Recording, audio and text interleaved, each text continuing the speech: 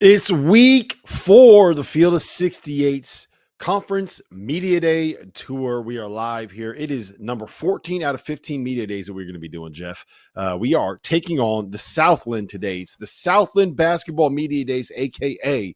the Portal Edition, here on the Field of 68. My name is Rob Dauster. I have Jeff Goodman here with me. And throughout the next 6 hours, you are going to hear from, I guess, 6.5 hours technically. You're going to hear from the coaches and a player from every Southland men's team and every Southland women's team here on the Field of 68 as we dive into the 14th of 15 media days. Jeff, it's been a grind.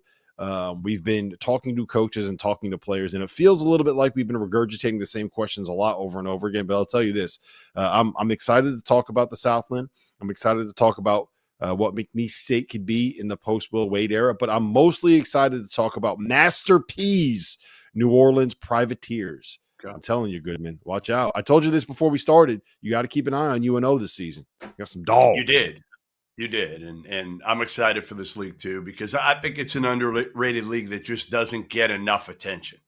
You know, obviously McNeese under Will Wade got a ton of attention the last couple of years, but this is a league with a lot of really good up-and-coming coaches and a lot of turnover within the coaching ranks over the last 3 years. In fact, I believe it's 9 coaches, 9 of the 12 coaches have less than 2 years of experience within the league.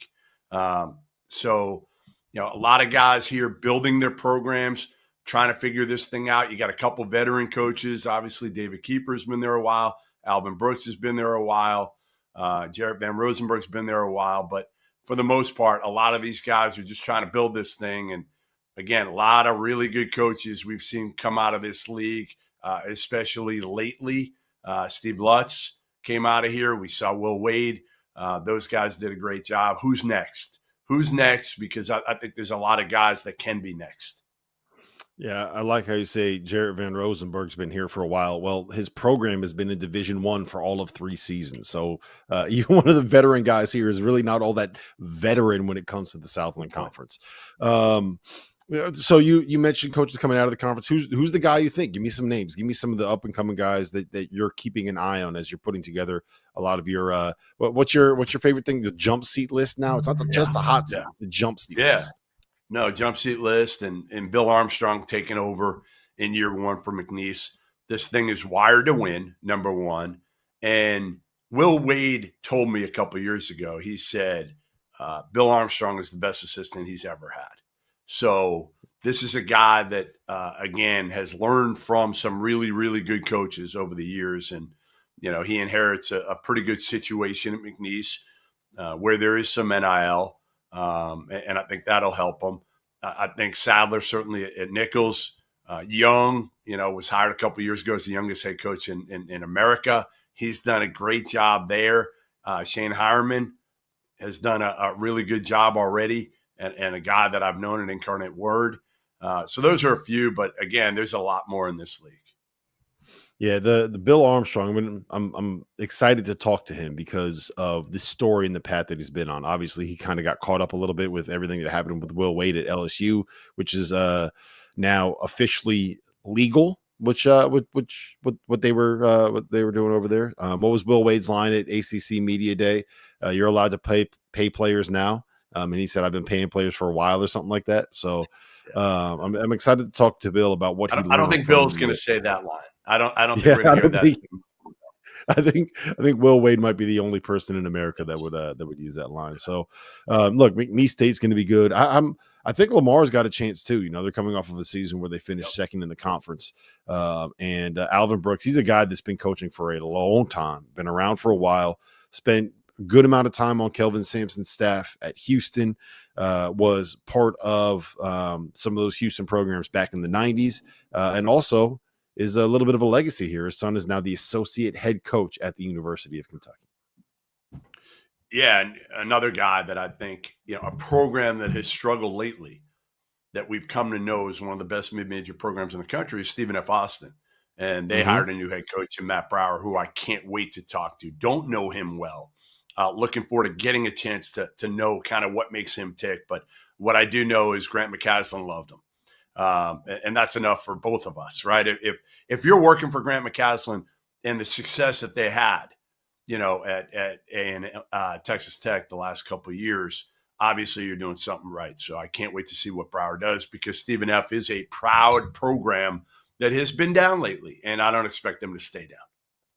Yeah, Matt Brower, not only coached under Grant McCasland, but he played for Mark Turgeon and I believe your favorite coach in all of college basketball as a senior at Wichita State, the one and only Greg Marshall. So we have a guy that coached for Greg Marshall. We have two transfers we're going to talk to that played for Billy Gillespie. Just we're playing all the hits when it comes to Jeff Goodman's favorite people in the world. We just got to find one guy that played for or coached for Seth Greenberg, and we'll have all of your MVPs, all of your best friends.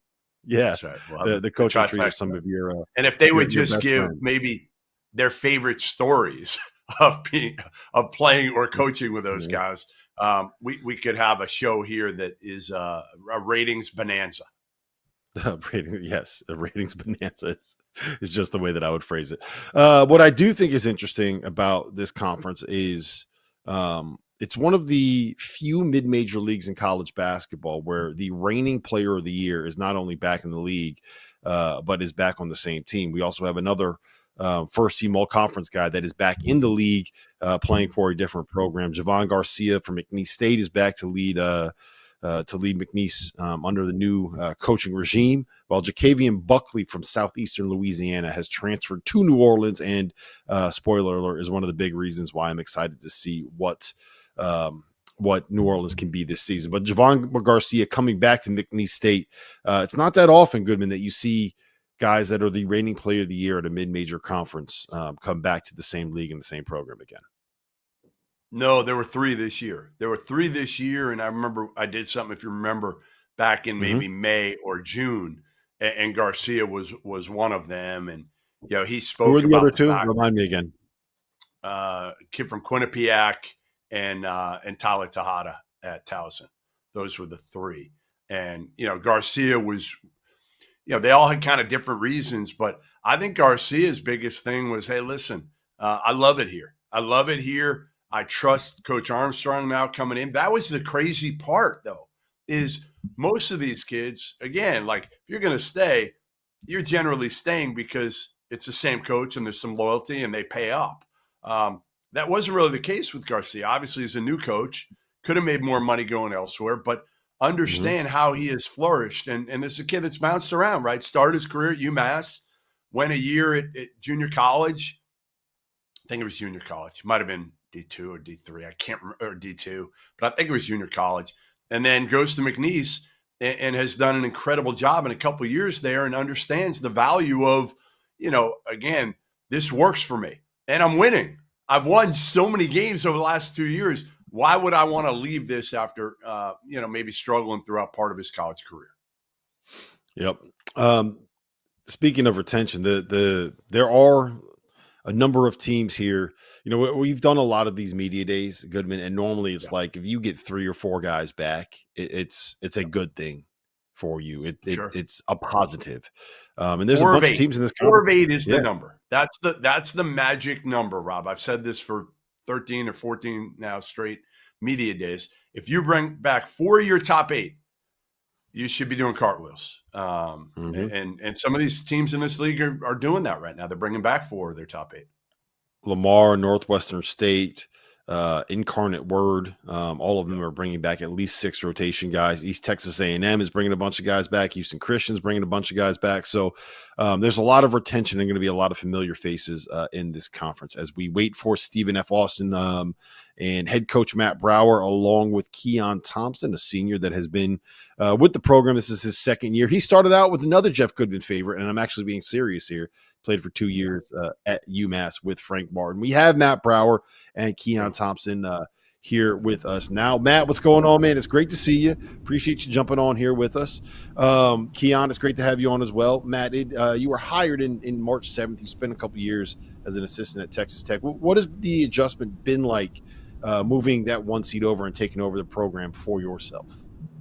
Yeah, I think mostly, and everybody tells you before you take the job and when you get the job, it's like, it's not the day-to-day stuff as much. It's the coaching or the X's and O's. It's the, how many people want to talk to you? How many people want your time? And then just how much is actually basketball coach? It's a lot less coaching than you realize.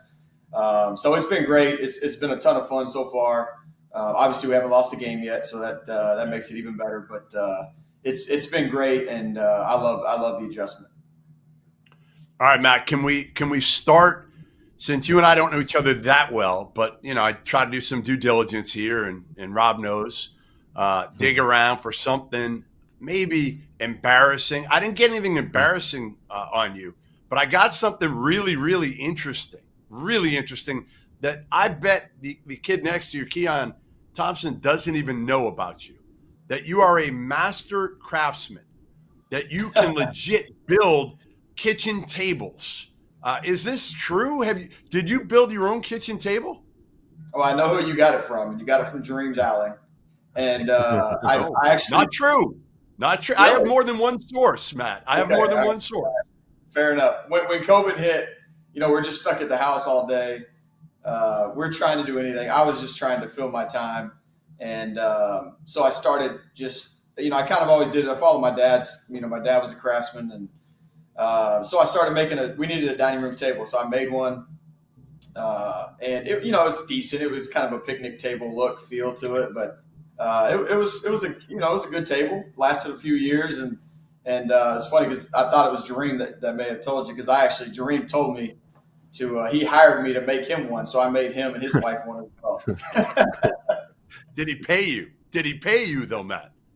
No, that was the contentious part. Now, Jareem wanted to pay me a couple $100. Ross Hodge at the time was our associate head coach in North Texas, and he told Reem he was being cheap, so Reem was all upset and he was in his feelings. So it's a funny story, but yeah, I'm glad you found that out.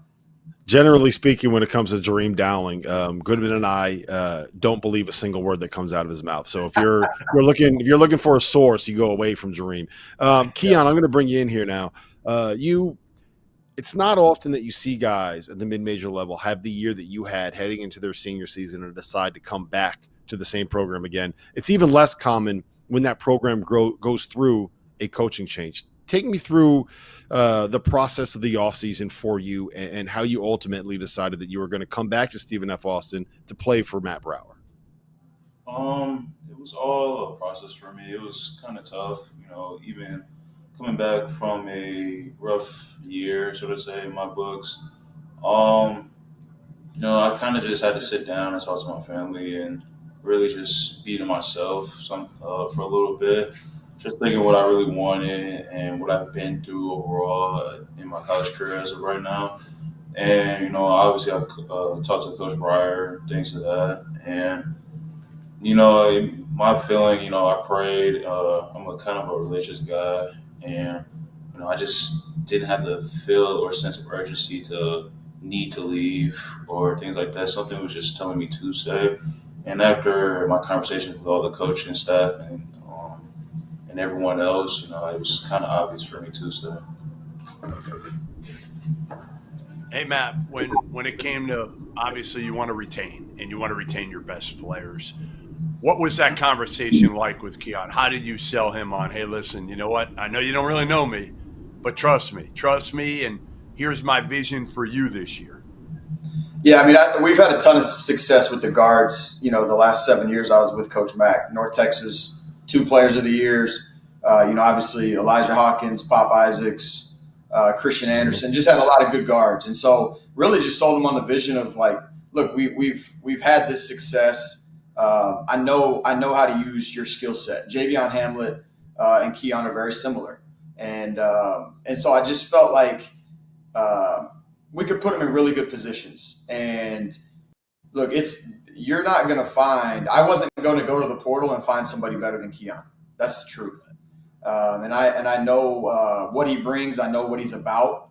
I've watched him since he was at Hargrave Military Academy in high school. And, it was really important for me. That was the number one. Him and Krishan Christmas, bringing those 2 guys back. That was the first thing I needed to get done. And I'm really thankful that he decided to stay and trust me and trust our coaching staff. But Keon's a different guy, man. He's different in today's world. He's not somebody that's looking for external opinions from a bunch of, hanger-oners or agents or anything like that. He's more so focused on where can I be the best that I can be, and he's not worried about all the extracurricular stuff, which is, it's been a nice breath of fresh air for sure. Keon, so you're really close with Christian, right? You guys have known each other since you were younger. Yeah. How much did that kind of play a role, both of you guys deciding that this is where you guys wanted to play your last season together? It's kind of rare for people like from the same hometown to really play with each other in college. Not only do that play a part, but that's my guy. We've been through a lot of wars together since last year, and even when we were younger, when we played AAU ball or just down the street rec runs. But that's my guy. We always had conversations, obviously in the off season about what each other was going to do and things like that.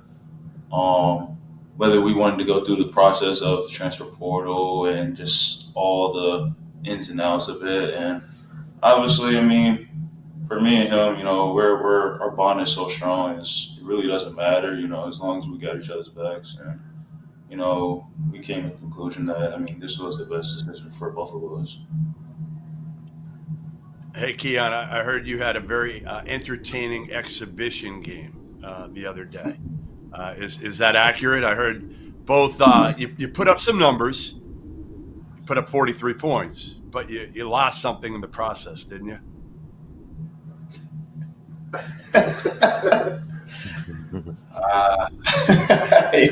You put it out on social media, it's getting out. Looking good there. Looking good. Hey, the best thing was it happened in the middle of a play. Play got stopped.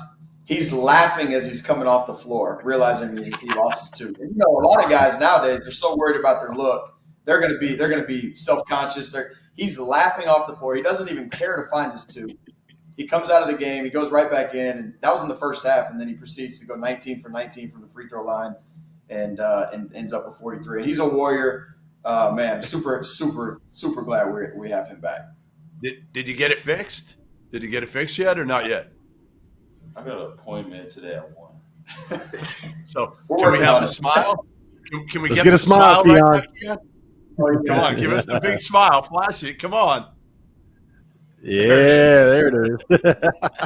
Hey, that is toughness though, because like you said, Matt, like most guys, number one, they'd be worried, right? They'd be worried about how they look.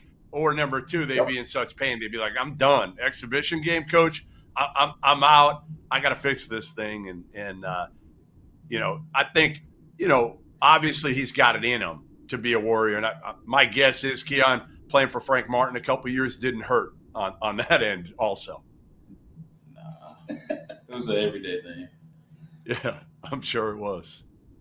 I do like how you tagged Matt Cross in that. We've had Matt Cross on a couple of shows here, and if Matt Cross is getting your respect, or if Matt Cross is respecting you as a tough guy, I think that says a lot about who you are as a player. Matt, let me ask you this: so SFA has been one of the better programs traditionally in this conference, right? You're coming off a 14-17 season.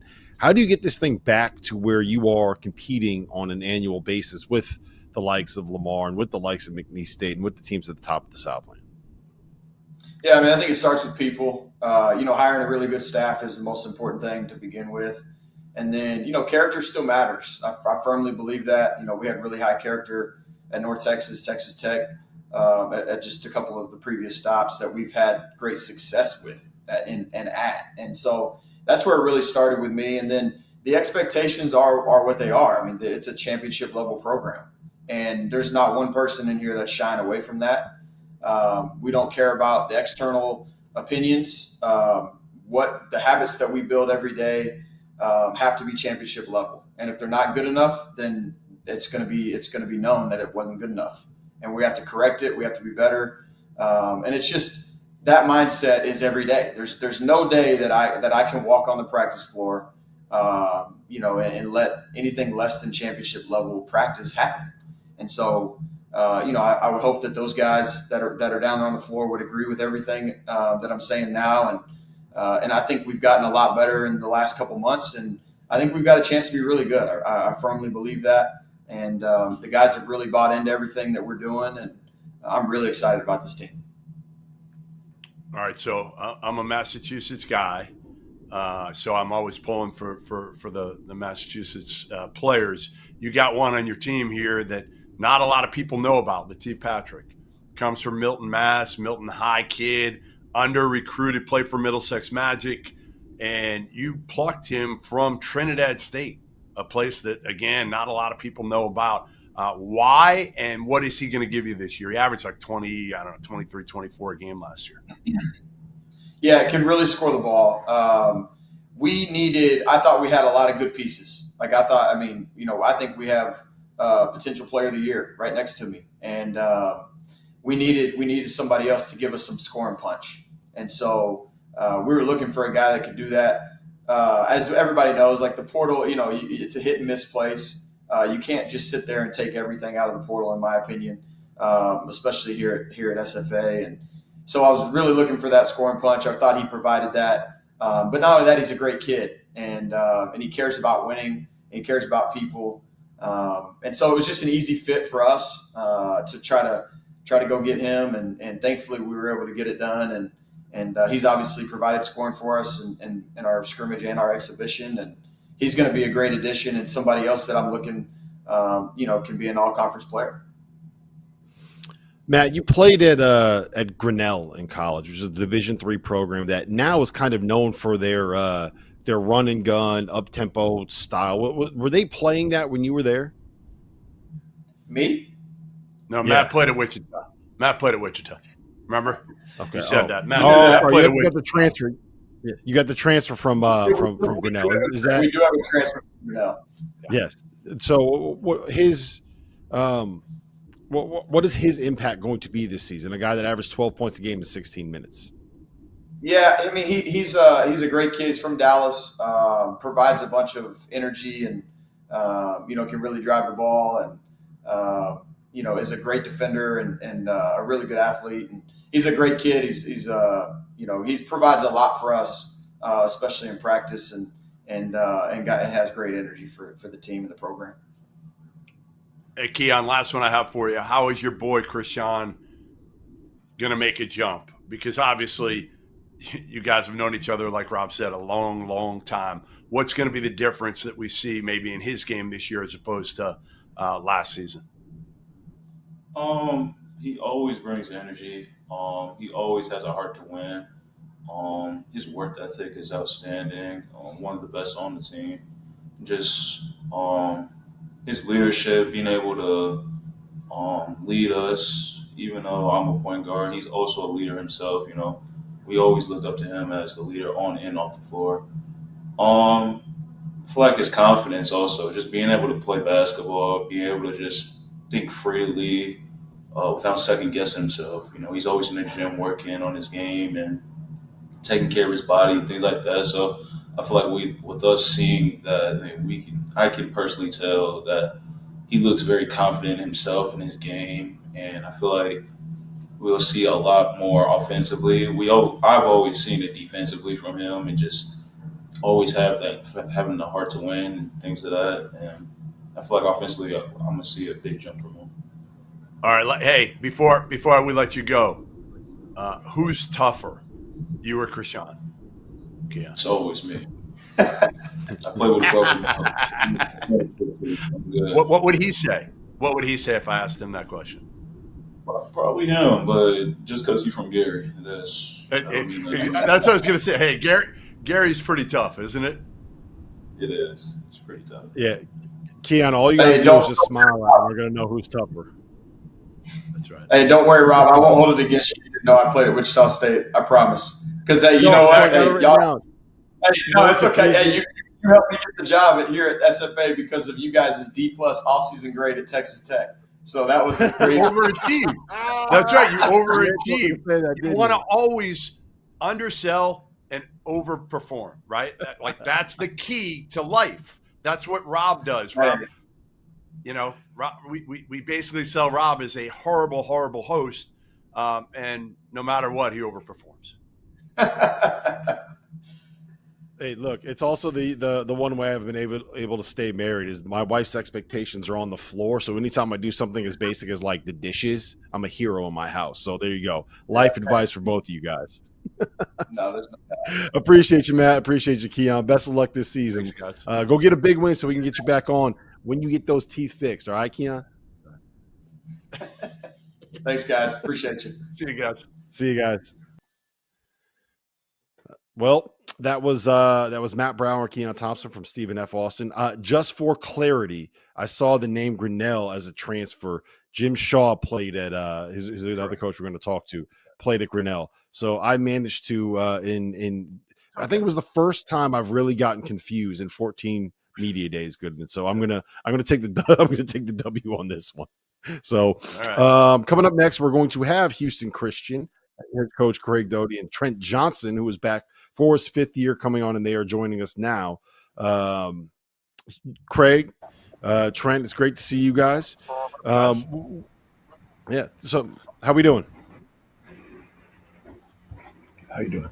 Hey, how you guys doing? All's great. Great, All's man. great, guys. Good to have you. You guys are looking good. You guys are looking good. I like that. Well, I had to bring Trent. I had a couple options of who to bring on the show, but Trent and I share a similar body type in terms of size, so he could strap on one of my sport coats. So he didn't bring them all from Canada with him when he came. So he makes it look a lot better than I do. That's for sure. Well, okay, that's not where I was expecting to go. I do have a question for you, though, Trent. I was told that your favorite NBA player is Steven Adams. Is that correct? Yeah, I like Steven Adams a lot. How is that? You might be the only person on the planet whose favorite NBA player is Steven Adams. That's fair. I mean, he's just a workhorse. He's just a go-getter guy. He plays for the team, and I feel like he plays a good brand of basketball. So it's kind of just a role model I have, and that's why I like his game. It is Do you model your game after him? 6'6" guard, Rob, for a 6'6", 200-pound guard. That's the crazy part, choosing Steven Adams. But I like it. You know, why not? He's an animal. He's tough. He plays hard all the time. So, no, I love it. Craig, let's start with you here. 2nd year coming over. You know, you're a guy who obviously had a ton of success at Emporia State in Kansas for 6 seasons. Taking over a program in Houston Christian that, you know, has struggled for a while. And it's not an easy job. We know that. What was the biggest thing that you learned from year one that you can take in, and you did take into the offseason, and how to build this team with 10 new players coming into year 2? Thanks. First off, leaving Emporia State for 6 seasons there, we had to get through Ben McCullum, who was winning the conference every year. And then we come to the South, and we have to get through Will Wade. So it's nice that neither one of those guys will be, at least preseason leading into it, the perceived unbeatables. But, for us taking over a program that was a full rebuild, and we understood that when we took it. A lot had changed when we took the job on March 15th and just in the NIL landscape of the Southland, because the year prior to getting here was really just McNeese that was really dabbling in the NIL game. And then after I'd gotten the job, within that next couple months, we were hearing rumblings and finding out that a lot of the Southland Conference was adapting and advancing. And this past season, 9 of the 12 teams in the league were had NIL packaging going on, and we're one of the schools that do not, and it makes it a big time challenge. We understand that we're taking steps towards being able to recruit higher level guys, being able to just take the program to the level that it needs to be.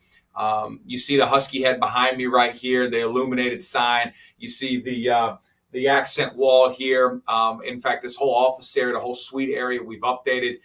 We're putting some investments into the facilities that our guys can enjoy, reallocating funds and really just having a vision for how we can attract student athletes. We're putting guys off campus now and giving stipends for that, which is a huge thing, especially in Houston. which allows more refund money back in our players' pockets. We're not competing at the McNeese and SFA and Incarnate Word level of revenue sharing or NIL, but we're taking steps in the right direction, and we need to continue to do that. My job, I felt like when I got the job here, I needed to push the envelope, not shove the envelope. I don't think it's that type of setup where you come in someplace and try to impose your will. But I wasn't hired to be a caretaker of the program. I was hired to be a leader of the program and help advance this into the next phase of Division I college basketball. And we're taking steps. My athletic director has been great to work with. We're looking at expanding on Austyn money and cost of attendance money next year. And we're just going to keep taking steps to make this program attractive for prospective student athletes. Because as you know, you could have Coach K here, you could have Coach J right here. If you don't have players, it does not matter. And we're going to continue to up the talent pool. We felt like we've taken another step with that roster this year as we continue to build the program. Well, Craig, here's the problem with giving Trent that jacket is he looks like a guy with NIL. He looks like he just walked out of the Goldman Sachs building on Wall Street, like he was trading stocks all day. Now he's ready to go to basketball practice. You should have had him just come out in like a ratty T-shirt with holes in it. Well, Trent actually, Trent goes on vacation. His family is very successful. His parents are getting an Airbnb in Galveston, an hour from here, all winter long. They're from Canada, so they can be close by and watch all the games. So Trent doesn't need NIL. Trent's dad has enough NIL the way it is for him. So. All right, there you go. Craig, I do want to ask you. So you kind of have a rep for being a program builder, fair or not, right? So when you got to Emporia, I think you won 9 games your first season and then eventually built that thing to the point you won a national championship there. 23 wins your last tournament. You won the Natty at Graceland. You won the national championship at Rock Valley. So like you've had success. How do you take this Houston Christian program and develop it the same way that you did with Emporia State?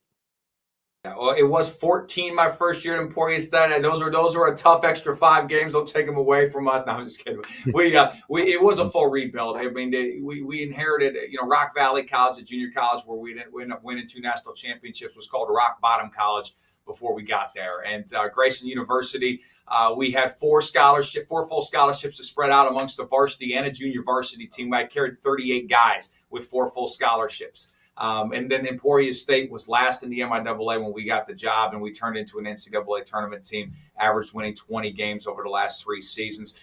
Houston Christian, one of these jobs I'm going to get to, I'm going to get nipped in the butt, I'm going to get fired at, okay? Because you keep taking these high-risk rebuild jobs, but we're going to do everything we can do every single day to make sure it's not at Houston Christian.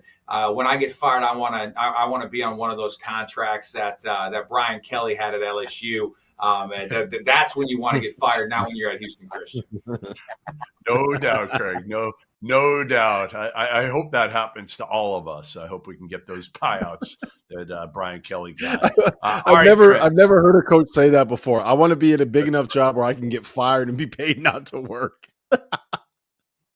Fire, but if they really don't want your services anymore, then it's nice to make $20,000 a week or a day in some of their cases to not work. So.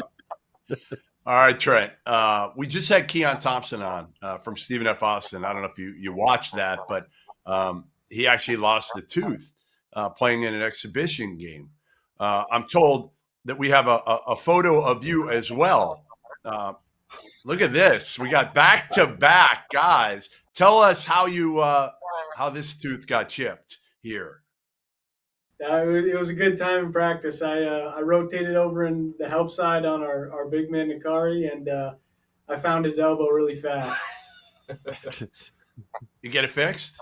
Not yet. Oh yeah, got it fixed when I went back to Canada. I had it out for about a week and a bit. So the family got to see me, the girlfriend got to see me. They're all loving it. Looked like a true hockey player. I mean, that's a move Steven Adams would have, right? Like for a week and a half, you looked like a tough Canadian. Now, not so much. But, all right, so you bounce around a little bit. Midland College for a couple of years, Idaho State. Now this is your second year at Houston Christian. Obviously you played a lot last year, shot it really well. Versatile player. what has Coach challenged you, or have you challenged yourself in the offseason that, hey, I got to be better at this? Yeah. He wanted me to work on my creation of a shot off the dribble, getting downhill, and then also being more of a vocal leader. I usually do well body language wise and other stuff like that, but he really wanted to challenge me to step up and kind of take the reins of the team and help them just improve their the mindset and kind of take on the culture that Coach wants here. So those are the big steps for me in the off season, working on my game, and then also being a leader. Trent, you guys got, I believe, 5 players coming back, one of whom was a redshirt last season.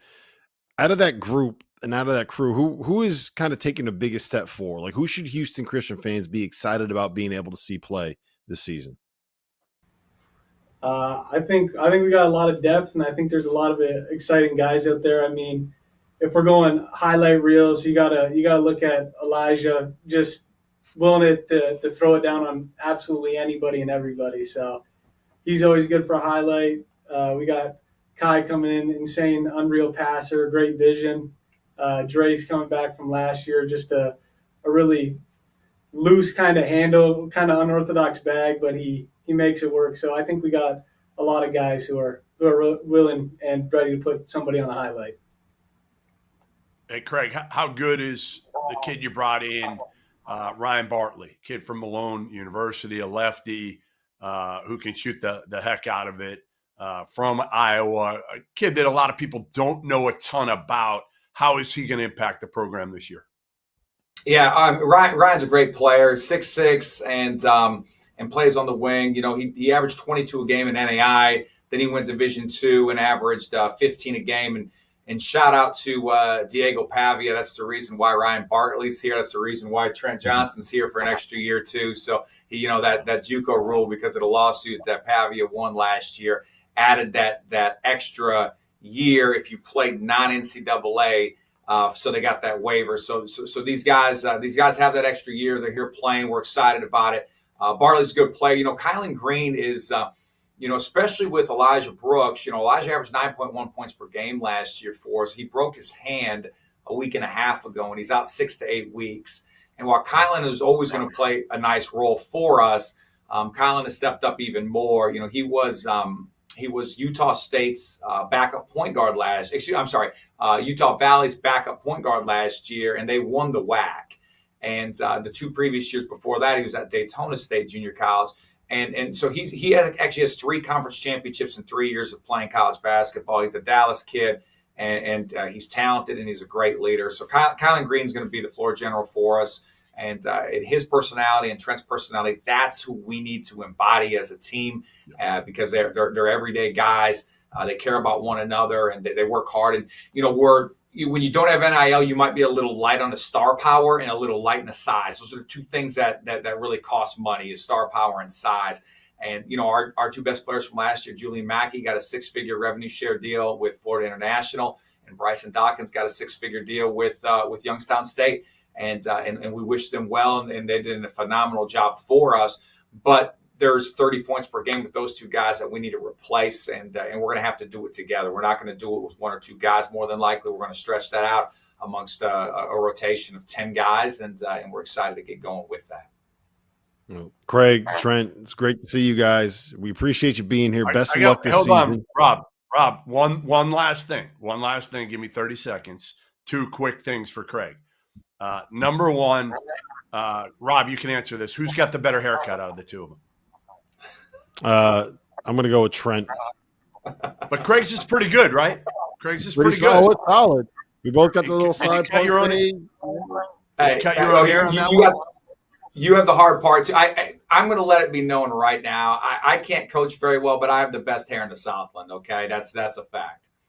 He cuts his own hair, Rob. And then the other thing, and Craig, you're going to have to take off the sport coat for this to show us the guns, because I've been told that you've been working out with a heavy emphasis on the triceps and biceps lately. Can we see the guns before we let you go? I have not taken off the sport coat. You guys will have to tune in on the sideline. We got some shortcuts that we'll be wearing. Wear a little more casual gear with some tighter fit and stuff. But we play at Iowa State this year. Well, we play at Iowa State, and TJ is really jacked up. So we figured that, we're going to wear some tight polos in that game. So maybe instead of them looking, we'll probably be 35-point dogs in that game. But maybe they'll look down and not see that the coaching staff from HCU looks like a bunch of twerps compared to TJ. You got it. Oh, boy. Thanks, Greg. Appreciate it, guys. Great. Great to see you guys. Thanks, Appreciate guys. you being here. Don't Don't give that sports coat back, man. You look good in it. You look better than Coach does. So appreciate you guys being here.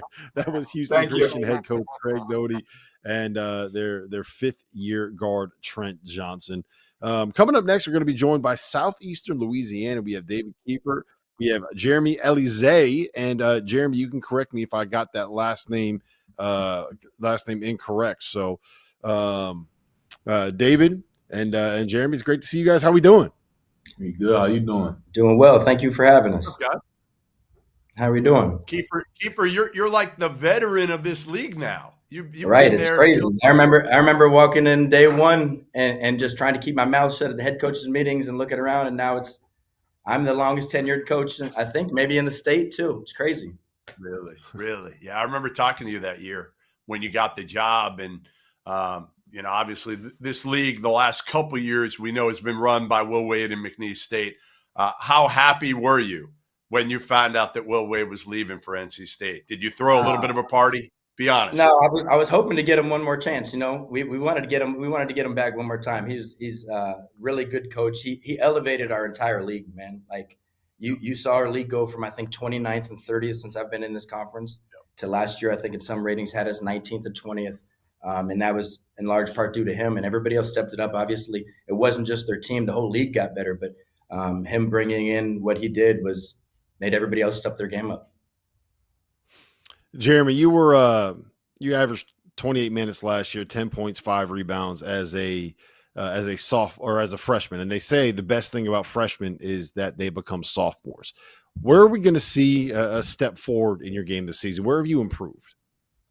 I try my best to improve my ball handling, my shooting, but mainly I'm gonna focus on my motor because I think that's what keeps me on the court for the longest. So as long as I stay in my ball shape, I feel like my production will go up more for sure. That sounds like a thing that came directly from the head coach. Yeah, you got to work on your motor a little bit here, Jeremy. Yeah, no, that's something we talk about every day, but that's something that we saw early on in Jeremy. That's just who he is. That's in his DNA. He's going to play with the motor. All right, Dave, tell me about this kid you got coming in, this freshman from Germany, Peter. I'm going to let you pronounce his last name because otherwise I'm going to screw it up. Yeah, Peter Heimschmeyer played 3 years professionally. A huge addition to our team. Just the experience that he has, the toughness that he has. The guy, he's a freshman, but he's 22 years old. The guy's got running an Airbnb back in Germany right now. He's like dealing with an adult. He goes to bed at 8 p.m. I mean, but yeah, he's a pro. He comes in every single day. He puts in the time before and after practice, and huge addition to our team. Just the experience and the knowledge of the game. What's his game like, Dave? What's his game like? How is he going to impact within the system that you run this year? Yeah, for sure. Just down here in the Southland, you got to have guys that can run and jump. You got to have athletes, and we really like to try to get after it defensively. So he's a really good mix. I was a little bit worried about his athleticism coming in. That has not been a problem at all. He can really pick up the ball. He's 6'5". He's playing the 1 and the 2 for us. Really heady defensively, which makes him, more athletic when he's in the right spots. But he's a guy that just, like I said, coming in with his basketball IQ, mix it in with some of these guys that he's played at such a high level. He's coming in. He missed the entire summer, but it seems like he was here the whole summer. And he really helps our team, just poise and just understanding basketball. This is for both of you guys. Jeremy, you can take it first, but you looked up on January 4th last year, you're 6-8. You got an 0-3 mark in the Southland, and you reeled off 6 straight wins after that. You won 11 of your next 12 games. What flipped, Jeremy? And then how can you take that success you had in January to middle February and be able to extend that into this season and take a next step forward this year? All right, so the thing with flipped was that we had a very great conversation in the locker room, I believe, after the Corpus Christi game. And I think after, the message got out, we flipped that switch, and then that's what had us win the next 11 to 12 games. And I feel like me being a returner, now that I know like how that feeling felt, I love to bring that starting from the jump, and we ain't got to go through those hard conversations that we had to. So yeah. So what was that conversation like? Who led that conversation? Was it a players-led combo, or Kiefer's smiling over there because it's probably not for publication. Yeah, it was just an all-around conversation. That's what I'm gonna say. People had to get some stuff off their mind. So, and then after we got free of that, we ran off 11 in the next 12. Yeah. Sometimes the best things come from confrontation, right? And not letting things just go by, and everybody being able to. One of our core values is accountability, and making sure we hold each other but ourselves accountable first. And our guys really came together, and it wasn't this crazy meeting, but it was just putting everything out there and the guys holding themselves accountable and making sure we came together as a team. It was a fork in the road where we had to make a decision, and I think our guys made the right one. Yeah, to be honest, I may have to have a conversation like that with Dauster after this meeting today, Dave. All right, Jeremy, how's your coach's athleticism right now? I know he had a knee injury, knee surgery. What would you guess his vertical is at today, if you had to guess? Today is probably going to be about 3 inches. If I'm lucky. Yeah, I'll give him 3 inches. How's the knee? How's the knee, Dave? It's doing a lot better. I tore my ACL. I should have torn it when I was 25, playing one-on-one full court to 100. and that's what happens with when who? you do. With who? One of my buddies that I coached high school back when I was doing that. And that's what happens. It's about 37-29, knee goes out, which is what's supposed to happen when you do stupid stuff like that. Never got my surgery. And then I tore my meniscus. Now I'm at 41, just hopping a little puddle. So my wife says that I need to get surgery. Hopping a puddle? Yes. So you now don't want to admit that. You got to come up with something better. Yeah. Well, I did high contest to Jeremy at the rim, put him on the floor. But that's better. We're gonna be way better. More realistic. So I got surgery in both.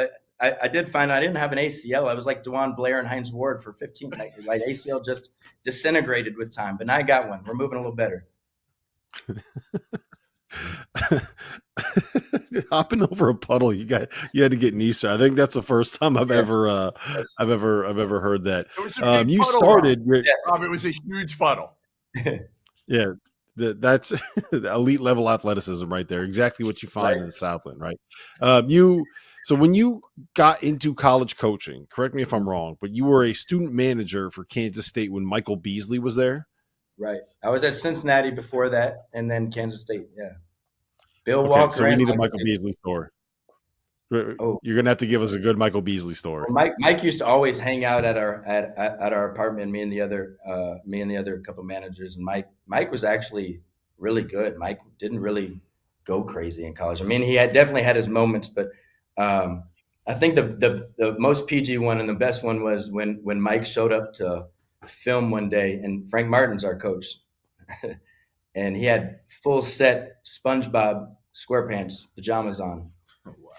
And then like 6 minutes into film, he starts like dozing off, and Frank just paused the film and walked to the bathroom and filled like a bucket of water. He was like, all right, fall asleep. He didn't do anything, but just Mike, for the rest of the film was just, eyes wide open, locked in. That's pretty good. I wish Frankie gotten him though. Would have been way better if Frankie just put it on him. Hey, how good was he? Like I don't think people realize just how good Michael Beasley was in college. What was it, like 26 and 11 that he averaged his freshman season? Yes. And he did it so easily. Like in practice, there was times where he kind of just coached. I'm like, man, like is he really that good? And he'd be dominated. But then he went into a whole nother gear in the play. I remember the first scrimmage we played against Marquette with Tom Crane in the closed door scrimmage, and he had 46, and Tom Crane was making their managers and coaches like do sprints after. Mike was just, Marquette was loaded, and Mike was unbelievable, and he had like 25 in the second half. It was just so good. Dave, you brought in a bunch of new guys as well, obviously. Jeremy's the cornerstone here, but we talked about Peter coming from Germany. Isaiah Gaines comes in from Radford. Ethan Pickett comes in from UIC. Jaden Lawrence from Southeastern Louisiana. Give me kind of a scouting report on these guys and, how they're going to impact the team this year, because I think there's a lot of unknowns with your team, but not unlike most teams around the country right now. Yeah, I think you kind of rattled off a big core of it, but I think the best thing about our team right now is our depth. I mean, I really feel comfortable about. We played in the closed door scrimmage the other day. I thought we looked pretty good. We got a few nicks and bruises and bumps, but we played 10 guys all over 15 minutes, which is kind of how I would like to play. We had a big physical guy in here the last couple of years where we kind of played it in half court a little bit, and we got some more athletes in here this year where we can really get up and down, pick up full court pressure a little bit. But I think the best thing about our team is our depth and athleticism. It's kind of been creeping, trying to recruit some more athleticism past couple of years, and I think we've done a great job getting the right returners back, and then bringing in some new pieces that are about winning and about just doing things the right way every day. Jeremy, Goodman just kind of rattled off a bunch of transfers that you guys got coming in. That's pretty standard in college basketball right now. 5, 6, 7, 8, 9, sometimes as many as 13 or 14 transfers coming in. A lot of times at this level, you'll see people that were the conference freshman of the year make the decision that, hey, you know what, I'm going to go try to find a Power 5 school to transfer to, go find somewhere else to go. You didn't do that. You came back to Southeastern Louisiana, which is not a normal thing in this sport in this era. Take me through that decision, the process of making that decision, and why you're back here at Southeastern. I decided to stay because I felt like even though I won that award, I feel like I still had much more to develop on. And coming out of this program, I feel like I'll have the best development. So that's one of the main reasons I decided to stay. And another reason I decided was I'm real close with Coach Kiefer and the rest of the coaching staff. So I didn't want to give up that relationship too quick and not make too hasty of a decision. So that's two of the main reasons I stayed.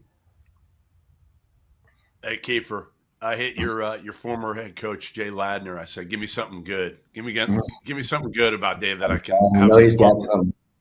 He did. He said, make sure you ask him about the fact that the year after he left as my assistant at Jones Junior College, we won the national title. Then he goes to Northwest Florida, and the year after he leaves, they win the national title. Then he goes to South Carolina, and the year after he leaves, they go to the Final Four. What's going on here? Yeah, he would tell me about every day, I'm firing you so we can win the championship.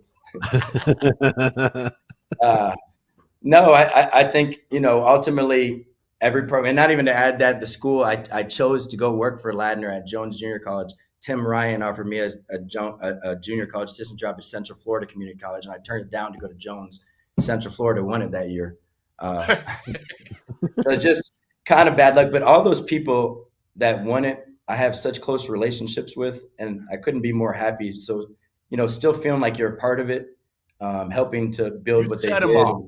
Listen, you take credit. You're the one who set them up for success. Right. Then you left, and you built up the next program to win. Yeah, that sounds better. I guess sounds better like the puddle jump, right? Exactly. All right, we got about 30 seconds left here. Right. Give me, if there's going to be one thing that's going to determine, Dave, you guys having a chance to win the league this year. What's the biggest thing that you're getting on your team, or maybe just a concern that you're worried about a little bit going into the year?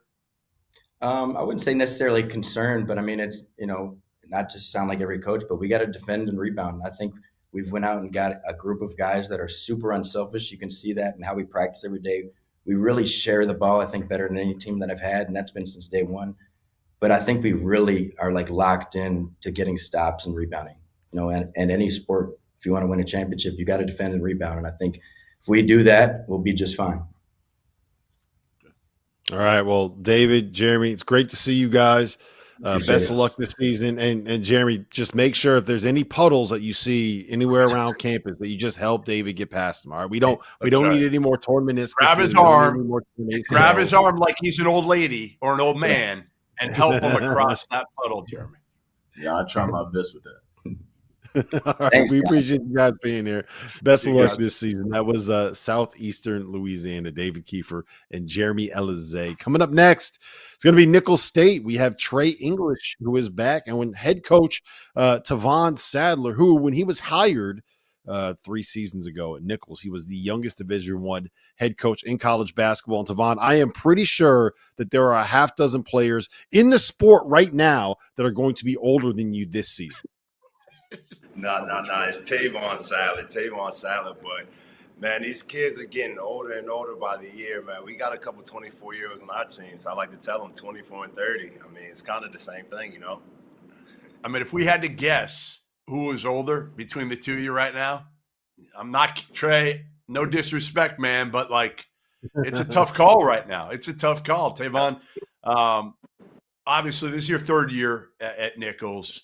I think you're building something there. I think you've already done a hell of a job. I mean, look at it. Winning 20 games last year. First time in program history that you guys have won 20 games in a row. What's the key to taking the next step, though? Which we know the next step now is obviously winning the league and getting the NCAA tournament. I mean, I think for us, just staying healthy. We've been able to win back-to-back 21 seasons, back-to-back, finished 3rd place both years. Got a championship appearance, and we lost in the semis last year. I mean, for us, it's just going to be able to stay healthy, defending, and I think versatility. You know, offensively, I think we shoot it like the best team in the country, at least top 10. So as long as we do those things, I think we'll be fine. Trey, I remember talking with Drew Valentine back when he first got the job at Loyola. When I think he was one of the youngest coaches at that point in college basketball. And he was saying it was a real value for him to be able to relate to the guys on his team at a level that's a lot different than someone that's maybe of a different generation, right? Do you see that with Coach? Is that something where you get the guys on the team are able to connect with him at a different level? I mean, you've been at different programs at a different level than maybe other coaches have.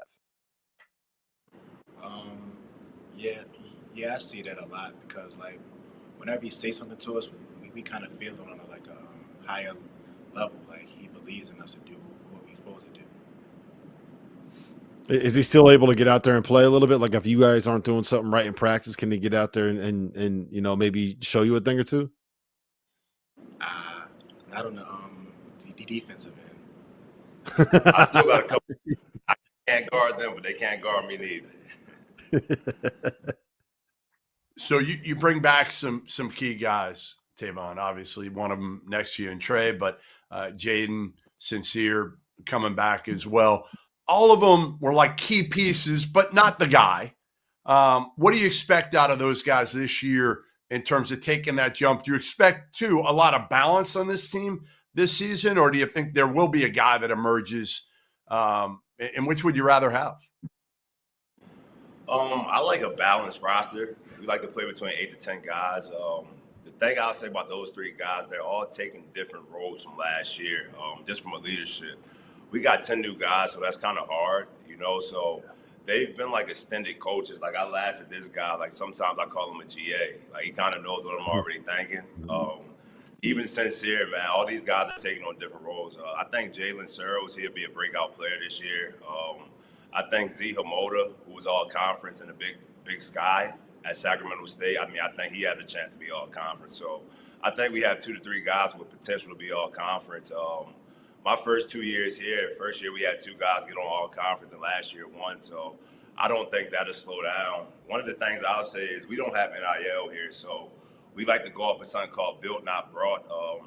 A lot of these kids that we bring in, they average 1, 2, 3 points. So I don't think we get enough credit down here for developing. And I'm excited about the kids we got this year. A couple NAIA transfers, a couple JUCO kids. I expect us to compete at the top of the league again. Yeah, Tavon, I was going to ask you about that. So you got 4 guys coming in from NAIA. You got some JUCO players coming in. How do you get them ready to adjust to playing Division I basketball at this level? I think for me, I was spoiled. I like to tell people I'm the youngest head coach in the country, but I came off of Kevin Willard's staff. That year, we had 3 guys go get a head coaching job, me, Tony Skink, Grant Billmeyer. You had David Cox, and obviously you had Kevin Willard. So just preparing them and being able to see it at the highest level, you know, the way we prepare like a high major team. I tell people we operate like a high major. We don't do two things. We don't fly charter and we don't eat 5-star meals. But from a preparation standpoint, from a schematic, from a development standpoint, I'll put us up with anyone in the country. All right, so Tavon, I'm fighting with my wife these days. We want to get a new dog, and I'm fighting for a big dog, right? I've had a lab, I've had a golden retriever. She wants a little dog, a Bernedoodle, like a 20-pound Bernedoodle. You have a dog that we're going to show right now. Tell me the name of your dog and how you named the dog. Like, was it just you and your idea? Yeah, that's my guy right there, man. His name is Thibodeau. He's actually named after the town Thibodeau, where Nicholls is located. My staff kind of convinced me to get a dog after my first year. That's my guy right there. You'll see him around a little bit. Hey Jeff, if you need a dog, I would advise you get a Frenchie, man. They do everything but listen. So if you're looking for that, hey Jeff, he does everything but listen, dude. Hey, my wife's already got me for that does nothing and doesn't listen. So she doesn't need another, Absolutely. How old's the dog? Couple years old already? 18 months. 18 months? Only 18. All right. How long it take you to train the dog? How long it take you to train it? About 12 months, man. I'm a first-time dog owner, dude. I didn't know what I was doing, so it took me a little minute, but now we're here. We still got a little way to go. All right, hey, what's harder to coach, a freshman or an 18-month-old Frenchie? Yeah. Oh, man. You want to know a funny story? This is the only freshman I've ever recruited. And so really, I would definitely say this guy. When I was at McNeese, I was an assistant at McNeese about 4 or 5 years ago. I got him from Baltimore, my hometown. So he was a team thrill kid. I chased this kid around for a whole summer. And so now to see us here after starting at McNeese and him going on my second year, man, I'm really proud of this kid. Special player. And he has a special family. Is that crazy for you, Trey? The fact of like the road that you guys have taken to come back together now and try to get this thing to the next level. And I know, at McNeese a couple of years ago, you were hurt. You didn't play. Last year, obviously, you get the opportunity, get back on the court. I assume even you feel like, hey, you're removed from the injury. You're going to be able to take a big jump this year. Yeah, it is kind of crazy, but at the same time, though, I feel like me and him got a bigger goal, like to each other, basically. Baltimore Tavon, tough. Who's tougher? Who's tougher out of the two of you from Baltimore? You can be honest. Go ahead.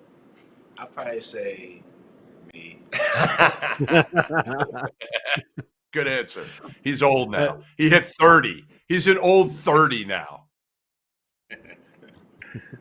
Tavon, I am curious because you went straight into coaching after your playing career, more or less. And when you get the job at 28, I'm wondering how much of the learning experience was just kind of figuring it out on the fly. And now that you're in this thing, you're in year 3 as the head coach, as the guy running the program. Is there anything where you were like, when I first got the job, I can't believe I was doing that. I had no idea what I didn't know at that point. I like to tell people we don't have a big platform down here, so I don't get to broadcast my story. It's another situation where I was kind of spoiled, how I said with the Kevin Willard situation. I played for Wes Miller at UNCG when he was 28. I got freshman of the year for Wes Miller. And I was blessed enough for Austyn to hire me when he was a 28-year-old head coach. So I was kind of groomed. I won't say I knew everything that I wanted, but I knew what I didn't want. And so that kind of pushed me towards the things that I did want. So being able to see both of their programs at the age of 28, and even though I was a player, I was always a guy that watched, so I always had an eye for it. And then when I left Maryland, seeing that up close immediately after, like I said, I didn't know everything I wanted to do. To answer your question, I would say I thought I could control everything. 3 years in, I'm kind of understanding that certain things are out of my control. That would probably be my best answer. Was this something that you knew you wanted to do all along, right? Like I've talked with other coaches that kind of got jobs at a younger age that were players. Like I'm sure that there were options for you to play professionally somewhere? Did you just know that you wanted to be a coach and you kind of was like, hey, look, if I'm going to fast track this thing and I want to be a head coach, I might as well get started in this profession this way now? Or was this like, I guess my question is, was it a plan of yours to be able to get into the business at the age that you did? Kinda, but not really. I wanted to be a player. I transferred to Nicholls. I played for Richie Riley. Nicholls won his first championship in 20 years. Our second to last game of the season, I blew my knee out. And so I had to go to South Alabama here to do rehab. I got my master's degree in 13 months when I was a GA, so it kind of put me in a tough spot that I really want to go overseas and probably play for pennies, you know. Truth of the matter, like I could have probably played for pennies after sitting out a year, or I was kind of on the track to jump in as a 24-year-old and be a Dobo. And so I like to tell people, man, I know I'm a head coach at 28, but I did every step. I was a GA. I was a Dobo for 2 years. I've been an assistant. I've been on the support staff. I mean, now I'm just a head coach. So I don't feel as though I skipped a step, but I wouldn't say I knew all along. No. All right, Trey, give me somebody. We've mentioned a couple guys in your team here. You could say one of those guys. That's fine. That was there last year. I'd rather you say a newcomer. Give me somebody that we're going to find out about quickly as the season gets going next week that we don't know about yet. Got named two of them. Yeah, of course. Yeah. I got Z and Zayden Cross. So Z, we already talked about, from Sac State, redshirted right last year, started his career at Utah State. He also went to Bridgeton Academy, played for one of my favorite people, Whit Lejour, at Bridgeton Academy years ago. Go ahead, expand a little bit on Z's game if you can, and then follow up with your number two guy. Well, Z he more so like he a shooter, like he could score from like all three levels of the court. And Zayden, he a knockdown shooter too, so you gotta respect him. So hey, Tavon, you said this early on in the conversation, like you feel like you could be as good a shooting team as almost anybody in the country. Was that the priority when you looked at what you were going to add through the portal, and how hard is it without any NIL to be able to do that? Because everybody wants shooting. Absolutely. I mean, for us, it's definitely hard, but I think a couple things help us. One, I think we play a certain style that kids want to play. You know, we play kind of fast. We shoot a ton of threes. We actually just made 18 threes in the a scrimmage game, a closed-door scrimmage, so hopefully we can keep shooting it. And then the next thing would be, like, 3 guys on our team went and made $850,000 in the portal. And so, like, that kind of sells itself. Like, when we recruit these kids, I mean, that's one of our biggest selling pitches. I'm the youngest head coach in the country, and I don't run away from Nicholls being a stepping stone. And so when I talk to kids, it's not a 4-year plan anymore. It's like we got a 10-month plan. After 10 months, we reassess, you know. And I know some coaches run from it, but I think that's one of the best things we do. We run towards it, and they hire me to win games and develop. And so I'm not running from the challenge of having to develop a new team every year. And I tell people, this is all I know. I came in so young, so if I've been in the game for 20 years and it flipped overnight, I probably would be pretty upset. How do you – I've said before that I think that that's a really smart way to go about doing this for a program at your level. Like be the one and done school, do what John Calipari did for kids getting to the NBA, right? Be able to kind of get those guys to the next level. But how do you – when you have that short of a window with them, what's the key to being able to develop these players, right? Because normally you got freshmen come in, you know, they play as freshmen, they start as sophomores, they score as juniors, and then they end up winning as seniors, right? It's kind of fast track. So how do you get these guys better in that short of a window? I think real relationships allow you to tell the truth, you know? So, like, we focus on real relationships. We spend a ton of time with them off the court, and that allows them to tell the truth. I mean, allows us to tell them the truth. And I also feel like from a language barrier, you know, the average age of my staff is 27 and a half, which is crazy when you think about it. The average age of my players is about 22 and a half. And so being able to communicate to them in a quicker time, because at the end of the day, we don't have money, but everyone in the country is dealing with 6 to 12 new transfers. So, like, it's not a Nicholls State problem. I don't have an excuse per se. Yep. All right, guys. Well, listen, we appreciate you being here. Tavon, Trey, it's great to see you. It's great to catch up. Best of luck this season, and go get us a big win so we can get you on the field of 68 after dark this year. Jeff, get a Frenchie, man. Get a Great Frenchie, seeing you Jeff. guys. Trust me. See you guys. Tavon Sadler and Trey English. That was fun, man. That was fun. I'm curious now what kind of dog. This might be a season long storyline that we're gonna have to follow. What kind of dog Goodman ends up getting this year? Yeah, I don't know. It's Just gonna don't be a get it. battle.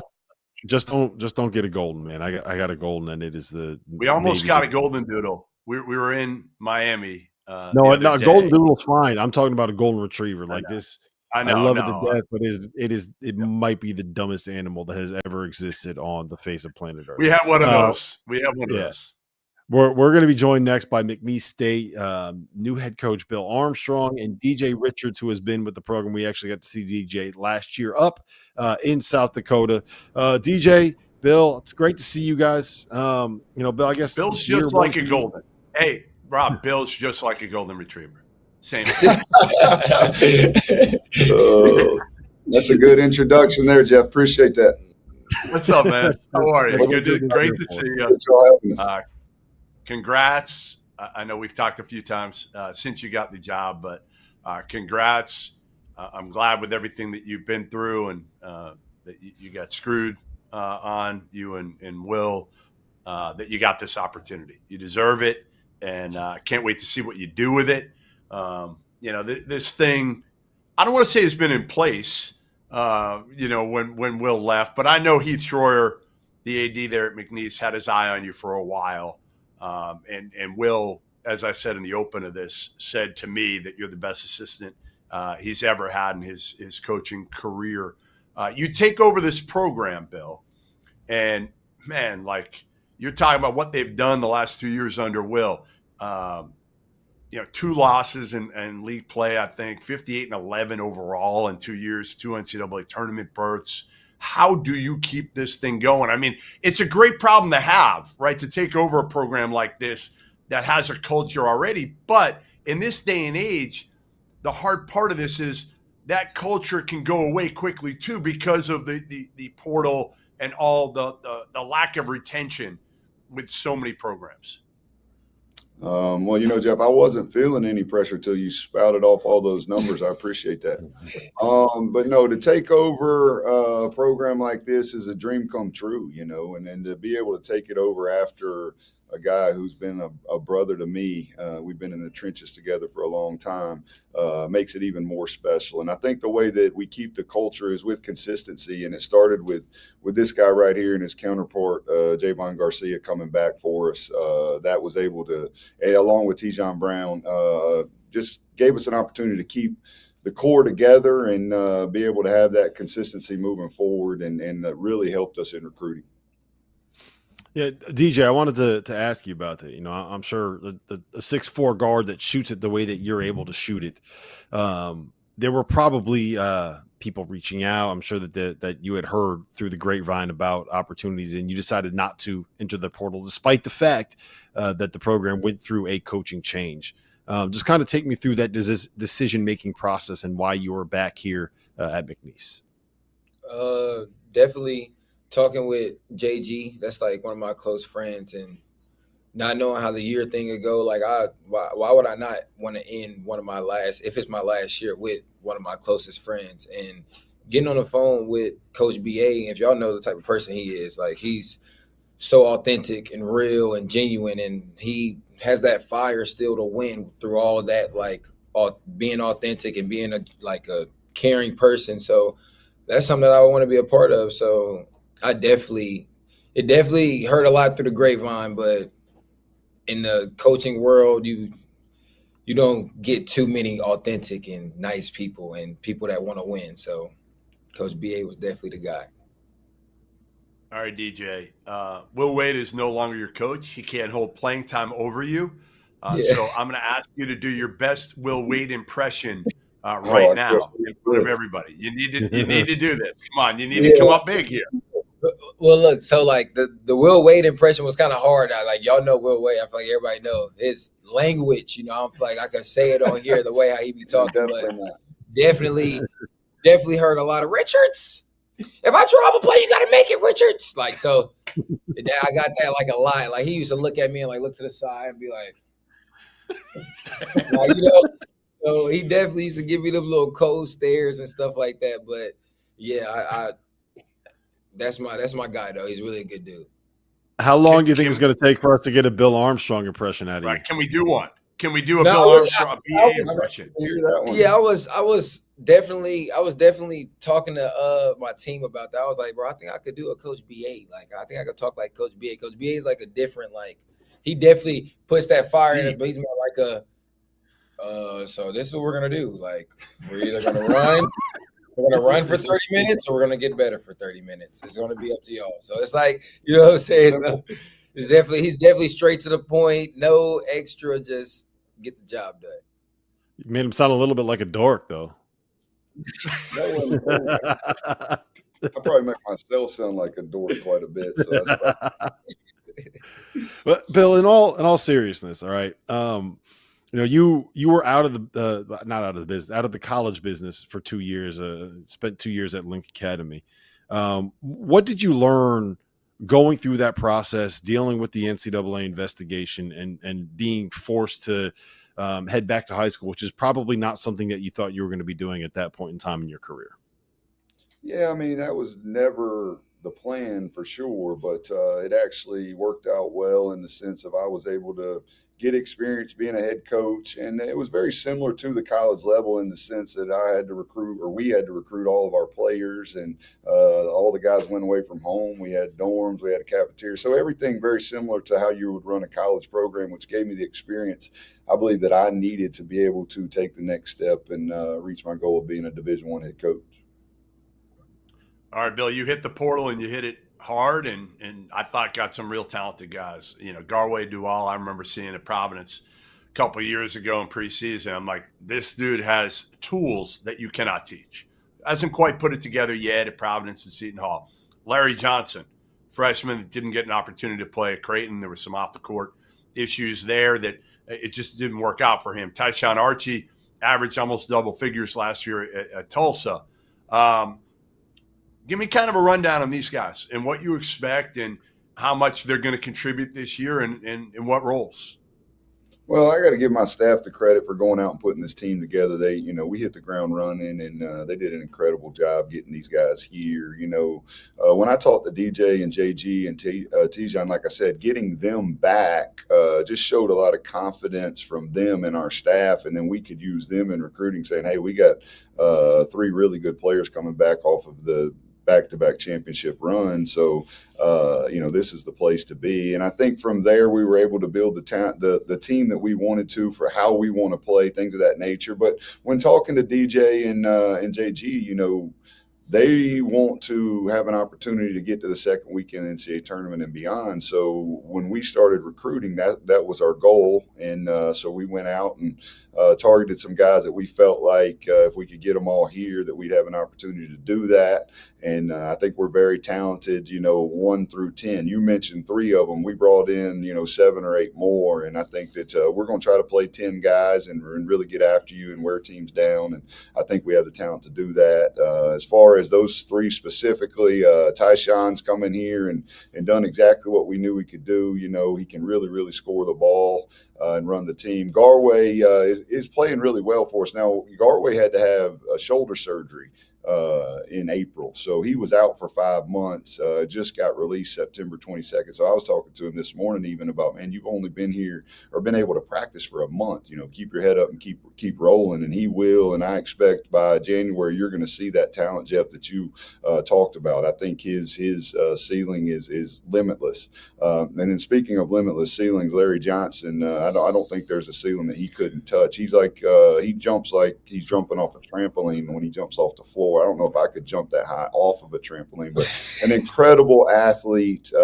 He's really now understanding how hard he has to play to be productive. He went for 14 and 11 in our scrimmage yesterday, or our exhibition game yesterday. The sky's the limit for him as well. And then, we got a lot of other really good players, from Jacob Cole coming from Oklahoma, and Carl Sherifon, who signed with Memphis out of high school and then New Mexico State, and Giannis Jonga, who came here with me from Baylor. And, the list goes on and on. I don't know if I'm leaving anybody out, am I? But Jarrell Colbert, who, you know, is still recovering from a minor surgery that he's just now 2 weeks. So Jarrell will be playing at his level that he played, you know, at Kansas State SMU here in January as well. So we're excited about these guys, and I think we have an opportunity to continue what's been going on here over the last couple of years.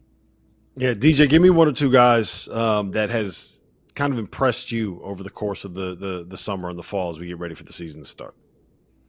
Man, I'm kind of like I do the same thing he did. I feel like I gotta say everybody. Like I definitely be sometimes like I get caught like and coach will yell at me in film, but like I be interested too sometimes seeing him do some of the things they be doing. I'd be like, he be like, stop ball watching. I'm like, bro, you just seen what he just did. So, but but definitely Larry and Tyshawn both are like really like eye opening. So it's like, you know what I'm saying? And Garway coming back, you see what everybody seen the first day he came, and he wasn't even like himself all the way. And I know that he's not himself all the way. It's like, okay, so we got something here. But I think since you already talked about him, and I feel like you didn't say his name, but Paytalk, we got a player from JUCO. He's like a 6'11", 6'10", but I feel he plays harder than almost anybody on the team, and it's like goes unnoticed. And I feel like he does a lot. He has like a great touch around the rim, and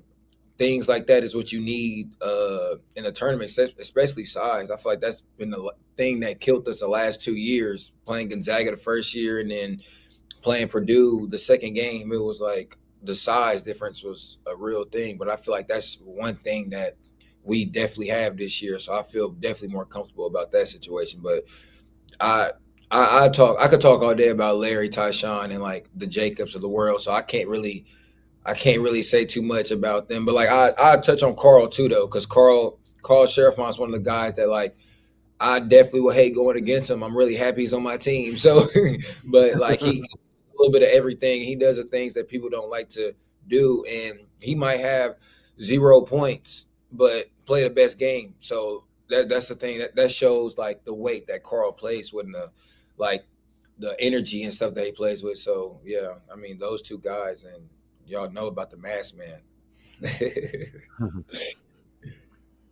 Yeah, what is Javon? What's the thing that you've challenged him with, Bill? Because he's been incredible the last 2 years. Does everything that you guys, that they've needed over the last couple of years to win. What's the biggest thing that maybe even talking to Will, because I'm sure you guys had conversations about Javon and, what he can do to even up his game. Are we going to see anything different, or is it just going to be the same JG there?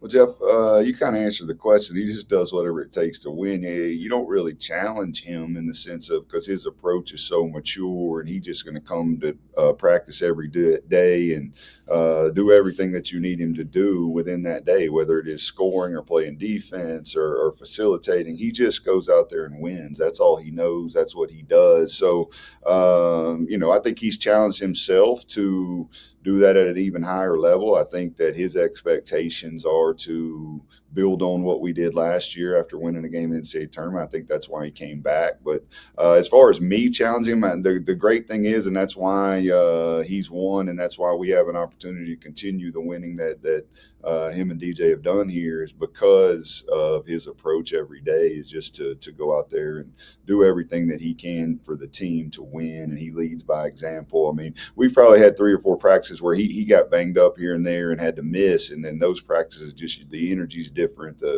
He's just a leader for us on the floor each and every day. DJ, go ahead, Goodman. Go ahead. I just got one final kind of question for Bill before we let them go. I'm told that you're really having a hard time adjusting to these new Under Armour shoes. Is this accurate? That is extremely accurate. That was I was attempting to do a loose ball drill. They just didn't know about it. I was diving on the floor. That's nothing against the Under Armour shoes. I saw the video. I decided it was in the best interest of you and your family and all your friends not to air the video. But the video is eerily because I'm trying to convince people that at one time I was an athlete and that would be it. I would never have an argument again after that video. But I'm glad you got a good laugh out of it. I did. It was similar to, you remember the time that Tim Miles fell running into the tunnel years ago at Nebraska? It looked eerily similar to that, except just running off the practice court. And DJ loved it, right? DJ, you were laughing when you saw this. Yeah. Oh, we got a good laugh out of it. I showed it in film the next day. It was certainly worth a good laugh. Every now and then we may break it back out, but I'm going to try to stay on my feet from here on out. Listen, Bill, TJ, it's great to see you guys. Best of luck this season at McNeese. Thanks for having us, guys. See you. Appreciate you. That was Bill Armstrong and DJ Richards at McNeese. He really should have played the video of him falling. We 100% should have done that. It's like a face palm. There's nothing wrong with that. It felt mean. I promise you, if I had video of you face planting, you would never not have it going. I would just create a Twitter account to have that going constantly, a constant reel of a video of Jeff Goodman falling. Coming up next, we have Lamar coming in. We have head coach Alvin Brooks and Andrew Holofield will be joining us as well. And I believe they are here. So Alvin, Andrew, it's great to see you guys. Appreciate you jumping on here with us. Alvin, let me start with this. The gentleman sitting there to your right is back for another season with the program. How important was it to be able to get him here and get him coming back for another season? Extremely important. What we've done since I've been here, this is year 5 for me. We've gotten better every year, and every year we've gotten better. We've gotten better after losing our leading scorer, several starters, all conference guys, and we've lost some guys to the portal. Several years ago, we lost the freshman of the year and 2 other starters to the portal. And I remember coming on the Southland Conference preseason media at that time, and so the question was, man, how can you guys get better when you just lost your best players? And I say, well, we didn't lose our best players. We lost our leading scorer, and all league guy. Our best player is returning. As they had a hard time hearing that at the time. That was Adam Hamilton. And so in this particular case with Drew, we actually lost 3 starters and we lost a couple of all league guys, but we returned our best player, which is Andrew Holyfield. And so he's a Beaumont native. And, the way the game works now, it's no big secret in college basketball, college athletics. Guys go in the portal, and NIL is a big thing. And so Drew never entered his name into the portal, and yet was coveted by so many people. And he opted to stay with us and stay with the program and wanted to continue to build with us. And, we won 20 games last year, got to the championship game. He's a big piece and part of what we do. And one of the reasons we've been good every year is our core group returning. And when you have the key player, one of your best players from your core group returning, as we do in Andrew, it gives you a chance to be good, gives you guys confidence. And so, we've kind of practiced and played like that over the course of the summer and off season. All right, I'm going to give AB some props before I ask Drew a question, and that is 4 years ago, you guys did not win a single game. You took over a program that was in disarray, didn't win a single game in league play, 0-18 in this past year, 14-6, second in the league. You won 20 games overall. You have done this a long time, AB, a long time. And you got the opportunity, and you've taken advantage of the opportunity. All right, Drew, first of all, smile. Second of all, I can't wait to hear your deep voice, because I've been told all about this voice that is extremely deep. But third, tell me why. I know you're a local kid. I get it. But, man, like a lot of kids in your position, and AB knows this, would hit the portal and take the paycheck. Why did you decide to stay?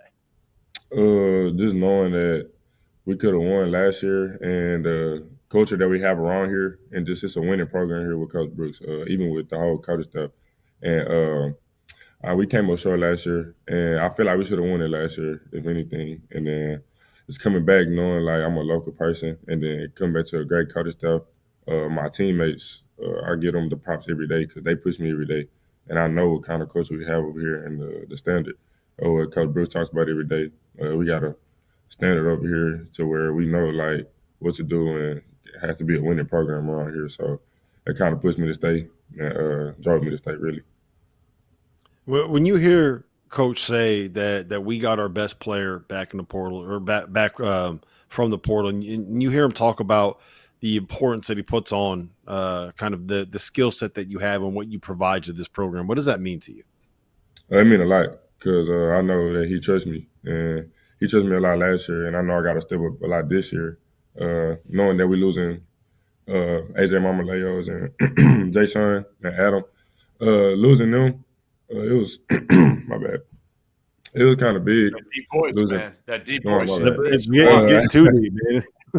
But losing them was kind of big for us because, it's 3 starters and all league guys at the end of the day. So just knowing that Coach Bruce trusts me and knowing that the whole coach that trusts me means a lot to me. So, Alvin, it's not just Drew coming back. You got a couple other guys coming back too that help, and that's huge. I've said this over and over on some of these media days. If you can bring back like 4 of your top 8, you're celebrating these days where we know years ago that wasn't the case. How important was it to bring back Cody and Errol as well, and have kind of a core group that know you, that know what you went through last year, how close you guys were? Right, huge, Jeff. I mean, it's part of why we've gotten better every year. This year we returned 8 guys. Drew is one of 8 guys. Cody Pennebaker, this is his 4th year with us. Yanko Bullets, this is his 4th year with us. Earl White, this is his 3rd year with us. Jaden Bars, this is his 3rd year with us. Braden East, who will be a freshman, was a freshman last year. He'll be his 2nd year with us. Jaden Gambrell, his 2nd year with us. He redshirted last year. So we got 8 good players coming back. Of those 8, 5 of them started games. And, the reason why we were good last year is because we had 8 guys returning, 8 core guys. The year before that, when we finally took off, we had 9 returners. So I think we've got the program in a place now where we can have a chance to be good every year. Even if we lose 1 or 2 guys, we're not about that because we play 9 or 10 guys. And so Drew coming back really, I think, gives our program a shot in the arm. Everybody kind of knows who he is. And then, I don't mind pumping him. And I say he's our best player, but he's also our hardest worker. He is a gym rat. He lives in the gym, so he's kind of set the standard and the tone for how we work and how we play, how selfless we are, and how we help each other. And so he's done that. And so the newcomers have seen from those 8 guys led by Drew and Cody and Earl White how we do things. And so they've the learning curve was really short for them. So that's why we expect to have a good season this year. And I think that's has a opportunity to have my best team since I've been back here. How have you been able to manage this, Alvin? I think the most impressive part about the way that you've grown this program is you haven't gone to the portal every year to be able to add 12, 13 new guys. You haven't tried to restack this roster and run one season. It's been a slow build, and now you've got this thing to a healthy point where you can say that you have a culture and actually mean it, because there are players in this program that have been there for 2, 3, 4 years that have ownership over that culture. How have you been able to pull that? We've done a lot of these media days, and there's not a lot of places that have been able to build it the way that you've been able to build it. Well, I'm as Jeff mentioned, I've been around for a little while, so I've adapted. Obviously my younger son is associate head coach Kentucky.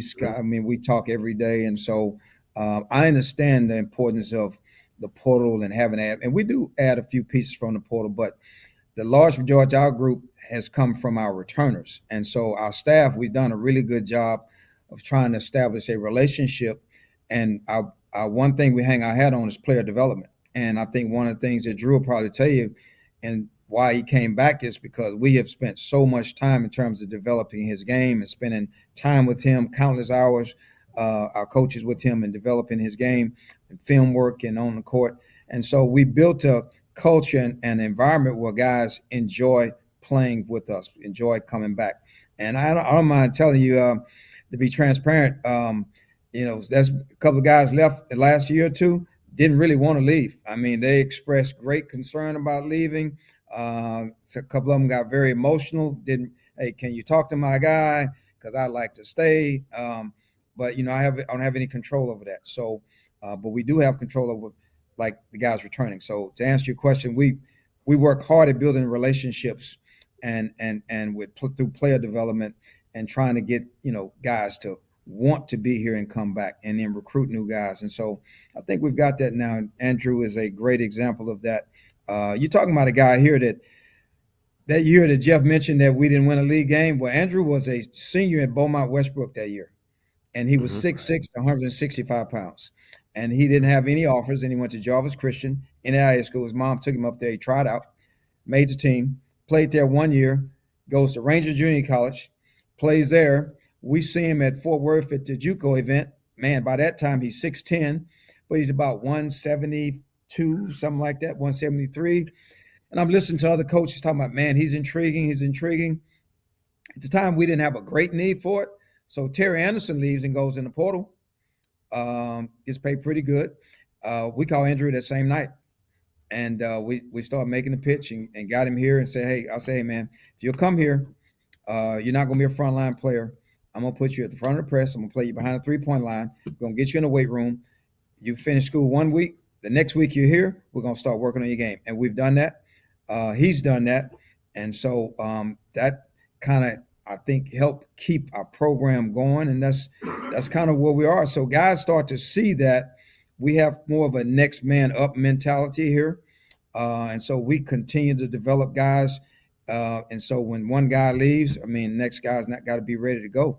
And I think that we're in a good position right now with the program. And, we won 20 games last year. We got to the championship game and created some excitement around here.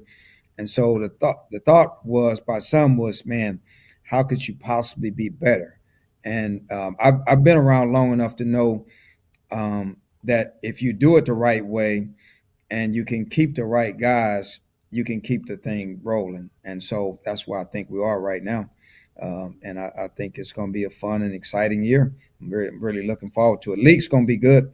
A lot of teams in our league going to be good, and rightfully so. Everybody's excited and optimistic.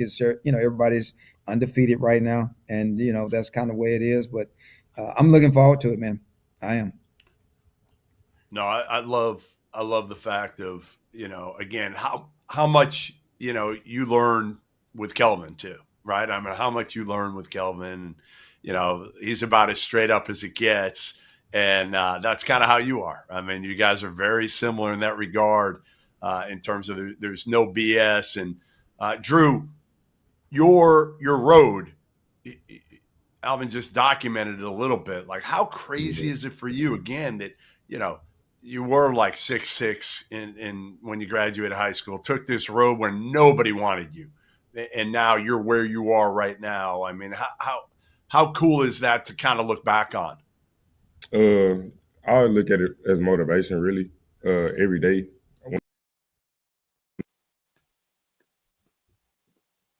Whoop. Don't know what happened there. Well, someone joined the wrong link at the wrong time. So it's all right. Are we going to get Lamar back, Dagan?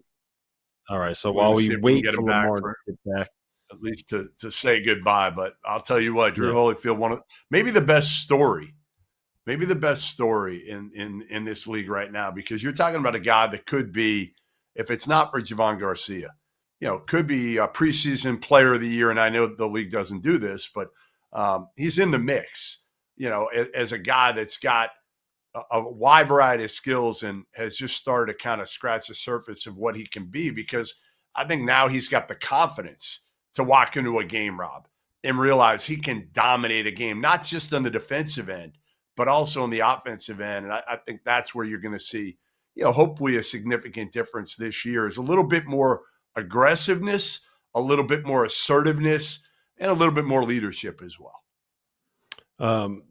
And I was just curious, and I was going to ask him before they got booted off the stream, was that he grew from 6'6" to 6'10" after his senior year in high school. Do you think he turned into Barry White after his senior year in high school? Or do you think that he always had the deep booming bass in his voice like this?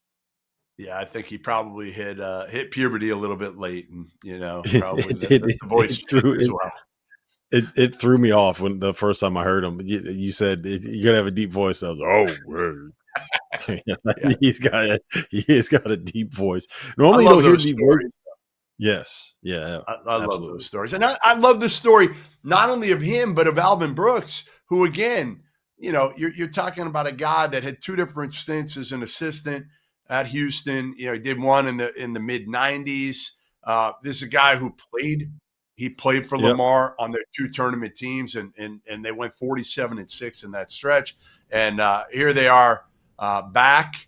All right, Drew, I can't even remember what I asked you because I'm old, and it was like 2 minutes ago.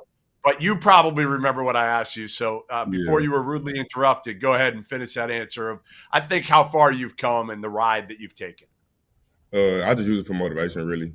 Just knowing I didn't have anything out of high school. And that's what made me just push myself every day. And knowing my end goals and knowing what I want to do with basketball. Coming out of high school, just not having nothing, it kind of, it hurted me a lot. But, where I'm at now, I'm very grateful, and I thank God for that every day. And when I stood between the lines, that kind of just made me go hard all the time, just knowing, like, I didn't have nothing out of high school. They were picking a lot of dudes over me, every school, really. And just going to that child, my mom, she bought me, and I didn't really want to go to Jarvis, but my mom was like, just trust me, it'll be good for you. And I trusted her with that, and I'm very grateful I went to Jarvis and just taking the route. So I'm grateful for that. Mom always knows best, right? Yeah. Mm-hmm. There you go. Listen, guys, it's great to see you. Best of luck this season. Keep smiling, Andrew. You got a nice smile, man. There you go. There you go. Appreciate you guys being here. Best of luck this season. And I appreciate you guys having us, man. Yeah, thank you. All right, thanks. Yep. Great seeing you guys. That was Lamar's Andrew Holyfield and Lamar Brooks. Coming up next, we got New Orleans. I'm excited to talk to Stacey Hollowell and Colton Benson Goodman. I told you I got they're my sleeper team in the Southland this season. Stacey Hollowell, head coach. Colton Benson, a transfer from Texas State. And Stacey, I'm just going to hit you with this, man. I'm putting a lot of pressure on you guys. I'm saying you're my sleeper team in the Southland. You got 2 veteran guards. You got a high major big. I like what I'm seeing here. Am I right to be giving you guys some props heading into the season? I don't know. We'll hide out and see if we can win more than 4 games this year. Yeah. Hey, they must have had a bad exhibition or something, a scrimmage, one of those secret scrimmages that now Stacey's looking at the film and like, hey, maybe we're not as good as I thought we were. One of those. You'll be fine, Stacey. You'll be fine. You can't win 4 games. Can't win 4 games and come out talking smack, guys. That's a good point. Fair. You know what you can do though? You know what the good thing is? It's only up from there because you're not gonna win.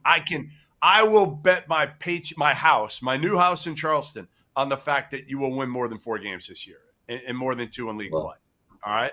That'd be a good one. You're safe there, I think. All right. What's the biggest difference though when you come off the year you did and you had a lot of success, as a head coach at Loyola, an assistant at Loyola, then head coach from 2014 to 22. The record, I think, was like 100 games over 500 while you were there. You get this job a year ago, and it's a tough job, New Orleans. They've had some success in the past, but, it's been a while now. What's the biggest thing that you could take away from a year like last season? Well, number one is God will always find a way to humble you. We came off a 37 in 1 year, my last year as a head coach, and you turn it around with the 4-27 out of the gate. We got the job May 1st. That was the day the portal closed. Dead period started May 17th. We took a number of guys back from the previous team and took a number of guys without visits, put a staff together and a team together in about 2.5 weeks, and was running back and forth to MD Anderson in Houston to do chemo with my wife, who had been diagnosed just a month before with breast cancer. So not the ideal way to get started, but we had a full summer to recruit, and excited about the group we put together. How is your wife? She's doing great. Good. Yeah, that's the one that matters. Yeah. Thanks, guys. That'll put a 4-win season in a perspective, won't it? Yeah, no doubt. A lot of things last year that we weren't expecting, but turning the corner. We're in a good spot. Good. That's good to hear. Colton, you made the decision to transfer to New Orleans from Texas State. Just take me a little bit through that process and why you trusted in Coach Hollowell here. Yeah, for sure. Being in the portal, it wasn't my first time, so I kind of knew, what that world is, and I feel like I have a good tale of transparent and real people, and Coach Stacey Hollowell is exactly that. And they were my first visit. I had other visits lined up, and I canceled all the other ones and called Coach Stacey and said, "Man, we're in this together. Let's go do it." I'm a believer of his vision and everything he stands for. So he's a guy that I want to win for, and haven't really been able to say that much. So, of course, you're a good judge of people. Your dad's a pastor, your mom's a coach. That's pretty good lineage right there to be able to kind of figure things out. Like you said, you bounced around a little bit, started your career at Army. Had a really good year that year. Then, go to Texas State for the last couple of years. What's the biggest thing, Stacey, that you saw of Colton that said, like, hey, this is a guy we need to bring in? Well, maturity for one, first-class guy. And I think you build great teams with great people. His ability to shoot on the move, to shoot with distance, to play make off the bounce, and he's taking care of the ball everywhere he's been. Stacey, you bring in Jacavian Buckley from Southeastern Louisiana, a guy who has had success in this league, an experienced guard, a senior, and kind of understands what it takes to be able to win and compete at this level in the Southland. What have you gotten out of him this season, and what are you hoping to get from him moving forward? He just plays with so much balance, kind of has a little bit of a Rod Strickland type game, can take it to the paint, bump you off, knock some shots down, willingness to move the ball, run your stuff. Just the calmness that he plays with on the court, I think is going to really help us. All right, Colton, true or false that you are a huge softball guy? You're a huge Texas State softball guy. Is that true? Yeah, that's true. That's true. Why? Tell everybody why. Yeah, I got engaged not too long ago, and she plays she played. She just graduated from Texas State, and I mean she's a legend there. So kind of have to like it, love it. Yeah, did you give her any softball tips? Like bad game, she comes off, maybe doesn't hit like she should. Any tips, or are you just keeping your mouth shut? Well, if she, one, she never plays bad in my eyes. And two, if, Hey, that's a great answer. You're not even married yet. And you have an answer that I couldn't have come up with. I just had my 25th anniversary. I still don't know how to come up with answers like that. So you're well ahead of me. No, if she doesn't hit well, she'll rob a grand slam or something in the outfield. So there's always always a play that she's making. So. Were you prior to meeting her, right? Were you always a baseball and a softball fan, or is that something where it just kind of happened as the relationship grew? No, yeah, it just when I'm gonna be honest, I'm not the biggest baseball guy. I'm not the biggest softball guy. Now I'm a big softball fan, obviously. But before that, I just never really got into it. And then, I started watching softball a little bit more, obviously, and the game is faster. It's a little bit faster paced. So I kind of, can translate to that a little bit. Stacey, your coaching career has been taking some twists and turns. I think that's fair to say. You've coached overseas. You're born in Shreveport, coached, as we talked about, Loyola in Louisiana, but you've also coached overseas at Qatar, in one of my favorite countries, Rob knows, Lithuania, in China. Give me kind of the craziest story you have from coaching overseas. So we had been in Qatar for about a month. This is 2003, early 2003. And, he had done just about everything that you could do at the time. And we decided to go out in the desert and see if we could find some camels. And we drove miles and miles and miles into the desert. And to the right, there was a little boy with a bicycle helmet on. And I was thinking to myself, there's nothing out here, even close. And bicycle safety has come a long way to be here. And so we drove a little further, and in the distance, you could see stadium lights. And as we pulled up, there were hundreds of these little boys with bicycle helmets on. And it turned out at the time, there were camel races there, and the jockeys were very young children. So that was an experience. Did you watch? Did you go? Did you watch? Did you watch the races or no? I didn't watch the races. I could see them running in the distance, and where we were standing was the area that they stopped the camels. And so you got the hell so out of there. You got out of there. Well, there was a truck full of guys, and these guys jumped out of the bed of the truck and started sprinting kind of at us. And 2003, you're talking about a year after 9/11. I was like, I didn't know if I should be running. And then the camels came through the door, and the little boys on the camel dropped the rope down, and the guys they pulled the rope, kind of like a cartoon character, like digging their heels in the ground to stop the camels. But yeah, that was one.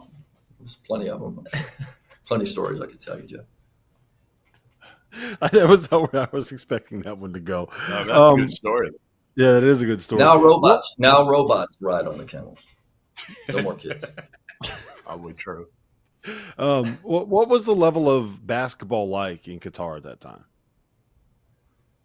Well, I thought we had a pretty good team. The 2006 team, obviously we were in the World Championship in 06, and that's supposed to be the top 24 teams in the world at the time. And I thought we had a pretty good team. We were 6'9" at the 4, 6'10" at the 5, had guard play that was pretty good. And, finished third in the Asian Championship in 2005 that qualified us. So yeah, I thought unbelievable experience going there 2003. I didn't think that we'd ever see the World Championship, but that's definitely a highlight of my coaching career. Hey, give me your front court should be really good this year. Obviously, you got MJ back, and you bring in Churchill, who again played sparingly. Didn't play a ton at Wake, but a top 100 kid coming out of high school. I assume you think this could be a strength this year. How much you think those guys will play together? Well, I like to stretch the floor, and we brought in 2 international fours that can really shoot it. And, the 2 of those guys as a combination at the 5 give us an interesting punch of kind of power and strength, and then speed and ability to finish at the rim. And so I don't know how much they'll play together. We've looked at it. It's not something that we have written off, but I think the guys you'd rather go with a skilled guy. Yeah, you'd rather go with a skilled guy next to each of them, if possible. But those 2 guys, I mean, man, it's going to be hard to put up 5 men. Like you must feel pretty good about putting those guys out there the majority of the time at the 5 against just about anybody in the league, right? And I feel like the depth that we have at that spot's really good. I mean, we brought in Will Patterson, who was at Three Rivers and Syracuse before that. Was right at 7 feet. And, had a nice performance in our exhibition against Sacramento State. So, I like our 5 spot. Last one I got for you, Stacy, is you were at Loyola, like Jeff mentioned. I think it was head coach for 8 years. The last you were there, you won the national championship, and you had 2 guys, high major talents, Miles Byrne, who went to Ole Miss, and Zach Reitzel, who went to Marquette on that roster. What has been the biggest adjustment moving up to the Division I level from NAIA? Has been have you changed maybe some of the way that you coach and some of the way of the style? Like I feel like you had a roster that was probably similar in terms of length and athleticism, maybe. What's been the adjustment going up to the Division I ranks from NAIA?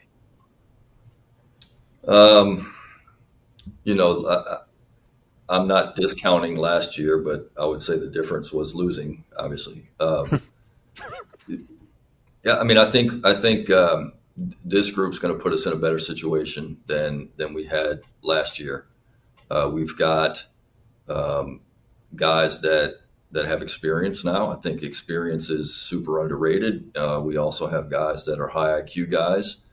And somebody asked me the other day, how'd you get your guys to execute so well in the exhibition?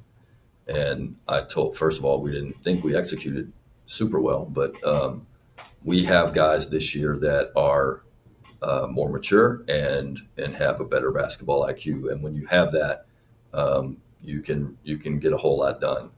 And so we're excited about what we've got, and obviously looking to the future. Yeah, well, listen, we appreciate you guys being here. Best of luck this season, and you don't want to put the pressure on yourself. I'm going to put the pressure on for you, Stacey. Expecting big years out of the Privateers here in New Orleans this season. I appreciate it. Thanks, guys.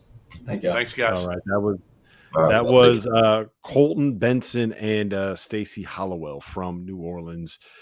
We have Corpus Christi. Coming up next. Head coach Jim Shaw. We're going to have Mason Gibson, a transfer from Midwestern State. How many times do you think that we've heard about camel races on any of the stuff that we've done on the Field of 68? Remember, I actually asked when we had Campbell on, I actually asked them what a fighting camel was, right? Because I didn't know that there were.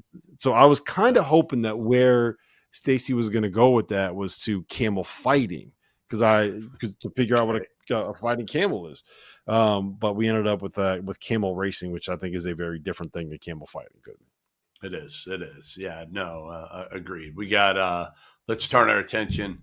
I know they're not here yet, but to Texas A&M Corpus Christi, the Islanders. Mm-hmm. Jim Shaw, who takes over a couple of years ago. He's in his third year, one of the more experienced coaches in the league, which is crazy to say, but takes over for Steve Lutz, who left a couple of years ago, and has kept this thing going, right? I mean, last year they win 20 games.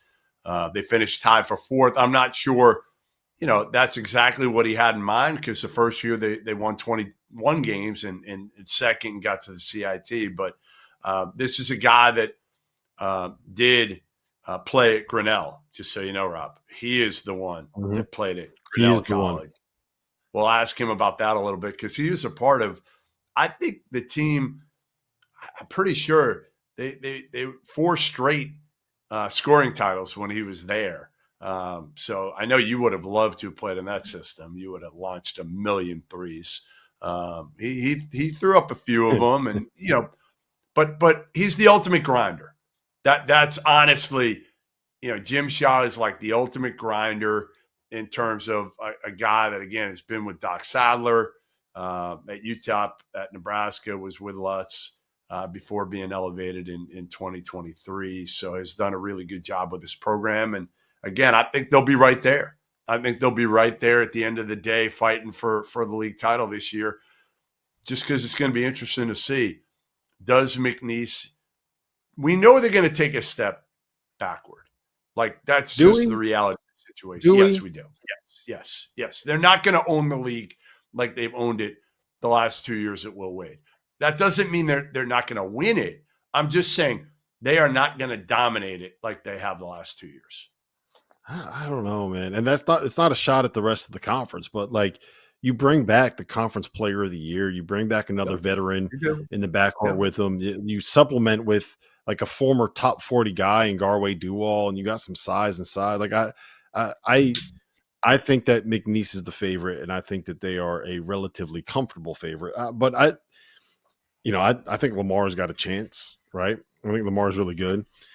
You know how I feel about New Orleans. Like, when you are at this level, and this is just my opinion, and I could be completely off base here, but when you are at this level, if you have 2 veteran guards, right, that are capable of doing the things that Colton and Jacavian are able to do, you have high major bigs, right, which they have. MJ Thomas and Churchill are both like high major caliber, high major sized fives, and then you have shooting at those other positions and the other spots next to them like that. That's kind of what you need, right? Like that's the formula. So, maybe we can ask Jim Shaw if my take here is crazy, and he can inform us here. We got Texas A&M-Corpus Christi head coach Jim Shaw. We have Mason Gibson joining us as well. And Jim, am I crazy? Is that right? Veteran guards and talented big guys is always a plus at this level. For sure, yeah. We've got a number of new players, but we want to have enough guys to play fast and be able to get through any injuries that may come about during the season. So the guy next to you did not play for you last year, Mason Gibson, but he was terrific. He's been great at Midwestern State the last 3 years. Elite level shooter, scorer, started his career at Oakland under Greg Campy where he redshirted. Give me the why. Give me the why you went after him, and he was a guy that you had to have this year, and you're bringing him to media day, so obviously we know how you feel about it. Yeah, Jeff. Before the transfer portal happened, we have a lot of really good Division II schools here in the state of Texas, and guys would be like, "Okay, I see so and so leaving. Is he good enough for you or for us at the Division II level?" I was like, "You need really, really good Division or players at Division II that can really make a difference." And so before the transfer portal, I always said, "Hey, Division II players are at the very top." Lone Star Conference Player of the Year, or Lone Star Conference first team all conference can be really, really good at our level. And he's someone that can play. He knows how to play the game. We try to play some motion offense so he can move without the ball. 95% of the game is moving without the ball. And then an elite level shooter that shot 43% last year. So and he's a great person, and was able to take Midwestern State to the second round of the NCAA tournament. So winners that are great people that work hard, I think we can win with those. And I'm not confused in thinking that Division II players aren't good enough to be really, really good players at our level. Well, you got 3 of them coming in, 3 Division II transfers, and I feel like you have respect for the lower levels of basketball because you played at Division III. And I remember I was at Vassar when Grinnell kind of exploded as playing this like crazy system with nothing but threes. It's like we'll give up a layup because we want to be able to make a 3 at the other end of the floor. You were there when that kind of first started, right? Yeah, I was at Grinnell from 1999 to 2003. A wild story, Rob. Even my freshman year, there'd be press, miss, or make. So you'd press, miss, or make, and there was a couple times that even our coach, David Arsenal, I think he's a Hall of Fame coach, has retired, and since his son, Davey Arsenal, was taking over, we left 2 people on the offensive end. We left 2 people on the offensive end and let them play 5-on-3 and, scoring, at least 3 scoring titles out of the 4 years I was there, national scoring titles. And it was a fun style to play, 5-in, 5-out hockey shifts. Very exciting. But there are some really good players at that level as well. Yeah, Mason next to you is sitting there and nodding, and I'm sure Mason's like, "Wait, so you're telling me can I be one of those guys that doesn't have to play any defense and I just get to score? That's what you're telling me, Coach? Is that what we're doing?" Mason, did you know anything about the system when he recruited you? About the 2 staying on offensive side? Yeah. No, I had no idea. I just know we got to play defense over here for sure. Yeah, we're preaching getting stops, Rob and Jeff. But that's in the past, but we do try to push the ball in transition and get some easy baskets in transition. Hey Mason, what's it been like so far? Again, coming over from Midwestern State, and being a guy that a lot of times you come over from the D2 ranks, you don't know what to expect. But again, Shaw's got a lot of confidence in you to bring you here today and to kind of help build this program around you. After they've won, the first couple of years, they've won 20 games apiece. Yes, sir. It's a grind for sure. Gotta love it. I love my team, love this coaching staff. We're all on the same page. Everybody's working hard. I mean, every day is literally a grind. We're in here, practice 2-3 hours, just working hard and got to improve in everything that we got to do so we can win the Southland this year. Mason, I heard you're a big fisherman. Is that correct? I wouldn't say huge fisherman, but I like to fish. It's relaxing for me. What are we fishing for? I haven't been fishing out here, but usually I go like in the little ponds and catch some perch, maybe some bass, nothing too crazy. Are you, so when you're catching these bass, are we putting them back, or are you one of the guys that will catch and cook a bass? Oh, no, I'll put them back for sure. Yeah, fair enough. All right. All right. Hey, Jim, big baseball card collector, correct? Huge. Yeah, basketball, a lot of basketball, but been to the national sports card convention show the last 2 years. Actually saw Ed Conroy and his son Riley Conroy there in Chicago this past year. Really? What? Give me the prize of the collection is what? The prize has to be a Michael Jordan rookie card from '86 Fleer, graded at a 7. So that's definitely the prize. Don't have an '84 star Jordan rookie, which some people now consider his rookie card. But yeah, '86 Fleer Jordan rookie. You can't go wrong with that. No. How long have you been doing this? Oh, that's a great question. So this went to this. Really heavily, growing up, 8, 9, 10, up until about 16 years old. Then took a break as I got to, senior year in high school and then through college. Picked it back up during COVID when we were all just sitting around the house. So since 2020, the pandemic, and just, you have a little more disposable income as you get older, and been able to, collect a few more cards that kind of missed out on when I was younger.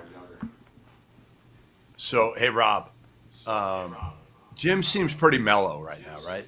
Like, you look at him, you're like, he's super even keel, chill guy, chill coach, like probably would never pick up a technical or anything like that, right? Like, just the way you're looking at him right now, correct? Yeah. All right. So when he was an assistant under Steve Lutz, there was a time, and Jim can hopefully tell the story a little bit, how Steve kind of sent him to the end of the bench because he got pretty amped up and got after the officials a little bit. Is this true? I'm sure there's a few times I was sitting at the end of the bench with Coach Lutz. I always played it off as we need to, get the guys' minds right at the end of the bench. But yeah, there's a few times that Lutz said, "Hey man, you need to go sit down at the end of the bench," and I was just like. And I'll give credit to Coach Lutz. He does an amazing job, and we stand on the shoulders of what he's done here, as well as other coaches like Ronnie Arrow and Willis Wilson. But there's a few times I thought he needed to get on the referees a little bit more than he did, but he's obviously knows more than I do. So yeah, I got sent down to the end of the bench a few times. Is that like getting sent to your room when you're a kid? Somewhat, but. Gosh, I think sometimes you got to work the officials, Rob, and so it humbles you, but how many tees have you gotten in your 2 years? It shows you care too, right? There's going to be emotion throughout the game, and we want to win. Yeah. How many tees have you gotten in your 2 years as head coach? Oh well. I think I got 2 tees this past year. One was versus University of Houston, and one was in Hawaii. They put it on me, but it was actually on one of the assistants, and even the referee said, "Hey, it's on you," but it's for what he said. So I guess it would come full circle in regards to that. Like maybe we need to send those guys in the bench, but nah. I guess 1 my first year and 2 this last year. Yeah, I was going to say, did you send him to the end of the bench after that? I did not. Just one of those hey, because I've been there. The things that you do as assistants that you understand. Being a longtime assistant, you understand that there's emotions involved, and I would agree there should have been a foul on that call, and so I just kind of had a discussion afterwards and just say, hey, we just can't do that. But those things as an assistant that you remember and you go through, you have a little more compassion for those assistants as they make mistakes or whatever you. All right, last one I got for you, Mason. Give me another newcomer, obviously other than yourself, who's going to make a huge impact this year. I know you got a bunch here. Give me one. I think we got a lot of guys that are going to make an impact, but I believe Nick Shabano and D.A. Houston are going to, help us in the guard spots in a major way this year. Just scoring the ball, passing the ball, playing defense, and, just doing it all around. Yeah, Nick comes from Denver, D.A. from Longwood. He sat at Coastal last year, but a couple guards that I'm sure are going to come in and make a major impact immediately. Yes, sir. All right, well, listen, guys, we appreciate you being here. Best of luck this season. Keep fishing. Mason, if you need someone to go out there with you, I will gladly bite the bullet and go fishing with you. And Jim, when Mason gets a little too excited, let him stay on the floor, man. Don't send him to the end of the bench, all right? Will do, Rob. Thank you, Jeff. Thanks, guys. Appreciate you guys. That was Corpus Christi head coach Jim Shaw and Mason Gibson. We got assistants getting sent to the end of the bench. We got camel races. We got guys fishing for perch. It's been all over the place here on Southland Media Day, Goodman. Yes. Well, it usually is, right? We usually mix it up a little bit for those watching for the first time. This is the first year we've done Southland Media Day, and we try to provide information and some entertainment as well. And I think we've certainly done that with Southland Media Day, showing a couple guys who lost teeth today, and some photos. Starting out with that, and like you said, we got a little. You know bit what my new goal is now, right? My new goal is to find a way to be able to knock one of your teeth out, so we can get a picture of it of you smiling, missing a front tooth. I actually have it. Hopefully, my wife will never give it to you. But years ago, going up for a layup, back when I actually played hoop, and I know it's hard to believe because I will not do it now. Here now. Yeah, you can't get it. I've already told her that's divorce material if she gives it to you. The tooth was completely knocked out, and they couldn't get the tooth back in. So I have an implant in there now, and I've had it for, 25 years, something like that. But no, if she gives it to you, I'm texting her now too, that if she gives it to you, that'll mean we don't make it to our 25th anniversary. So you can try all you want. Isn't your anniversary in like a week? Yes. All right. So look, I just got to wait till you get past the 25th anniversary. All right. Maybe. So coming up next, we're going to have UTRGV, UT Rio Grande Valley, and head coach Cahill Funnell, and then Marvin McGee III, not to be confused with Marvin McGee IV. We're going to talk about that here in a second. Goodman, we have UTRGV. Here we go. Cahill, how you doing, man? I got to ask you this, okay? So I was doing a little bit of research on kind of your growth in the college basketball industry, and I was like, oh wow, he's been here for about like 10 years or so, and now he's a head coach, so he's got to be like 33. Nope, 43 years old, because you spent a decade in the medical device sales industry. One, what were you selling? And two, what kind of person would get out of a successful career to start coaching and become an unpaid assistant at UT Permian Basin? Yeah, I would say a desperate one, but that's probably not entirely accurate either. It was just a different time in my life. I was looking to do something I was more passionate about. And to your point, I left the medical device sales industry. At first, I was a JV assistant coach at a high school at Alameda, California. And then the guy didn't pass his background check, so I became the head coach. And then so on and so forth. Ended up getting an unpaid assistant job, like you said, at UT Permian Basin, now in Odessa. We moved from a house in the hills in the Bay Area to a 2-room apartment in Odessa. And we had 2 very young kids. I had a 1.5 years and a newborn that was born during the high school season. So there was a lot going on, man. But I sold everything from, things for backs, rods and screws, infusion surgery and things like that. Then actually my last job in medical device sales was selling breast implants to cosmetic surgeons. So I was of the industry and ended up here in the Valley. I would love How did to you know. hold on? You got to tell me that. How did you convince your wife to move from a house in the hills of the Bay Area, California, to a 2-bedroom apartment with 2 children. That's got to be the single best recruiting job you've ever done in your entire life. I'm not shocked that you were a salesman if you could pull that one off. Yeah, no, it was high level, man. I think you have to know your base. You have to know who you're selling to. You have to hit those pressure points on what kind of helps make the decision. And thankfully, my wife played college basketball. She played at the University of Dayton. She was a good player there, and she loves it, man. Nobody loves March Madness more than Sarah Fennell. And she is locked in. She's dialed in. So it means the world to her. And we are, my family, that is, my 2 young kids, my wife, are just unbelievably passionate about what we do because they love college basketball, and it's a lot of fun. Well, listen, great seeing you guys. Marvin, I want to know, obviously you're coming off a really good year at Cal State Bakersfield, a couple good years at Bakersfield, from Atlanta. How do you get to UTRGV? What was the sales pitch from Coach in terms of coming there? Coach did a great job. It's like telling me like I was gonna have the best year that I wanted to have. Like I feel like I played good at Bakersfield, but Coach was telling me like his offense. Like I just watched the film basically. Basically, Coach Fennell and Coach Yoder sent me film, and I just saw myself fitting their system perfect. Marvin, you started at South Georgia Tech, right? Goodman, do you know who the most famous player to ever come from South Georgia Tech is? No, I have no idea. Me and Jay Crowder. Oh, Jay Crowder. Wow. Jay Crowder, yes. And I like how you put yourself in there, me and Jay Crowder, right? You got to do it. So your younger brother you're Marvin McGee III, and you have a younger brother named Marvin McGee IV.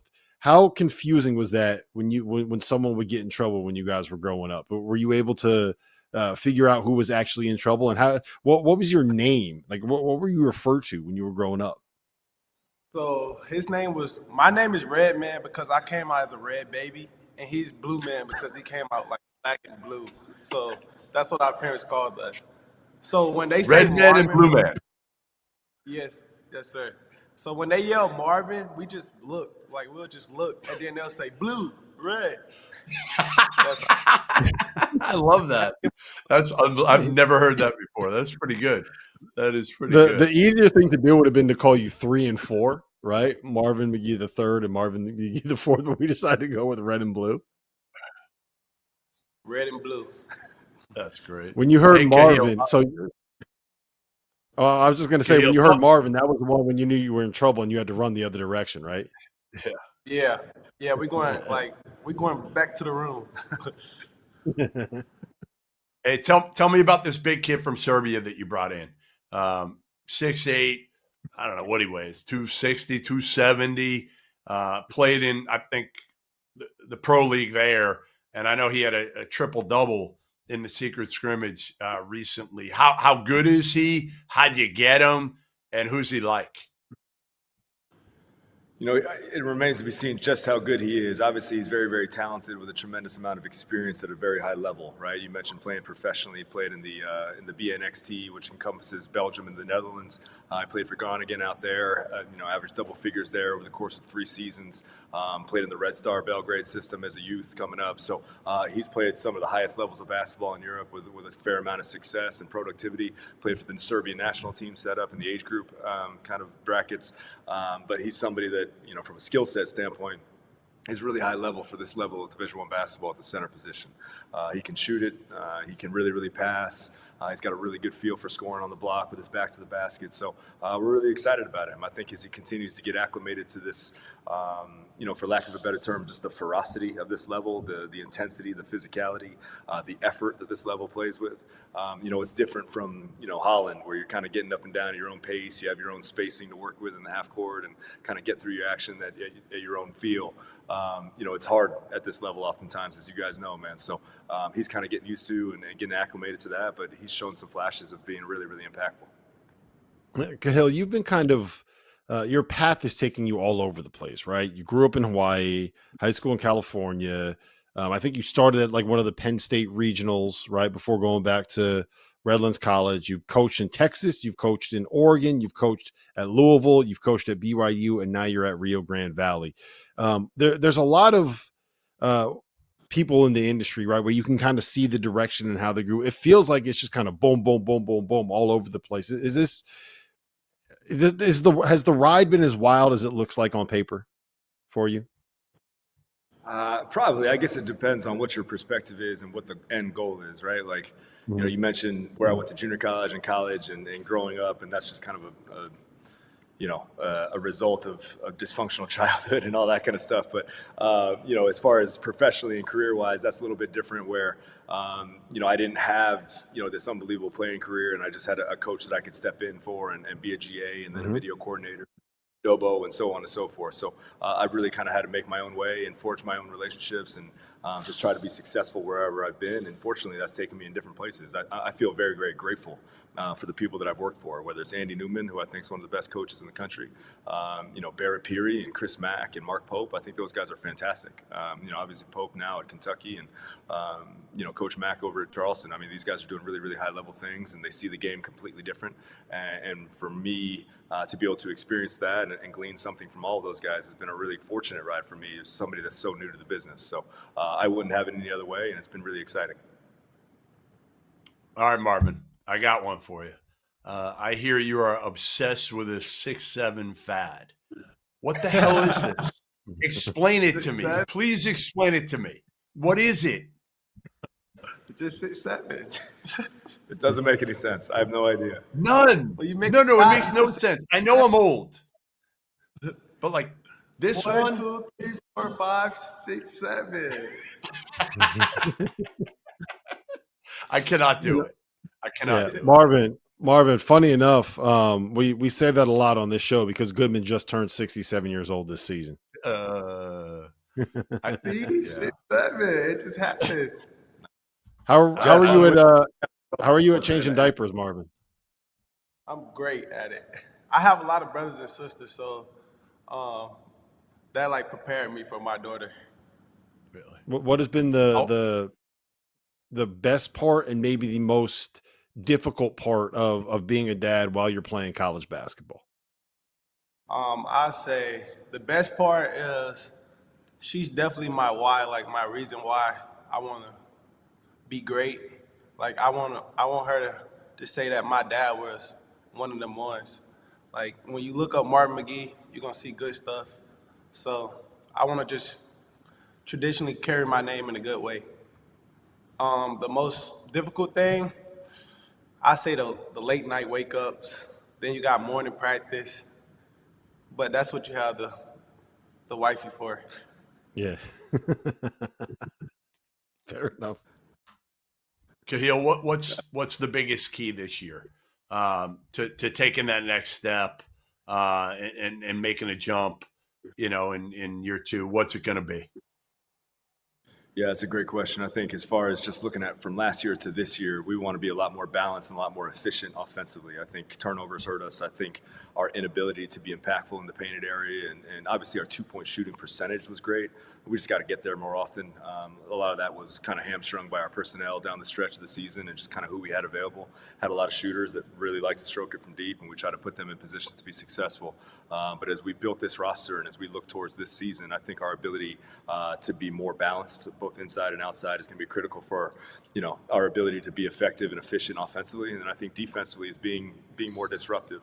If we could be disruptive and create turnovers and create deflections and speed people up a little bit while finishing possessions with defensive rebounding, that's going to be critical for us. So it's a lot of the basics. You know, I wish I could get a little bit more nuanced to where it's like, well, if our guards use ball screens better and we, you know, create power plays and all this kind of thing, we'll be right where we want to be. But it's really the basics. So, you know, we got to be more balanced offensively and protect the basketball, and then we got to guard our yard and be impactful defensively and finish plays with defensive rebounds. Marvin, give me a couple of guys that are on the roster that you know, over the summer and kind of into the fall have impressed you. Give me maybe it's a transfer, maybe it's someone that's coming back from the program from last season. Who are some of the guys that UTRG fans should be excited about being able to watch this year? I feel like Coach Fennell did a great job of recruiting all 13 guys, but my top 3, I say, I go Phillip, who we spoke about earlier. He like Baby Joker. KC, I love playing with KC. KC a dog. He bring energy. And then Corey Cotton. Yeah, Corey. Yeah, I'm sorry. His name Corey Kai. We just call him KC. Yeah, he bring a lot of energy. He's a hard left-hand driver. He can shoot the ball. He gonna space the floor out for us. And Jay Wash, our point guard, he's a returner. He picks up the ball very well. He talks like just doing the little things that counts the most. Mm-hmm. All right. Great seeing you guys. We appreciate you being here. Marvin, did you always have that orange tie with you, or is that just something that you got specifically for going to UTRGV? Because you look good. You look sharp. The new one. It's my new favorite color now. Good answer, There's man. a lot of it. We appreciate you guys being here. Khalil, great to see you, man. And Marvin, congratulations on being the most famous player to ever come from South Georgia Tech. Thank you, sir. Thank you guys very much for having us. Appreciate you. See you guys. That was Kahil Fennell and Marvin McGee III from UTRGV. Coming up next, we got Incarnate Word head coach Shane Hireman and Davion Bailey, who are going to be joining us here. Shane, Davion, it's great to see you guys. Davion, I was going to ask you, so you've kind of bounced around a bit. You had a JUCO. You went to spend a year at Ball State before going to Incarnate Word this past season. True or false? You came back to school this year, came back to Incarnate Word this year because you led the nation in, I think you were top 5 in the country in most 3-pointers attempted. Is that why we're back here? Because coach said, hey, you know what? You got the ultimate green light. Whenever you're open, just fire away, Davion. No, that's not the sole answer. I came back mainly because of relationships. We built a family here. So, I mean, Coach Shane, he harps on relationships and family. And the program that he's built from the time he's been here is just something I would love to be a part of. So that was the main reason why I came back. Didn't hurt that he let you get 9 threes off a game, though, right? It always is great being able to He was second in makes. That's more important. He was second in makes. That helps. So not just attempts. So we can let him shoot him if he keeps making them. Hey, Shane, I remember, I don't know if it was the first time we met years ago, but you were at La Lumiere and we're at the Hall of Fame deal. And I've never seen a practice with as much energy as that practice had. Is that still the case? Did you take that to college? And, maybe Davion could talk about that as well, as just kind of the energy that coach brings to the program, to the practices. And is he like that during games? Yeah, well, first off, Jeff, I got to tell you, man, congrats on 25 years. Happy early anniversary, and God bless the young lady that's been married to you for 25 years. But yeah, thinking back to those hoop hall days, it was fun. But for sure, I believe in enthusiasm and energy. I think it has a way of getting you through adversity if you can find it. The first thing we give our guys when they get to campus each year is a stuffed Tigger. Just to be able to have the understanding of you got a choice. You're going to be Tigger or Eeyore every day. And playing with that energy and that gratitude for the game is really important to me. I've never heard that before. You giving somebody an Eeyore, so you don't want to be the donkey, right? Is that pretty much what it is? Goodman doesn't know what Eeyore is. Oh, I do. When you got the job, Shane, your first year you go 8-23, 3-15 in conference.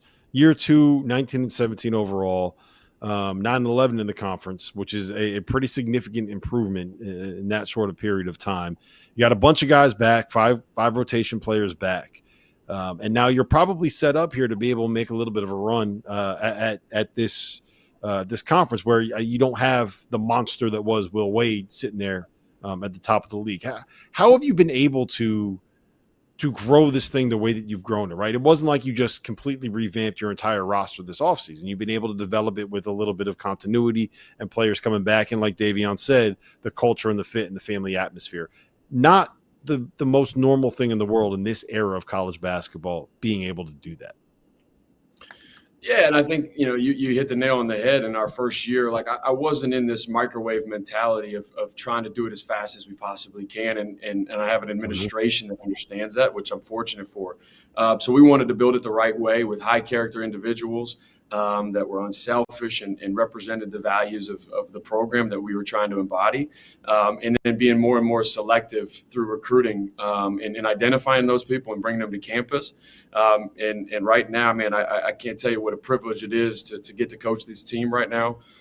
From a character perspective, it's awesome. And I really believe in that substance being able to help you win basketball games. And we've continued to pour into relationships in a transactional world where I think if you continue to make it relational, the benefit is there. And so that's been our focus. And again, man, just feel really, really privileged to get to coach this group.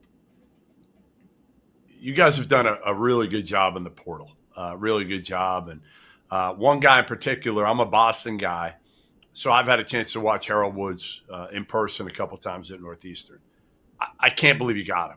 Honestly, I can't believe you got him. And I'll hit Davion first on this is what's impressed you the most about Harold, who, again, was like, I thought he'd go high major, to be honest. I did going in the portal.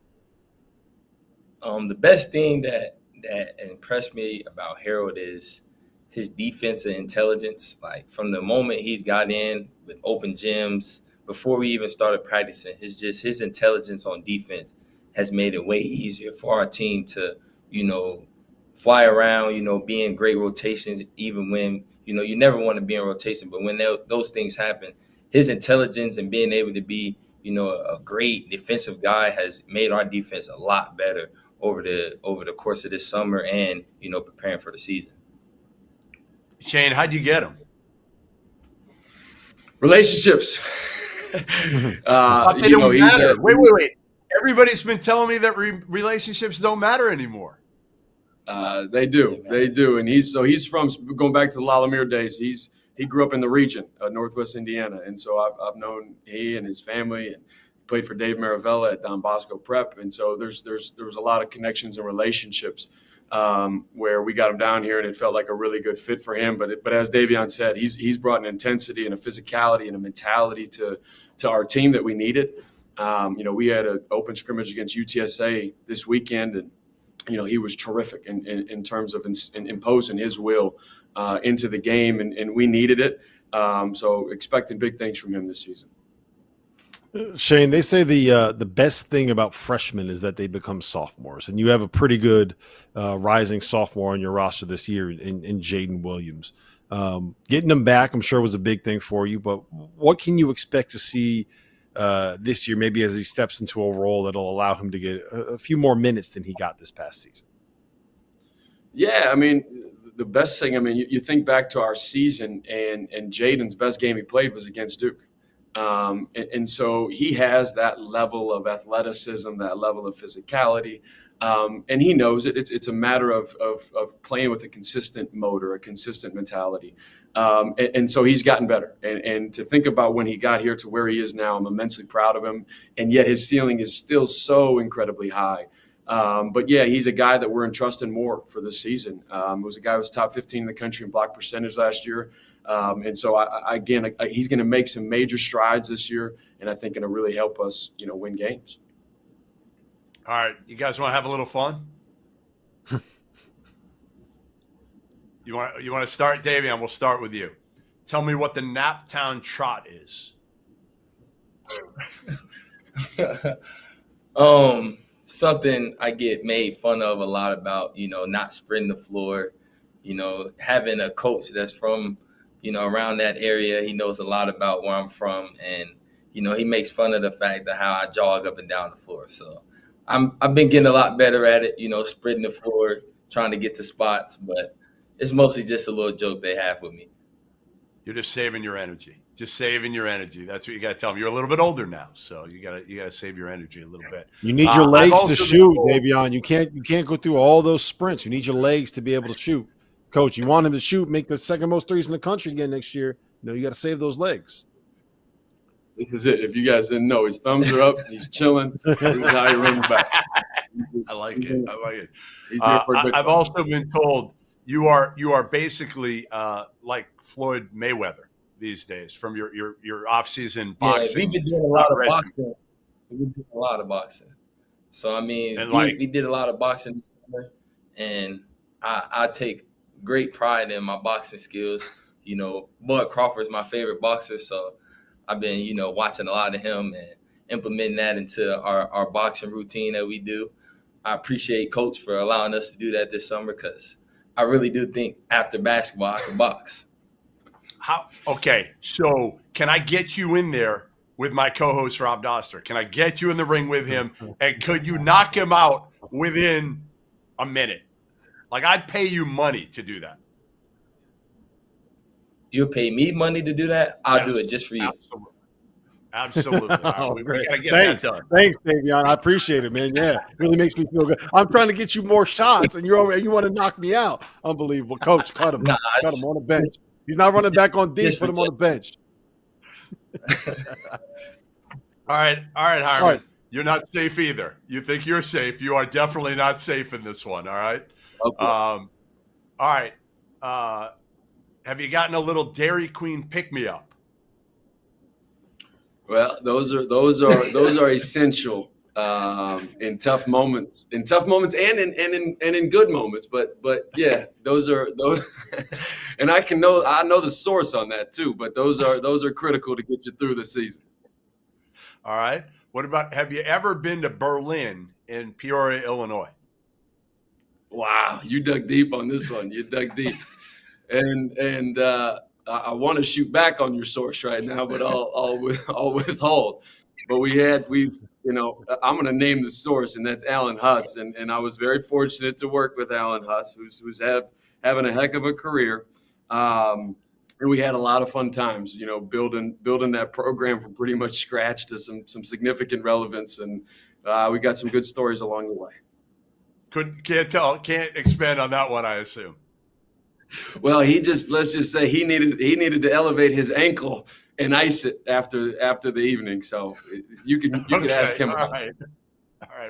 Next time we talk to him, we'll ask him. He said, make sure you ask about your first practice at La Lumiere. Yep, it was eye-opening to say the least. It was it was eye-opening to say the least, but we had a terrific group, and it was fun to coach those guys, and those days are still fresh in my mind, and had so much fun back at La Lu, and wishing those guys all the best this season. All right, you've effectively dodged the first three questions. I'm not going to let you dodge the last one of the four. Okay. Tell me about the halftime locker room speech against St. Louis Christian. Man, I'm really surprised that he dove in. When is Big East Media Day with Field 68? Have you guys gone yet? Next year, once McDermott retires, we'll get him. We'll get him once Mac retires. I got some must stories back at him, okay? I didn't appreciate their jerseys. I didn't appreciate where we were, and I went to kick a box, and my foot got stuck in the box. I was trying to make this really bold stance and moment, and it turned into a heck of an embarrassing moment, but you know, it did flip the locker room. We had a good laugh, and we came out with some better energy in the second half. Your foot got stuck in the box when you were trying to kick it? Yeah, it's not a good look. Not a good look. We need video. We need video of that one. All right. Look, I'm going to get this thing back on the rails, Shane. You talked a little bit about Harold Woods, right? But who else? Who else of these transfers has and you could talk about some of the freshmen too if you want. The Croatian kid you got coming in, but which one of these newcomers is going to maybe surprise some people? Who's impressed you over the summer and into the fall? Yeah, Taj Stavesky is a kid that's coming from Cleveland State. He was all league in the Horizon. He's a terrific guard who can really put it in the basket. Physical, tough. He's from Sandusky, Ohio, so he's got a real legitimate toughness about him that translates to the floor. So I expect a lot of really big things from him. Love Bettis is a transfer in league from Northwestern State that I fell in love with just because he kicked our ass so much. So to be able to have him and his intensity, we were really trying to from a recruiting standpoint, I felt like we needed to play with more of an edge, more of a toughness, more of a mentality and an intensity. So that was highlighted in what we were recruiting and who we were recruiting. And I think those guys, you add Harold to that mix, and then you add, you have the returners of Davion, Marcus Glover, who when we started him, we were 13-6. And so you add these pieces together to the puzzle, and I really like the makeup of who we are and what we're coming. And then we have a junior college transfer, Esteban Mann, who has been sensational, absolutely sensational. He didn't get to play in the scrimmage yesterday because he's dealing with an ankle injury. But his motor, his relentlessness, his toughness is, again, another key part of how we're going to have a lot of success this season. Yeah, David, I see you nodding and smiling when he's talking about Esteban. Talk to me about him. I mean, like Coach said, he's been phenomenal from the start. He's gotten better every day from the moment he's came in up until now. Like he surprised me a lot, with how hard he plays, how hard he works each and every day. He's going to be a big piece for what we're trying to do, moving forward. And I'm really excited for what he's going to show, everybody once we get playing. Yeah. Well, listen, guys, we appreciate the time. All right. Best of luck this season. And Shane, whenever you want to get Goodman back, you just let me know, man. I will happily and thoroughly embarrass him anytime you want. Listen, I'm going to take you up on that. Don't get that twisted. I got him. I got you. I appreciate you guys. It's a privilege. Thanks. Thank you. Thanks, guys. Thanks, guys. That was Shane Hireman and Davion Bailey from Incarnate Word. They got a pretty good team there, Goodman. I think they're going to have a chance again to make a little bit of noise. We have two Rob, more. The next guy, I'm going to say this. We've had some good voices so far in this, some deep voices. I think the next one, you're going to like the accent the best. East Texas A&M head coach Jarrett Van Rosenberg. We also have Noah Bagato here, transfer from West Texas A&M. And Jared, we'll start with you. You take that as a little bit of a badge of honor that Goodman is saying that you have the best accent that we've had. No, not Jarrett. No. I'm not talking about Jarrett here. I'm talking about the guy. Oh, you're talking about Noah? Yeah. Yes. Am I wrong, Jarrett? No, first of all, yeah. No, I appreciate you guys having us on. We're excited about this opportunity, but looking forward to this year. And Noah from Australia is who Goodman was talking about. Okay, it sounds a little bit different when he's calling out ball screen coverage and stuff like that. A couple of guys had to get used to it at the beginning. Yeah. Couldn't understand him. Couldn't quite understand him from deep Texas, right, Noah? Little different accent? Yeah, sometimes they make fun of me for certain things. When I say corner, they find it a little amusing. Hey, Jared, first of all, before we get going, just want to ask you, I know your wife, Sarah, went through some stuff a couple of years ago, health-wise. She was in the hospital for, over a month. I just wanted to check in and see how she's doing because, again, that's more important than anything we're doing here basketball-wise. We know that. Yeah, no, I appreciate you asking. She's doing much better. She actually, a big milestone, she just started driving. So awesome. Got some independence back. She's back at work. Beautiful. There's still some challenges, but as a former athlete herself, she's really just attacked it, attacked rehab like an injury that we go through in athletics. So things are a lot better. I really appreciate you asking about that. Good. I'm glad. Jared, you guys are now, I believe, fully eligible for Division I after making the transition. I guess this would be the fourth year since you moved to the Division I level. Is there, I thought it was impressive that you guys last season were able to win 2 of your last three, despite the fact that you were effectively not really playing for anything other than the pride down the stretch. Is it different heading into the year knowing that you have that kind of reward at the end if you guys can go out and win the Southland Conference tournament? Yeah, and transition is not fun for anybody. The most recent teams, we're actually lucky that we're able to play in the conference tournament. If you look back at Tarleton, who did it, Abilene Christian, they look at their schedule on February 28th, or whatever the date is, that's their last game. We had a little carrot at the end with being able to compete in the conference tournament. Obviously, we didn't make it last year. But you try to do everything you can as a coach, as a staff, to get your guys to not think about that, but human nature kicks in, and it is tough to get you guys to play well. I was really happy with, I know you just had Incarnate Word. I thought we played really good against them, and they were one of the 3 last games we had last year, and we were playing good basketball, and that's the key for all of this. You want a chance in a 1-bid league to play in the NCAA tournament. You got to be playing your best basketball at the end of the year. So, but going into it, it's a totally different feeling as far as just there's one goal, and everybody has the same goal in the country, and a lot of teams get there different ways, and we know that's through our conference tournament down in Lake Charles. So, Noah, how did you get to East Texas A&M? I know you were at West Texas A&M last year, come from Australia. How has this road traveled you to play for Jarrett? It's been great. So in my freshman year, we actually scrimmaged against Coach Rose and his team when I was at West Texas A&M, and then I obviously played the 2 years there and then entered the portal after last season. And then Coach Rose and Coach First approached me, and then, it was pretty much just came over here, started summer, and I've loved it ever since. Jared, you got a couple guys. He's not a very animated guy, if you can tell. He's all about business. No, but I heard he's like a genius academically. That's the word I was given, a genius, which, Noah, bear with me because my co-host is basically the polar opposite of you. But straight A's in engineering. Give me the one thing that maybe you're not good at. Give me the one thing. Obviously, you can play hoop. You're great academically. Give me the one thing that you just suck at. I hate English and spelling. So English is not my strong suit.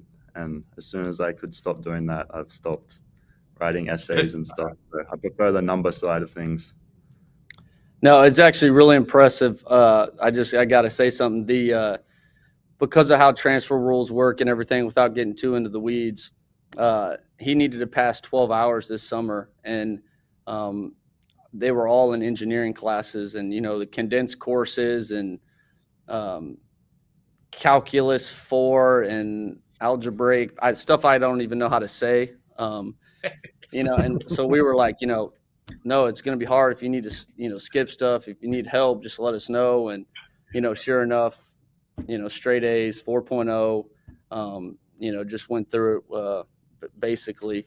I don't want to say it's easy for him, but he's very dedicated and knows time management and really, talk about student athlete. He really encompasses both sides of that. So, Coach, you guys made the transition, like we mentioned, from Division II 3 years ago, and now you're bringing in a couple guys from the Division II level. I'm assuming that's probably an avenue that a lot of programs at this level are going to be going to. What is the key for guys that are transferring up from Division II into Division I? How can you help best set them up for success? Well, we try to offensively. We try to play basketball, try to beat coverage. I don't pretend to be a genius when it comes to coaching at all. I want to, like you say, I want to put guys in spots to be successful. But we want to recruit guys that have been coached from winning programs. So, all of our transfers had a lot of success at their previous institutions. We take the leading scorer in NAIA, Noah, who's an all-region player, Division II for West Texas, who outside of, in my 10 years, outside of like Gonzaga, I think West Texas might have the most wins in the country at any level in that span, or close to if they don't. So, trying to recruit players that understand what it takes to win, and you don't just step on the floor and have success. It takes work and teamwork and all that stuff, all that coach speak. But we're getting guys that have been coached and know what it looks like, and that's the first place to start. All right, Noah, I'm going to tell you to put your coach hat on here a little bit and give me somebody who's really impressed you this past offseason. Give me one guy that you just didn't know anything about that you came out of this offseason being like, wow, like I had no idea. Probably Vinny. I'd never never met Vinny or heard of Vinny before, and just the way he shoots the ball and is able to help me get open as well, because he attracts so much attention off the ball screens, and he's just great at creating space for himself and for me as well. So yeah, Vinny's one guy I love playing with, and he's really impressed me. No, what has been the biggest change in terms of living and playing in Australia and living and playing in Texas? Has there been a difference in the game? Is it a difference in kind of the lifestyle? Like, what's been the biggest adjustment for you making the move over here to the States? In terms of the basketball, I think over here it's a lot more, especially at West Texas, we didn't run many sets at all. So it was a lot more playing just free and a lot more flow. And that took me a little bit to get used to. We used to run a lot more sets back home. So that was the biggest thing in basketball. There was a change, but living conditions wise was probably being away from the beach. At home, I live very close to the beach and I love the water. So that's been a big difference for me, not being able to just go down to the beach and have a swim. Yeah, I was going to say, so Wollongong, Australia, and Commerce, Texas are not like really just similar kind of cities? Not really. Similar scenery? Hey, Jared, how important was it? You guys broke the ground on the new arena here, I think recently, right? How important is that going to be for this program? Well, that's one thing, but if you just look around our campus, I think we had the highest enrollment consecutive years ever. There's 3 or 4 capital projects going on right now on our campus, the arena being one of them. So the investment into our school, into athletics, I think was part of the whole Division I experience. And, you know, people don't realize you don't just go Division I in athletics. It's a school decision, and you know, you kind of need everyone on board. But the visibility we've been able to attract here, and the arena will help tremendously, obviously. But we've got to continue to do what we've been doing on campus. And, you know, when you talk about 13, 14, 15, 16,000 students and you start, you know, continue to grow, that just gives a lot of opportunities across the board. Mm-hmm. So, hey, Rob, Jared looks like a pretty, you know, conservative, mellow, simple dude here, right? Are you calling him simple? Is that a compliment? Well, he just dressed a little bit conservative and all this, but I'm going to show you a picture of the other side of Jared von Rosenberg right now. And look at this. I don't know if you can get a good view of this, but he's got the tank top, the sunglasses, the hood, the do-rag. He's got all of it right here. Jared, what's going on with this picture? What was the reason? I do that every year. I didn't know that was going to be a public knowledge thing. Nothing's safe here. Hey, just so you know, anything you do, nothing is ever safe with Field of 16. I got to figure out the coach that took that picture. No, but we talk about time, place, and score, and people think it's about basketball, but how we carry ourselves on campus, in our relationships. You know, I use that terminology. If I walk in with a wife beater to talk to people, are they going to respect what I say, think I know what I'm talking about? So, you know, when they go to a meeting, when they go to their interview, you know, just everything you do in life has a place for it. You know, if I was on a boat like that, it would look normal. And we want to make sure our guys understand that when they're representing themselves and the program, that there's a certain way that we need to carry ourselves. And that's kind of that whole story. I thought you looked good. Good. I was going to say, didn't look bad. You're in shape. The, you know, sun's out, guns out, right? Yeah. All right. No, last one I got for you. If you guys are able to, you know, you put this thing together, we're looking up in February and you guys are right there at the top of the Southland competing for a league championship.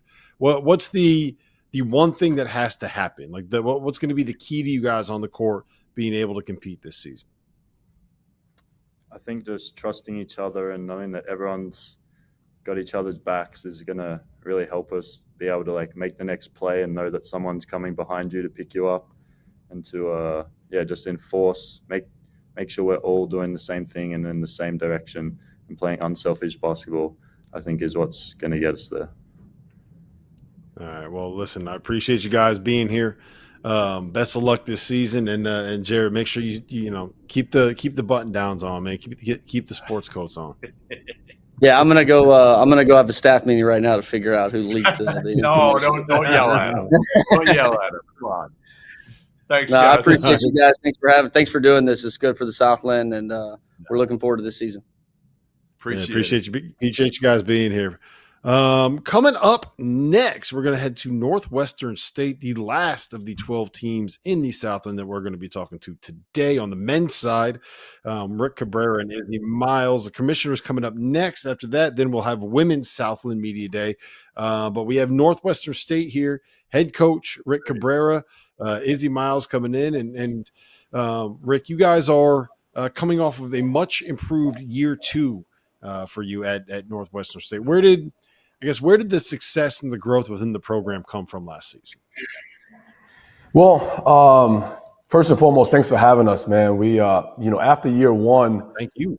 My staff and I sat down with each other and we formulated an identity of what we needed to bring in here, a character of young men that we needed to bring in. And, it was 2 days probably after we lost in the conference tournament in my first year. And, we just really vetted the process in our recruiting and made sure that we brought in some high character guys that could win. Mm-hmm. And, I think we did that.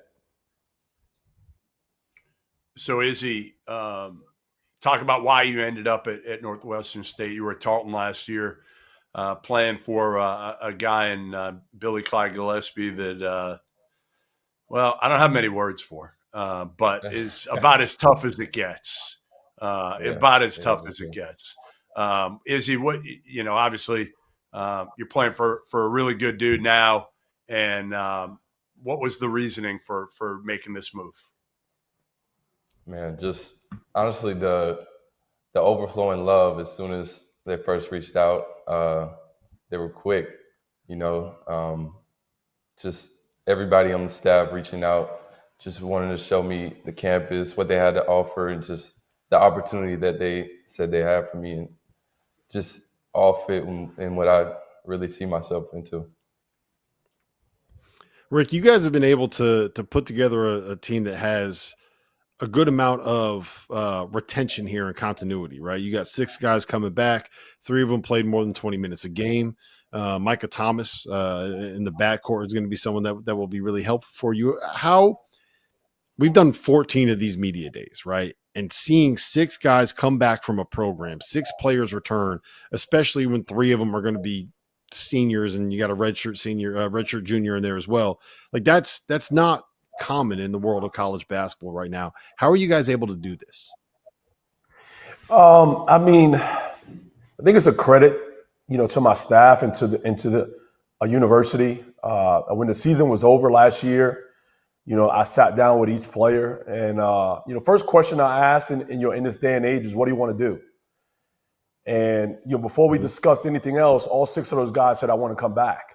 And, they, have invested in this program and invested in this university, in this town. And I'm so grateful for them, because there's nothing like having continuity, following for the upcoming year, and these guys have done a great job of leading, and helping the new guys, understand what we're trying to do here, at Northwestern State. So what was the biggest reason that you went after Izzy in the portal this past year? Because again, like you said, you didn't need a ton. You could afford to be kind of selective and methodical in how you went about attacking the portal. What was it that you guys said, hey, you know what, we got to have Izzy?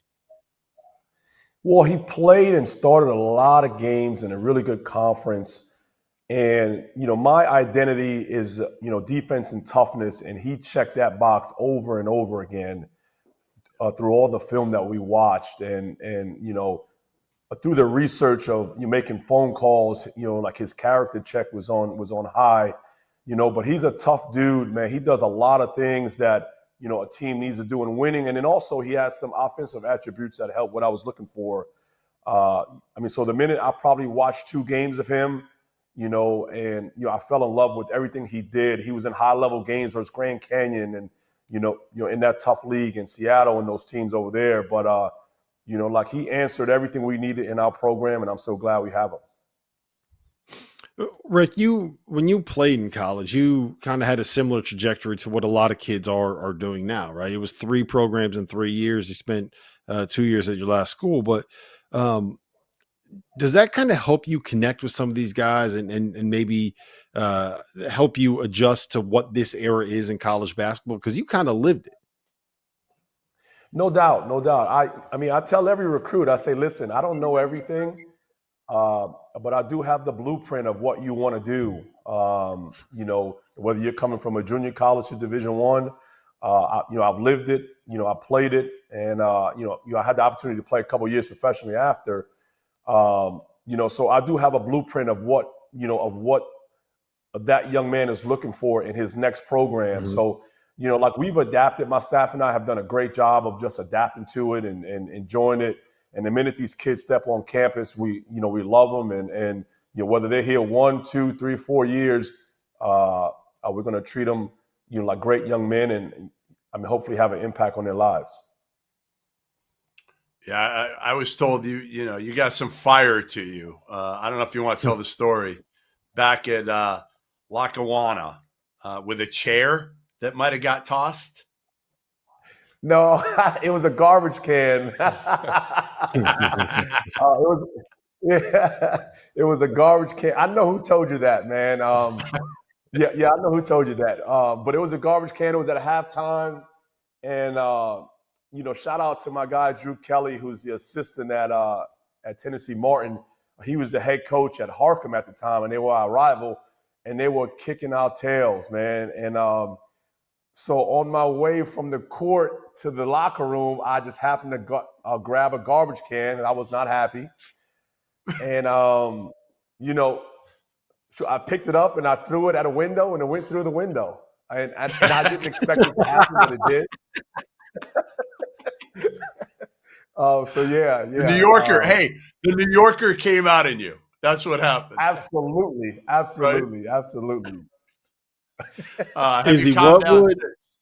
Have you calmed down since, Rick?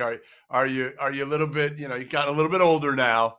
I assume maybe you're a little bit calmer. No doubt. I was 28 years old at that time, and my first 2 years as a head coach, I had 8 technical fouls in my first 2 years. So I was a little loose. My wife was, she would always be honest with me and was like, "Stop throwing dry erase markers. You got to relax." But yes, I have calmed down. I've matured and just learn to coach the game and allow my players to vibe off my emotions. I will say throwing a dry erase marker is a lot less damaging than throwing a trash can. So maybe stick with the dry erase markers. That's not bad. I do have a question. Izzy, if you were walking off the court at halftime and you happen to grab a trash can and throw it through a window somewhere, how many sprints do you think you would be doing? Like how long would the conditioning drills be if that was you? Man, it's not even sprints. It's towel pushes, and I haven't even heard. Oh yeah, like here. Oh, it's towel pushes. Yeah, I get PTSD just hearing about that. Izzy's not going to be that guy, Rob. Izzy's the guy that I'm told might lead the country in floor dives this year. Yeah. Right. I hear you're literally all over the floor. The way you sell out is. I know Rick loves that, and that's part of the reason he brought you over, right? Is because of that culture, like he talked about earlier. The defense, the toughness. How much do you think that can rub off on the rest of your teammates as well and be contagious?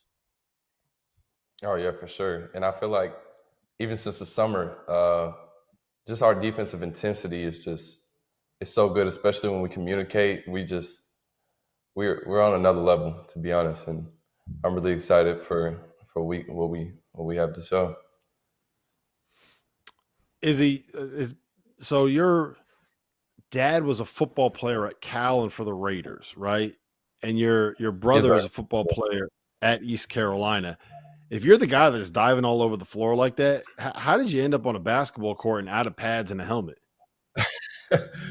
I just fell in love with basketball. Freshman year of high school, I put down the pads, picked up the ball, and just said, "This is what I want to do." And I stuck with it. And your dad was like, "Yeah, that's okay. You can be a basketball player." Let that happen. Nah, he wasn't okay with it at first. He wasn't okay. But he loves me. He supported me, and he's another one of the main reasons I'm here right now. Perfect. Good. Hey, Rick, what's the X factor, or who's the X factor with this team this year? Oh man, I mean the X factor, is our guys staying together. The one thing about this team in my 3 years, starting my third year, we've had this group since June, and I haven't seen a team bond like this in a long time. They all seem to like each other. They all hang out with each other. They have some strong chemistry on the court. But the X factor is Micah Thomas. I mean, that dude, had major opportunities to leave for a bigger pot, and I could say that here. And he chose to stay, and he's a darn good player. He carried us a lot, and we're excited.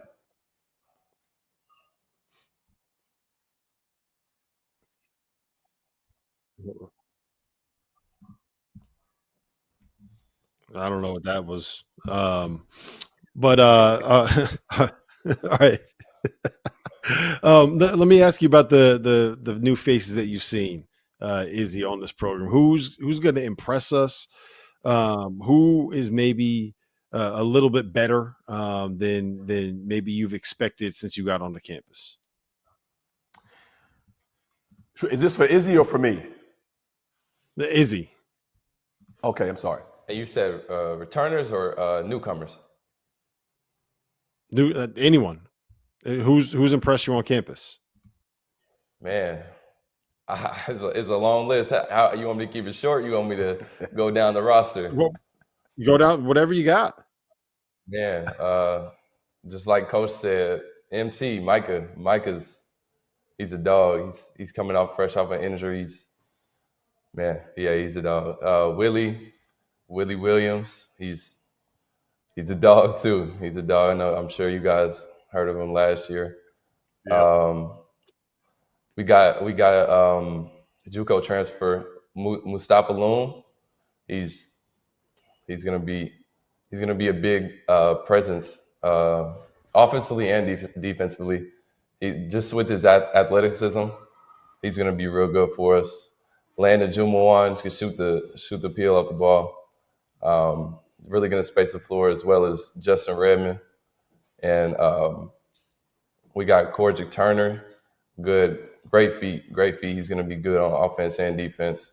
It's just so many guys. We have so many threats, and as well as myself, I'm really just excited to play with these guys and ready to get the season rolling. Yeah, Rick, Izzy Goodman asked Coach Cabrera what the X factor was for this team. What do you think it is? Like, if we look up in February and you guys are competing for a Southland championship, what's going to be the reason why? Well, Coach told us the reason why. If we talk, we're going to be there. We're going to be in that Southland championship. If we communicate on defense, we're going to be something special. And I feel like we're starting to do that and pick it up a lot more. And yeah, I feel like that's going to be our X factor. Hey, Rick, you've been doing this a while. Different stops, different levels, whatnot. NIL is obviously in the picture now. The majority of the schools in your league have some NIL. How much of a factor is this within the Southland right now? Well, at this level, it's a factor. My AD and president have done a phenomenal job at working with us to help us a little bit. But we don't let it bother us. I mean, like last year, we didn't have anything. I'll be honest with you, from an NIL standpoint. And, I mean, our guys showed up every day. I try not to use that as a crutch, because there are some teams with money that don't win, but like we recruit guys that want to be here just because they want to be here. And I mean, I get it. I've adapted, to how this has changed, but it's helped us some, and we were able to get guys like Izzy and some other guys. But I try not to use that as a crutch in recruiting. I refuse to talk about that on day one. I want to make sure this kid is interested in being here for our vision and our university. Well, listen, Rick, Izzy, it's great to see you guys. It's great to catch up. Best of luck this season, and remember, stick to the dry erase markers. No throwing trash cans, no throwing chairs. All right, things that can't do damage is your best bet, Rick. I appreciate you, man. Thank you so much. Thanks, guys. Take care, guys. That was Rick Cabrera and Izzy Miles. The face of the coaches when you come up with something like that for them is always the thing that gets me. They're like, oh man, I'm caught. Listen, we're going to be joined here in a minute by Southland Commissioner Chris Grant, as well as Jeff O'Malley, who is the athletic director at Lamar, and also an NCAA men's basketball rules committee, and works on the secretary basketball and rules editor of men's basketball. Yes. I think is official. The longest title in the history of the planet. We got Chris Grant here, Commissioner of the Southland, Jeff O'Malley. Jeff, correct me if I'm wrong. NCAA Men's Basketball Rules Committee Secretary, Rules Editor, as well as the Southland's Basketball Advisory Committee Chair. Did I miss anything? Is that all of your titles? We have all of that stuff covered. That's good enough. That handles it. Hey, And, first of all, great to have you guys on. Great to be doing the Southland Media Day. I think, honestly, for us, great to get to know your coaches even a little bit better. And I know most of them. There's some newcomers as well. But, I think you guys are a league that kind of goes under the radar at times, and that shouldn't be the case with all the really good coaches that you have, with obviously the players – and the retention. Like, you guys have more retention in this league, Chris, than most leagues. This is the 14 of 15 that we're going to do media days. I guarantee you're in the top 4 or 5 in terms of retention, which is a credit to your coaches and the staffs. No, 100%. And, good to see Jeff. Good to see you all. Thanks for the good work you all doing today to get us off to a good start to celebrate a great season. One thing, before I get into that, I want to kind of disappoint. I mean, we got some great Southland gear on YouTube. I haven't even seen the SLC mark once. I care about, there we go. I see a little pump there. Yes. We are wearing it. It's just. but it's year 5 for me. And I tell you, the emphasis that our athletic directors have put, I mean, really for a mid-major conference, our opportunities to grow revenues ride through basketball, right? And what we can do postseason and March Madness, and then revenue they can drive, whether it's guaranteed games or hosting games, and bringing more formidable opponents in. So I appreciate our athletic directors having a vision and really going out and seek those head coaches that are up for the challenge. But more importantly, that are just not blaming, hey, we don't have $5-10 million in NIL, but realizing opportunities they do have in some of the metropolitan cities, some of the college towns, and really just the culture we built here in the South in the last 5 years. Yeah, Chris, I've asked a couple of different commissioners this, and I think you're in an interesting spot to be able to answer it, right? Like the last 2 years, it's kind of been McNeese State and the rest of the league, right? And I think there is a value to having a conference at this level where you have a program that is nationally relevant because of, frankly, who was kind of running things, running that program. But there's also an argument to be made where having 3, 4, maybe even 5 teams that are competing for a championship is going to be something that is really good for the competitiveness and the quality of games and the amount of games that you have during the season that actually like have some kind of impact on a championship at the end of the day. Where do you kind of fall on that? And I mean, there's pluses and minuses to both sides. Yeah, for us, look, rising tides raises all ships, right? And so my first 2 years, we were playing for Dayton every year, right? Where we are seeding, where we're playing, we're lucky to get at least one win there to grow it. And now we're in a position that we're discussing things much grander. Like, what is our seeding goals, right? Obviously, yes, everyone wants to be a 2-bid league, but let's be more realistic, right? What are we going into non-conference scheduling? What can we align on as athletic directors and administrators that won't cripple our coaches, right? I know, seeing the vision, and not having enough Division I opponents being able to come into our gyms, because, look, we got to prioritize that. I know every other conference also has to play their money games, but it'd be great to start seeing more mid-major matchups, bringing bracket buster style matchups back throughout the regular season, knowing where the A4 are attending with their scheduling. So all those things have really developed, and coming through our gymnasiums, and truly our coaches putting in the work and in order to schedule appropriately and ensure that they're going to raise the profile of the league, but at the same time working on retention, as you mentioned, and our athletic directors providing that platform. So I just couldn't be thrilled to be in a position that they believed in the message and something we set out to do 4 years ago. And I think we're a little ahead of schedule, but this year, to your point, I'm expecting 6-7 teams to be in the conversation when it comes to championship, and that's on both sides, right? I don't think we have a clear front runner. Just a lot of talented rosters, but you all heard you say it earlier. Those senior Latin teams, the more experience, the more Tavon Sadler aged student athletes on our rosters might bring us a little more success this year. All right, hey Jeff. Again, your title, Rob read it out. I just heard, secretary, rules editor. That's all I heard. And I don't know how many rules are left in college basketball right now, but one thing I do want to ask you about is your background is officiating, right? How long were you an official for? 34 years. 34 years. So you are fully equipped to answer this question for me. We have officials working 20 straight days. They are zigzagging around the country, going from maybe California to Omaha to New York in successive days. Tell me why the heck we do not have a universal assigner at this point. Yeah, so each conference, those officials are independent contractors for each conference, right? And so each conference they want to have their own ability to assign those officials, and I know the NCAA and Dan Gavitt have taken a look at trying to make some officials full time and try to have a national presence for officiating.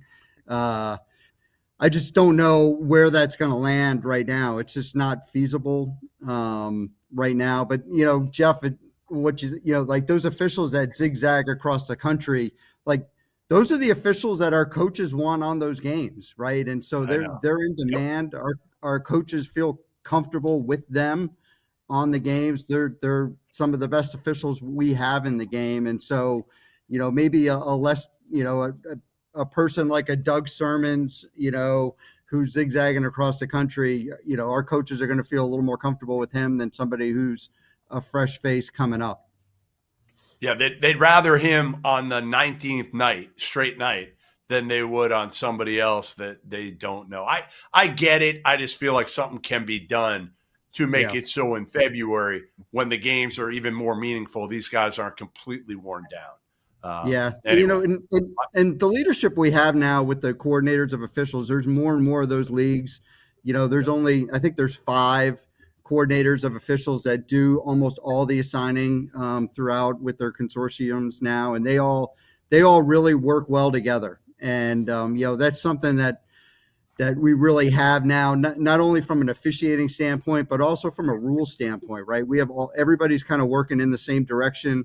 We got everybody on the same page. We're all speaking the same language in terms of what we want called and the rules that we want implemented. So it's a really great time to be a part of NCAA basketball with this. All right, Chris, you see this branding here, Field of 68, right? That's co-branding right there. No other conference has done that. I've been watching. Nope, only you guys. And I promise you, this quarter zip is going to get a lot of work during the winter around here. It is 36 degrees when I woke up this morning up here, so it's going to get a lot of run, a lot of play. But one of the biggest talking points this offseason has been expanding the tournament, and I think that you are in an interesting spot to have an opinion on this, because if we go to 76 teams, right, I don't know if the Southland is going to automatically become a conference that is always getting 2 bids in the tournament. What it would probably do is put you in a position where you're almost always playing on either that Tuesday or that Wednesday, depending on who ends up getting in for you. So where do you guys stand on expansion? And if you had the opportunity to be able to guarantee that you end up, or not guarantee, but more or less give yourself an opportunity to win that Tuesday or Wednesday game and win yourself the tournament credit for that, is that a good thing for the league long term? Well, a unit's always a good thing. However, we're now, as I mentioned earlier, we're on a different trajectory as far as Southland goes. One time I was looking at Missouri Valley and the MAC and Conference USA and others of what they're doing. We're beating them now, right? We're just as competitive. So, my goal is to provide ourselves the best seeding so that on day two, that we're able to double down to get those wins, right? At one time coming into this, yes, we were folks on that when realignment and all that. We were at 8 teams, and now having a full membership of 12, and who knows where that goes from there. I want to provide the best opportunities as long as our athletic directors and our presidents are willing to invest, right? And we're seeing that from a head coaching standpoint for some of the gentlemen you talked to today and some of the young women you will speak with later today too. And so with that said, it's my job to continue providing those opportunities and fighting for them. Look, expanding the tournament, it will assist that, right, where we are and seeding potentially, and it could be detrimental at the same time, but we won't know until you try it. And I think, I'm not dumb to the fact of, prior to me, the Mike Slides, the Delaney's, the Swaffords of the world, right? They got March Madness right, and where we are now, being probably one of the most marketable and most entertaining weeks or tournaments and months of the year when it comes to all the sports. So why not look at change, right, and embrace it and see where we can go, and knowing some of those larger brands are why we have these opportunities and they're bringing a revenue that helps sustain not only our conference office but our athletic departments based on those units. So I'm definitely open to it, but I want to make it exciting. I'm hoping the NCAA is not giving it away for free, and we're definitely trusting Danny Gavitt and President Baker and where they want to move it forward. Hey, Jeff, what's the biggest hot button topic that you're dealing with right now on the committee? Yeah, so right now it's the implementation of the coaches challenge, right? We've heard and the pace of play, right? We've really heard that our pace of play is can get slow, especially the last 2 minutes of the ball game. We have data that there's even some leagues that their average game time is the same as an NBA game, right? And they play 8 more minutes than we do.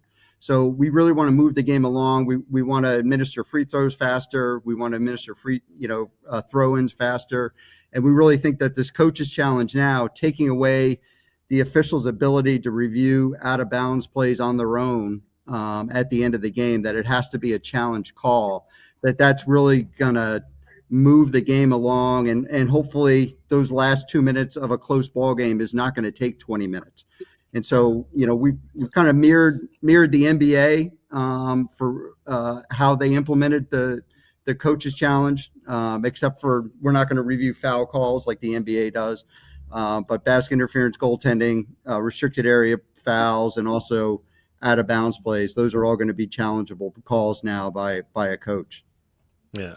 Jeff, and I don't know. Shot, 4 quarters. 4-point shot, 4 quarters, music. We want it all, Jeff. That's why he's on our side. 4-point shot. You want that? No. Hey, bring the Steph Curry range in. That's a football guy. Hey, that's a football guy talking right there. Hey, Gary the General Grant is in his blood, right? I mean, you remember. Oh, yeah, that's very true. Gary would have made plenty of those, wouldn't he? Yes. Chris Grant is the visionary. Yeah. And so, Jeff, I don't know if you're the one to give credit to, but this isn't really a question. It's just a thank you. We finally got rid of, not got rid of it, but we turned the charge in college basketball from like something that happened 27 times a game into one of the most difficult plays to be able to establish. So just thank you. We had to get rid of that, man. The committee did a great job. We implemented that rule like 2 years ago, and they really did a good job and helped clean that up. And I think you're going to see a little bit more of that, right? We took the next step with it this year with our continuous motion rule. So you're going to see more baskets count after fouls now than what we've had. Men's college basketball was the most restrictive in that area. And of course, the NBA was probably the most lenient. We took a little stance right in the middle there. So you're going to see a little bit more of that, more of those athletic plays finish, and a little more scoring than what we've been used to. Is that more people are yelling and one, and they're actually getting an and one. Correct. Rob, can we get O'Malley on as our consultant, our officiating consultant this year? I know you already have like 4 jobs. I know you. I was going to to say, does he have room for another title? We got to see what Jeff O'Malley's business card says right now. I got to. He doesn't have a business card. Tell the fans, I got to go in the back, right? Right. Don't email him at Lamar address. We'll get you like a separate room like they have, right? That everybody's got. We'll call it, whatever you want it to be called, and we'll make your title whatever you want. And Dauster, Rob will pay you sepaperately, so you'll be fine. All right. No, but seriously, though, if questions come up, I'm always available, right? I'm happy to. Happy to answer anything, especially as we get into this thing with the coaches challenge and continuous motion. I'm always available to answer any question that you guys may have moving forward. Yeah. And I want to, like you are doing, I want to thank Jeff. He's definitely been a great thought partner. And I know what we're doing in basketball on the men's and women's side and improving our brand, but on the officiating side too. We moved to Mondays, so we have better official opportunity under Mike Eads and the SEC officiating consortium. It's been really great transition. And so we're starting to see an improvement there and being more of a feeder system, right? Getting those up and comers and not some more where people are coming to retire as we once were at one point in time. And so, look, it's a commend Jeff for that. And, look, our conference tournament is great because he's always telling me I got to take logos off the floor. I'm trying to put more on, right? Make it look like NASCAR. So he's also a great partner on all of this and what we've been able to do. And this year is sponsored by Air Force Reserve. And then hopefully a lot more people are watching on our ESPN and CBS games this year that we added to the package. Yep. All right, Chris, I got one more for you that's a little bit more serious. So we saw the news coming out of the NBA this week last week, about the issues that they had with gambling and the integrity of the game.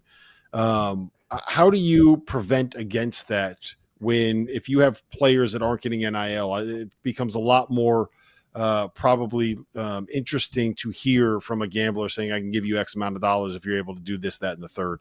What have you worked with coaches and programs when it comes to trying to prevent that, and how do you prevent it on your end? Yeah, this definitely something impacted us that, look, it's not in the commissioner's playbook, right, when it crosses your desk of what that looks like. So we have a great partner in IC 360 who does all the monitoring of all our competitions for the league and kind of, gives us a heads up when there is some, inconsistent bets or, some high dollar bets that are out there, whether it's be domestic or offshores. And so, from our standpoint, look, our student athletes are very vulnerable, right? As you all mentioned, even I think Alvin mentioned, look, it's someone's trying to get a kid to transfer. He hadn't even put his name in the portal, right? So we know that tampering's involved. But just think about on the street, just a regular Joe guy, off the street saying, hey, I can offer you $100,000 and change your family's life because you're not getting NIL right now. And, looking at that. So our job is to educate and have a positive impact on these student athletes, knowing that, hey, if you take care of everything and operate out integrity between the lines while you're on our campuses, we're going to get you a degree and we're going to make sure you have opportunity to play at the next level or have a career where you're going to go back and positively impact your communities too. So it's been a lot of work going into that. We just had a meeting with our athletic directors and presidents with IC 360, but last Thursday. And so it's just very important to get what's out there. And, look, unfortunately, I grew up, in the gym with my dad. He coached for 30. I know Jeff said I'm a football guy. My dad coached for 33 years and Gary Grant being my uncle, I grew up and gotten to see some of those, the downfalls of that. My dad experienced it when he was at Toledo and his guys at a neighborhood deli influencing some of the student athletes from Detroit at Toledo for a couple games and a scandal. So it's not going anywhere, but we have to do a better job educating and providing our student athletes access and almost like a hotline when these things are crossing they're coming across it. Yep. All right. Well, listen, guys, we appreciate the time. Best of luck this season, and Jeff, we're gonna hear from you at some point, man, because we're gonna have you on to argue about whenever here's what we're gonna do when officials mess something up, we're gonna bring you on to try to explain it. When we come back, we're going to go to break quick. When we come back, we're going to have the Women's Southland Media Day, which is going to end up being hosted by Talia Goodman, Austyn, Iven here on the field of 68. Can't wait to hear all of that coming up here in about 2 minutes. Appreciate you guys being here, hanging out with us for Men's Southland Basketball Media Day. It's great to catch up with some of these coaches and some of these players, and Chris Grant, the commissioner, as well as Jeff O'Malley, who is the man with 17 titles. The college basketball season will begin right here on the field of 68. At 8 a.m. on November 3rd, we will be tipping off the inaugural Field of 68 opening day marathon. 15 hours of nonstop basketball. It will begin in Rock Hill, presented by our friends at Visit York County. Plan your itinerary today at visityorkcounty.com. Winthrop will face off with Queens in the opener, followed by Bradley taking on St. Bonaventure. Then we head out to Sioux Falls, South Dakota, where it'll be presented by Sanford Sports, who is changing the way people play and making sports accessible and fun for all. Murray State gets Omaha at 1 p.m. Eastern Time, with Drake taking on Northern Arizona in the second game in Sioux Falls. Then it's back to Rock Hill for a showdown between Furman and High Point, with Merrimack taking on South Dakota State in Sioux Falls in the nightcap. Tickets for all 6 games are on sale now at the links in the description below. Field of 68, opening day.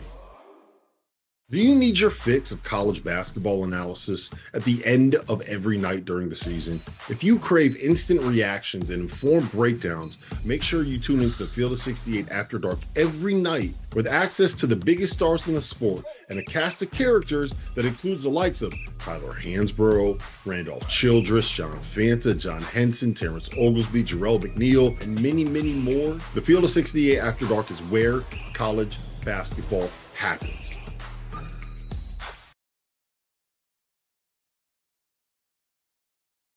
Hello and welcome into Southland Women's Basketball Media Day. Very excited to be here for the next few hours talking all things Southland Women's Basketball. I'm Talia Goodman here with Austyn and Iven, and we're going to be breaking it all down for you. We got all 12 teams coming in. We got a coach. We got a player. Very excited. Austyn, good to be here with you. I'm so excited. This is just the best time of the year. It's like basketball overload where you're just getting so much information. You're finding out things about teams, coaches, how they're going to look, how they're going to be different. It's just such a fun time of year. There's a lot to figure out. Still, it's probably crazy for the coaches and players right now trying to get everything up and running before the season starts. But this is the best time of the year. I love basketball, so I am so excited for these next 3 hours to talk all things Southland. It is. And how timely is this? We have exactly 1 week before the season tips off. So we're getting there. We're getting close. Teams should hopefully know a little bit more about what they got. And there have been some exhibitions and things like that. So excited to hear how everything's been progressing. We got a lot of new head coaches in this league kind of adjusting to the way things go. We're even moving around, interleague. So excited to talk to them and hear about those moves and who's standing out so far. Yeah, it's always interesting to see when there's, a few players that have played at a previous team. They understand what it's like to play on the other side of things. Now they switch over and they're on a different Southland Conference team, same with some coaches. So a lot of familiarity, a lot of differences. So it's going to be really exciting to just see how everything plays out this season. Absolutely. And this is such a fun league. And like you said, there was a lot of that interconference movement, but we're going to get started. Now we have our first, head coach and player coming in. We're going to talk to McNeese's Ayla Gazzarda. There she is. And we got a player joining us as well, Jalencia Pierre. How are you guys doing today? We're doing great. How are you? I'm good. Very excited to be talking to you once again about your move over. And hear about how everything's been going since the last time we got started. How has this off season been for the both of you? We have really enjoyed it. I think a lot of it's new, but it's the same. As you know, we've transferred our whole team, our entire coaching staff over, and just shifted over a few hours this way. But it's been great. Resources here, unreal. Facilities are unreal, and we are embracing it. We're taking it every day, one step forward, and, I'm looking forward to this season. Coach, what was the biggest challenge with the transition? A lot of, things are the same, but at the same time, there are some differences. So what was the summer like trying to transition to a new school? And I don't think it was a big challenge, but it was just the difference. We're moving all of our girls into new apartments, and we're trying to find homes for ourselves. So it was just the basic challenges, learning about where we need to go to the doctor, just the little things. As far as basketball, it's the same. We have a court, we have a ball, we're getting to work every single day. And I think that has become consistent for us. But the small challenges were probably the biggest. But I think for us, we have a great support system. Administration here has been unreal in helping us move forward every single day. And those challenges kind of disappeared a little bit. And Ayla, we've talked about this before, but I think everyone, wants to hear this. It's a little rare when you take a new job to bring your whole team over with you, right? Usually, you may bring a few players over to a new stop with you, but what was it that made you want to bring, essentially the whole team over to McNeese with you? Yeah, Talia, me and you have talked, and we've gotten to the point of we were successful because of who we have with us in the locker room, our coaching staff, our players. We are successful. So coming into a new situation, it was only necessary to bring our great culture with us. Those 9 players were important for our success last year, and we're going to continue that success with them here.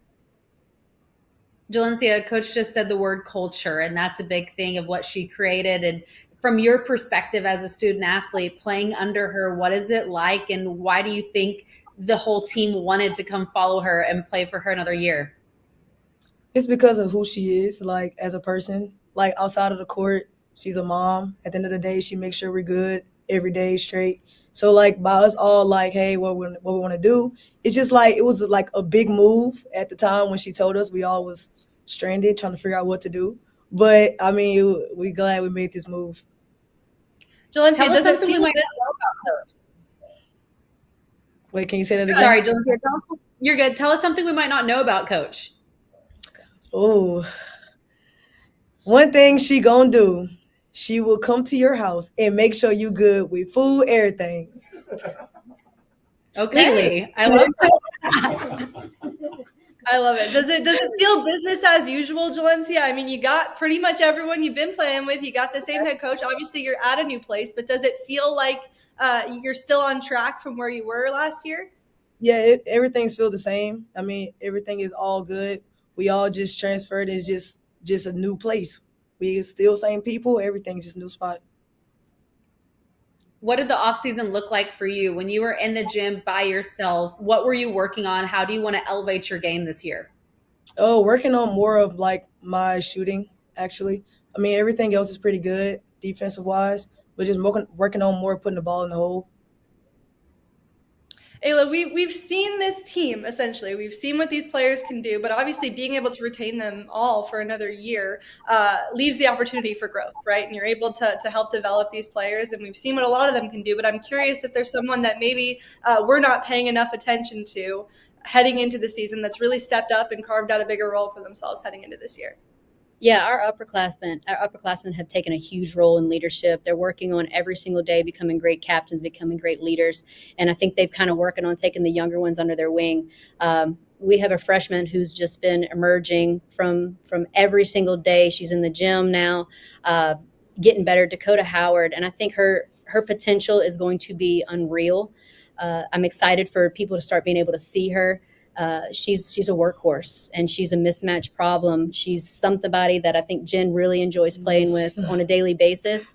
She runs the floor well. She's got great hands, can elevate. She's a tough kid. So the way we play, she fits our system. She's a hard-nosed, blue-collar kid, and we're excited to see her this year.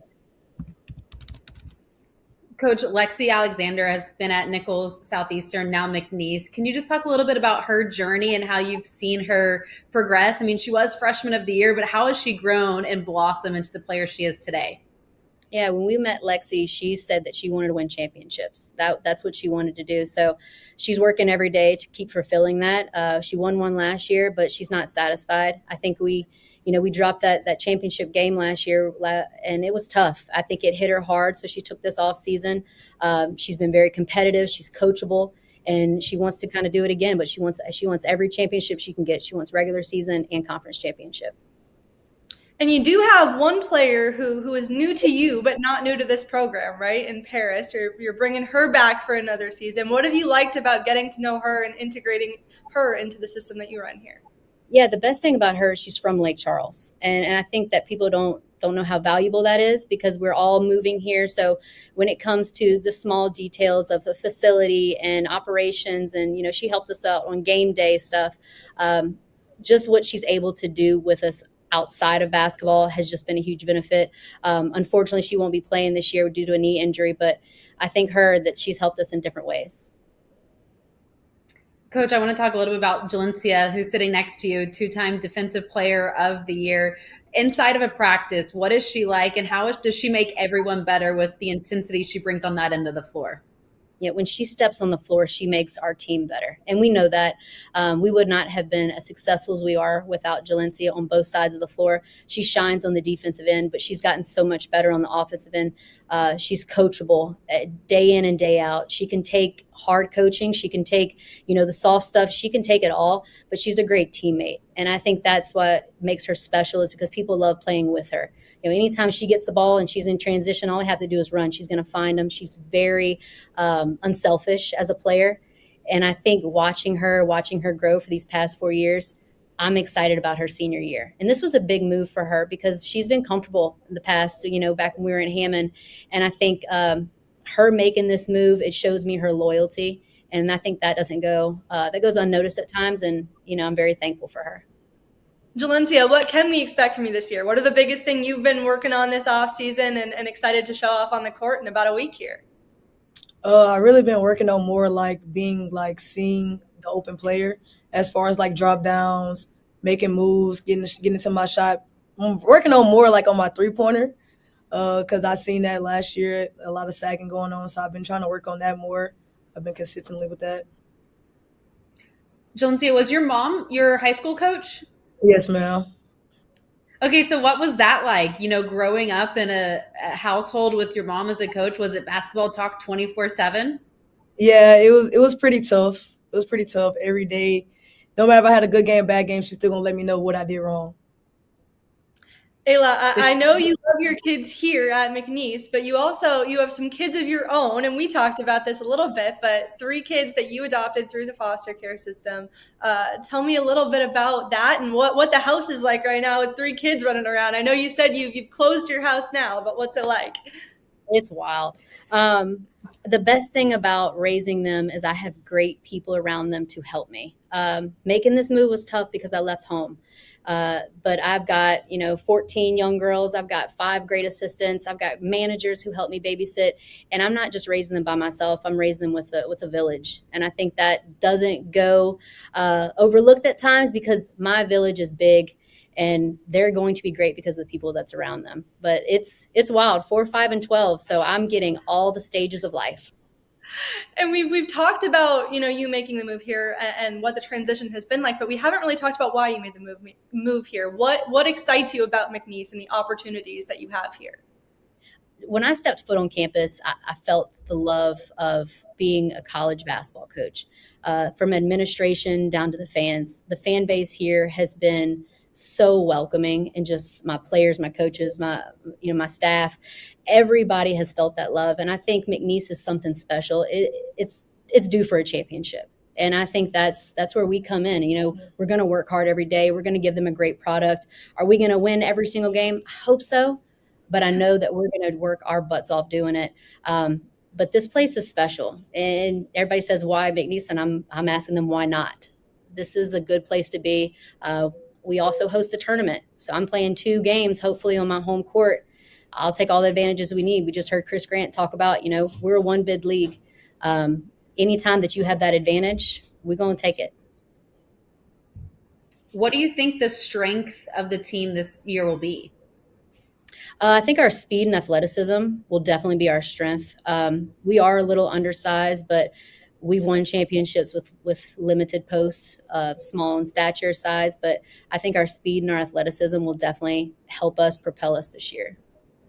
Jalencia, as one of the veterans of this team, and I'm assuming one of the leaders of this group, what are your expectations for this year? What do you hope to accomplish, not only as an individual, but as a group here in your first year at McNeese?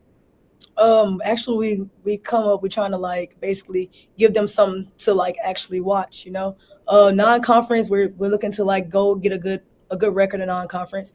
Conference, we're looking to push like we did last year, hopefully go undefeated. If not, have a good record. Let's get seeded number 1. Let's get this tournament going. We're trying to make sure we get a regular season championship and a conference championship. Have you been able to do anything fun this off season or summer, or has it just been a whirlwind trying to move and get settled? It's been trying to move and get settled. We're just trying to know the area, know what's around, figure out what's around here to do, but it's a nice place to be around. I'll tell you, we moved in April and they've been eating a lot of seafood. Yeah. They've been eating a lot of seafood. I'm going to say the seafood has just been consumed Oh here my by women's gosh. basketball. Yes. Is the food good? I don't blame enjoy you. it? Yes. Food's good. I love it. You guys have a tough non-conference schedule too. You mentioned, trying to win games in non-conference. You got a tough one, right? What went into your scheduling philosophy this year, and what excites you about being able to play some tough teams? Yeah, every year we'll compete against the toughest. We love playing Alabama on the road. We love playing Arizona State, Tarleton. We've got some great non-conference matchups, but those prepare us for conference. Those prepare us for after conference in the NCAA tournament. Most likely we're going to have to play on the road when we get into the NCAA tournament. We want to be prepared, and we would already have executed everything that we need to know about those games. What are you guys looking to fine tune, really try to work on these next few weeks? Obviously the season's long. We haven't even started yet, but is there one area that you're really honing in on in these next few days? Yeah, right now, I think one thing about us is we're working on our IQ. We're working on it every day. Some say we're overcoaching, but we're going to make sure we're going to coach these girls up to the best of our ability, and they're responding. They want to be coached. They want to be better. So we're watching a lot of film. We're in the lab with them a lot, just making sure that they're understanding why we're doing this on offense, angles on defense. And I think we're kind of bringing it very detailed for them. We know they're going to go out. They're going to compete. They're going to work hard. We just want to make sure they're doing it in the right way. Well, guys, it was such a pleasure to talk to you today. We really enjoyed talking to McNeese head coach Ayla Gazzardo, and we had a player, Delencia Pierre, as well. It was so great talking to you guys. We're excited to see what you guys can do in year one at a new place. So thanks so much for coming on. Thank you. Next up, we're going to bring in Nicholls head coach Justin Payne. He's going to come in with Tanita Swift. So they'll come join us in a second here. But it was great to talk to our first team today. Yeah, it's going to be interesting to see them all in a different jersey, but at the same time, it's the exact same team. So that will be an interesting little unique twist to this season for the Southland Conference. Yeah, absolutely. We're going to bring in Nicholls head coach Justin Payne right now. And we got player Tanita Swift joining us as well. How are you guys doing today? Good. How you doing? Yes. How y'all doing? Thank y'all for having us. Yes. So excited to talk to you guys today. We got a new team we're looking at this year. 4 transfers coming in. We got a few freshmen. What have you liked about the way this offseason has gone so far, Justin?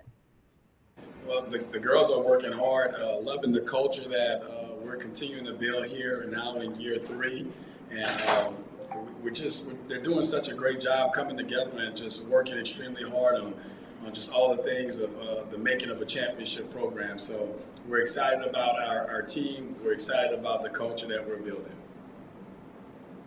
Tanita, coach is talking a lot about working hard in practice. This summer, do you think you guys are working on more of the offense or the defense? It was a mixture of both. We wasn't set on just offense and defense. We're putting in work on both ends. Yeah, Tanita, you're coming back from injury right now, or you were. What has that process been like for you, and what can we expect to see from you on the court this year? It's been a little tough journey, but I got through it. I'm back, and I'm better.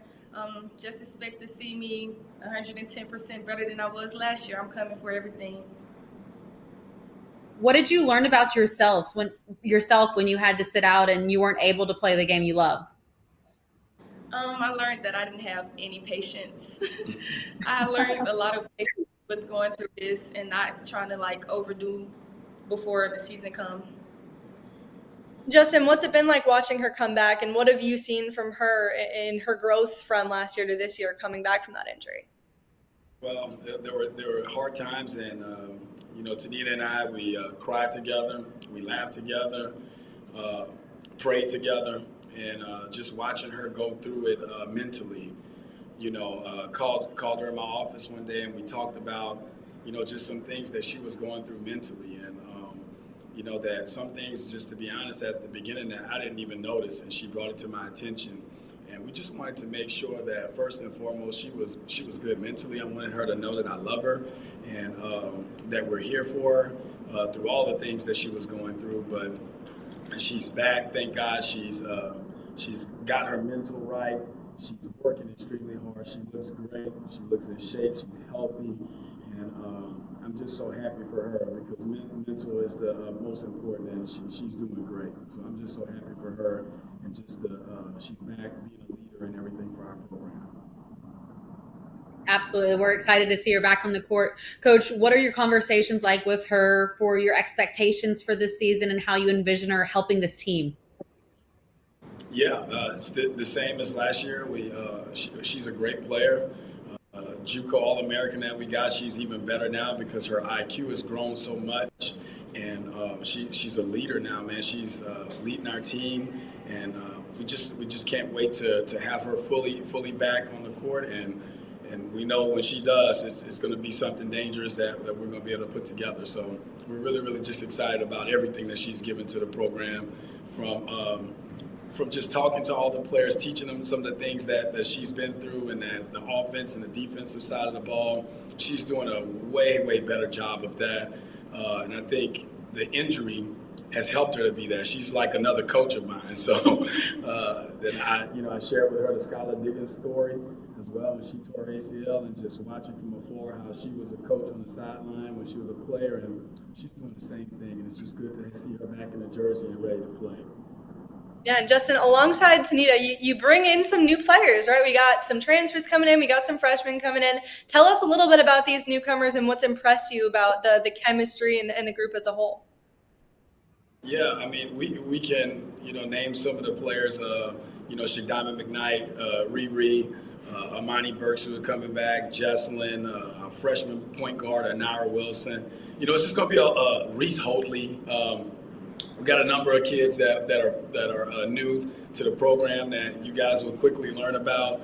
But just as a whole, and just the culture, just the feeling in this gym is just it's really, really good, and something that we are really excited about in going into year 3 for me.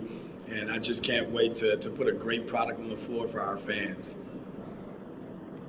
Tanita, Coach talked about how you're like a coach on the floor now. Is that something you've thought about maybe in your future after you're done playing to try to get into coaching? Yes, ma'am. I want to get into coaching. Yes, ma'am. All right. So you think that's the path we're going to go? Coach, you're going to have a graduate assistant spot ready for her?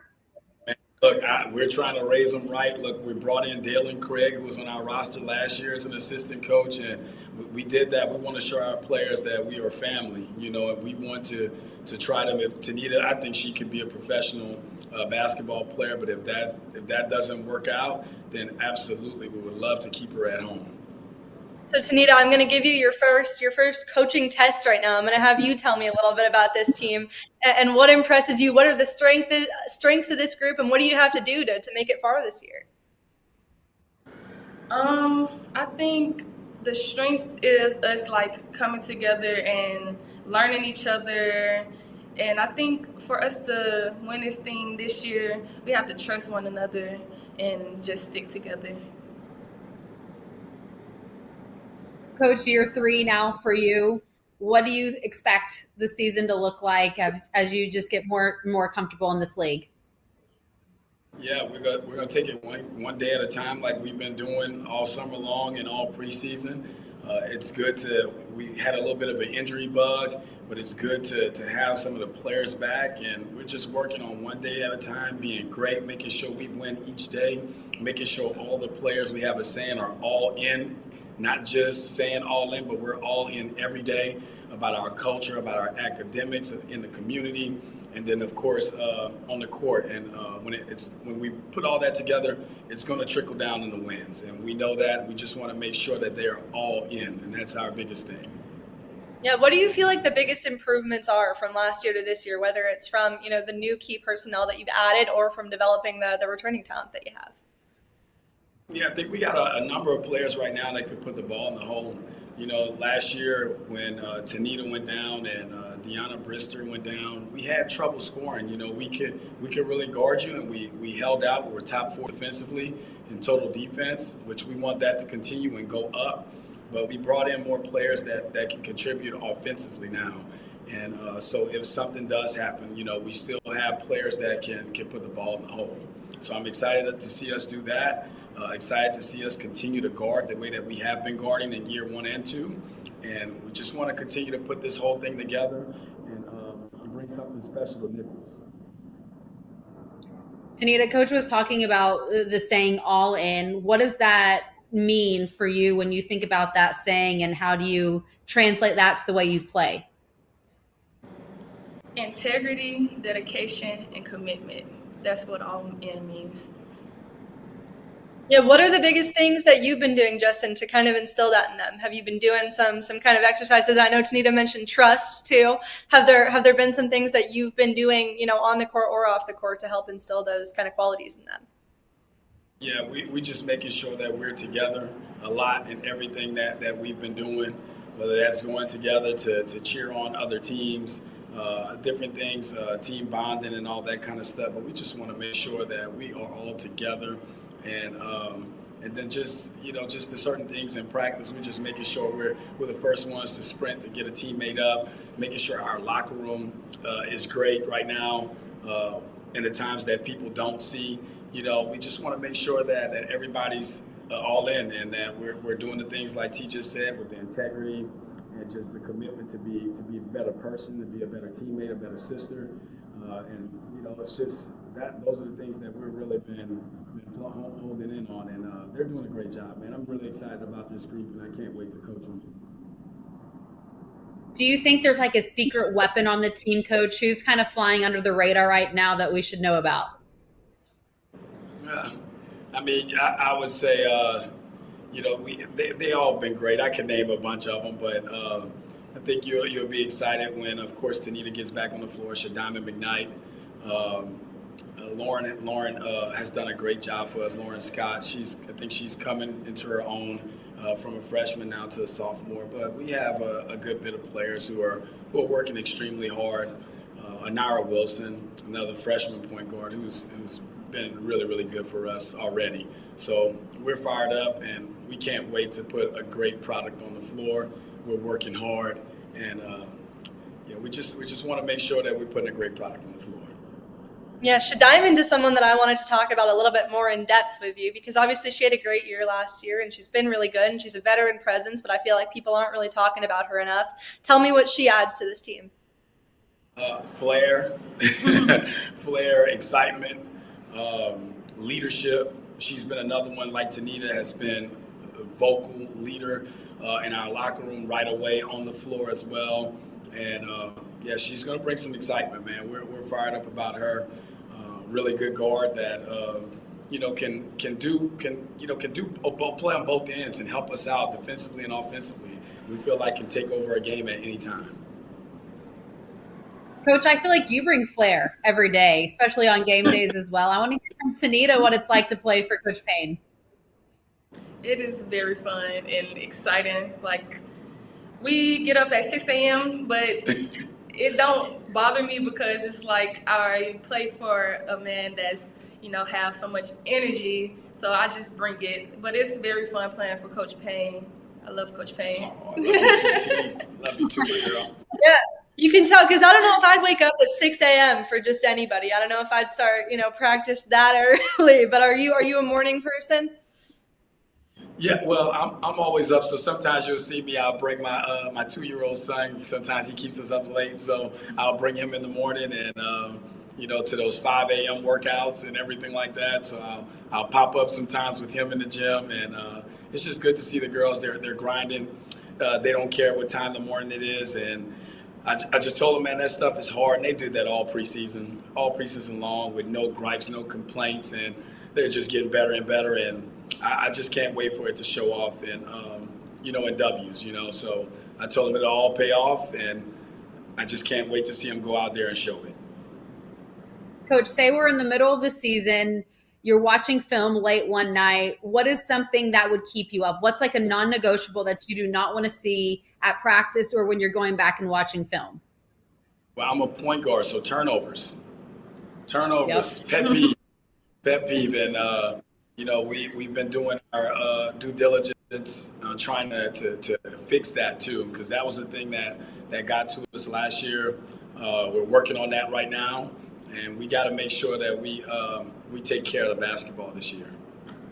Yeah, we're in the home stretch now, right? We got exactly 7 days to go until this season officially gets started. What's the biggest thing You have 7 days left. What's the biggest thing you're honing in on right now? And you're knocking down. You're like, we got to get this done in 7 days. Yeah, so the first thing, like I just said, was turnover. So we got to make sure that we're doing that. We don't want to beat ourselves this year.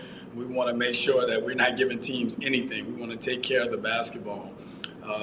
The next thing is just making sure that everyone knows all of the plays, making sure out of bounds, from sidelines, baseline, offense, defense. We know all the calls. We know everyone knows what we're doing because we have a new group, So we just want to make sure that everyone is on the same page and we know what we're doing. Tanita, what do you guys do in practice if you have a turnover? Does coach line everyone up and you guys just running sprints, or what's it like if there's a little, flurry of turnovers? Well, there's a thing called the sideline. We go to the sideline and we have 16 touches for a turnover. Oh, man. How many times have you had to do that recently? Hopefully not too many. No, not too many. Not too many. No. We learned our lesson after the first turnover. We're like, we're not doing that again. Absolutely. Well, it was so great talking to you guys. Looking forward to see what clock it now. Yeah. You got it? I know. You got it. I love it. Well, I'm really excited to see what you can do here in year 3. It was great talking to the both of you, and we appreciate you joining us today. Thank you. Yes, thank you. Go Colonels and all in. Go Colonels.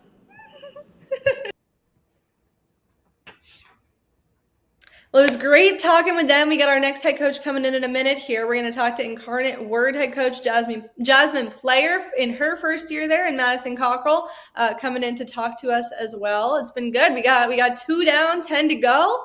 I've been enjoying it. Yeah, we're just rolling now. We're getting into the groove of things. I mean, it's so fun. Just you can tell the excitement of these players that they're ready to play someone else. They've been going up against each other. They've been battling every day, getting up early like they were talking about, 6 a.m. workouts, and then you're watching film and you're working out again in the evening. So they are excited to get into just basketball season where you can kind of finally get your groove and start to play other opponents. Absolutely. And we got another first-year head coach coming in to join us now. Jasmine Player is going to join us with Madison Cockrell. How are you guys doing? Good. We're doing well, thank you. How are you guys? We're doing great. We're excited to talk to you today. We're excited too. Absolutely. Well, it's your first year here as a head coach and at Incarnate Word. What's the transition been like for you, and what's been the best part of getting to be a head coach? The transition has been incredible. It's fun to be back in Texas, back in my home state, so that's been fun. And the transition has been smooth. San Antonio is an incredible place to be. UIW has been welcoming and warm and fun. And the most fun part has just been getting to know the players and being a part of the family.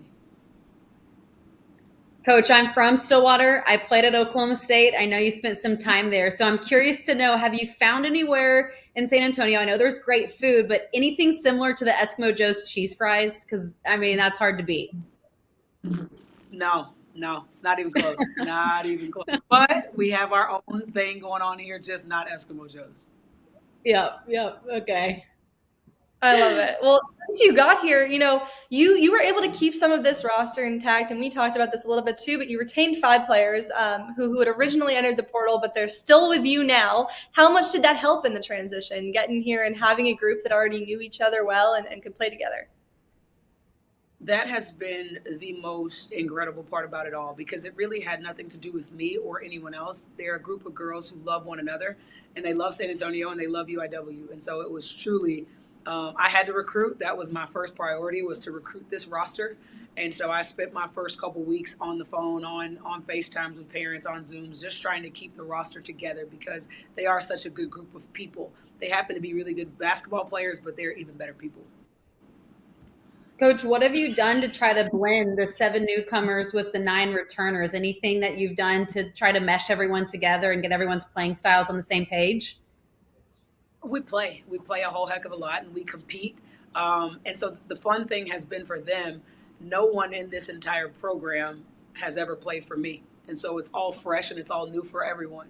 And so they have done a really good job of being able to be really competitive with one another, while also spending a lot of time with one another. And so the returners, again, they're new to me and I'm new to them, but they've done a really good job of opening everyone in with open arms. And so that's been one of the more fun parts, where it wasn't like, it's competitive, but it's not catty or petty. They all work really well together, and we're all just trying to figure it out. And so we do things within the program with the team. We do book clubs and this, that, and the other. But for the most part, they compete and they know how to compete while staying together. Madison, what made you want to stay here? Why are you back for another year at Incarnate Word? Well, like she said, I love San Antonio and I love UIW. And our first conversation, I think, lasted 45 minutes, close to 45. And in that conversation, I fell in love with Coach. And I love my teammates. I was happy to hear that we were all coming back. But it was really for Coach. I wanted to play for Coach Blair in her system. And I feel like she helps me become a better player as well as a better person. What did Coach tell you in that first conversation? And Coach was also talking about how no one's played for her. So what has it been like this summer learning from someone like Coach Blair? It's been great. I've developed a bag, some new moves that I've never done before, and I've enjoyed it. She mentioned book club. That's really new, but it gets us talking, and we talk outside of book club about the books that we read. So she's really brought us together, not just on the court, but also off the court. In our phone call, she was talking to me about a new role that I would be in, that I've always wanted to be in, a position to help lead the team, and that's really what I was looking forward to this year for my senior year. Jasmine, you bring back a lot, but you also are able to add some pieces to this group that I'm really excited about. And one of them is London from Missouri, who obviously played, SEC talent last year, has that experience under her belt. What does she bring to this group? London is in a really interesting situation because she did go to Missouri. She got some great reps there. She played with and against great competition. And now she's here, and it's the same thing. Like, now she's having to compete against Maddie every single day, who has lots of experience at the Division I level, period. And so London and I speak a lot about just reps. She didn't get all the reps in game last year at Missouri. She got reps in practice. And so now it's just getting her used to having reps in practice, reps in games, and understanding how valuable those reps are. She's a sponge. She's a learner. She may be one of the most articulate kids I've ever been around. She's one of the smartest kids I've ever been around. London is a true joy, and it's not just on the floor. It's pretty much in everything she does in life. Coach Madison was talking about a new role. I think she was, referencing being a leader of this team. What has those conversations been like of what you envision her doing on the floor this year? Maddie is a lead by example kind of girl. And so for me, it's just been making Maddie aware that she also has a voice. The funniest thing is Maddie is just always playing around somewhere. And so that has been one of the more interesting things from a point guard. Funny story, we're actually at film this morning. And I'm going on this long tangent, and I see her, like she's like the person closest to me. And while I'm going on this rant, I can see her breaking out into a smile, and I'm trying to hold it together because I'm supposed to be in this really serious moment.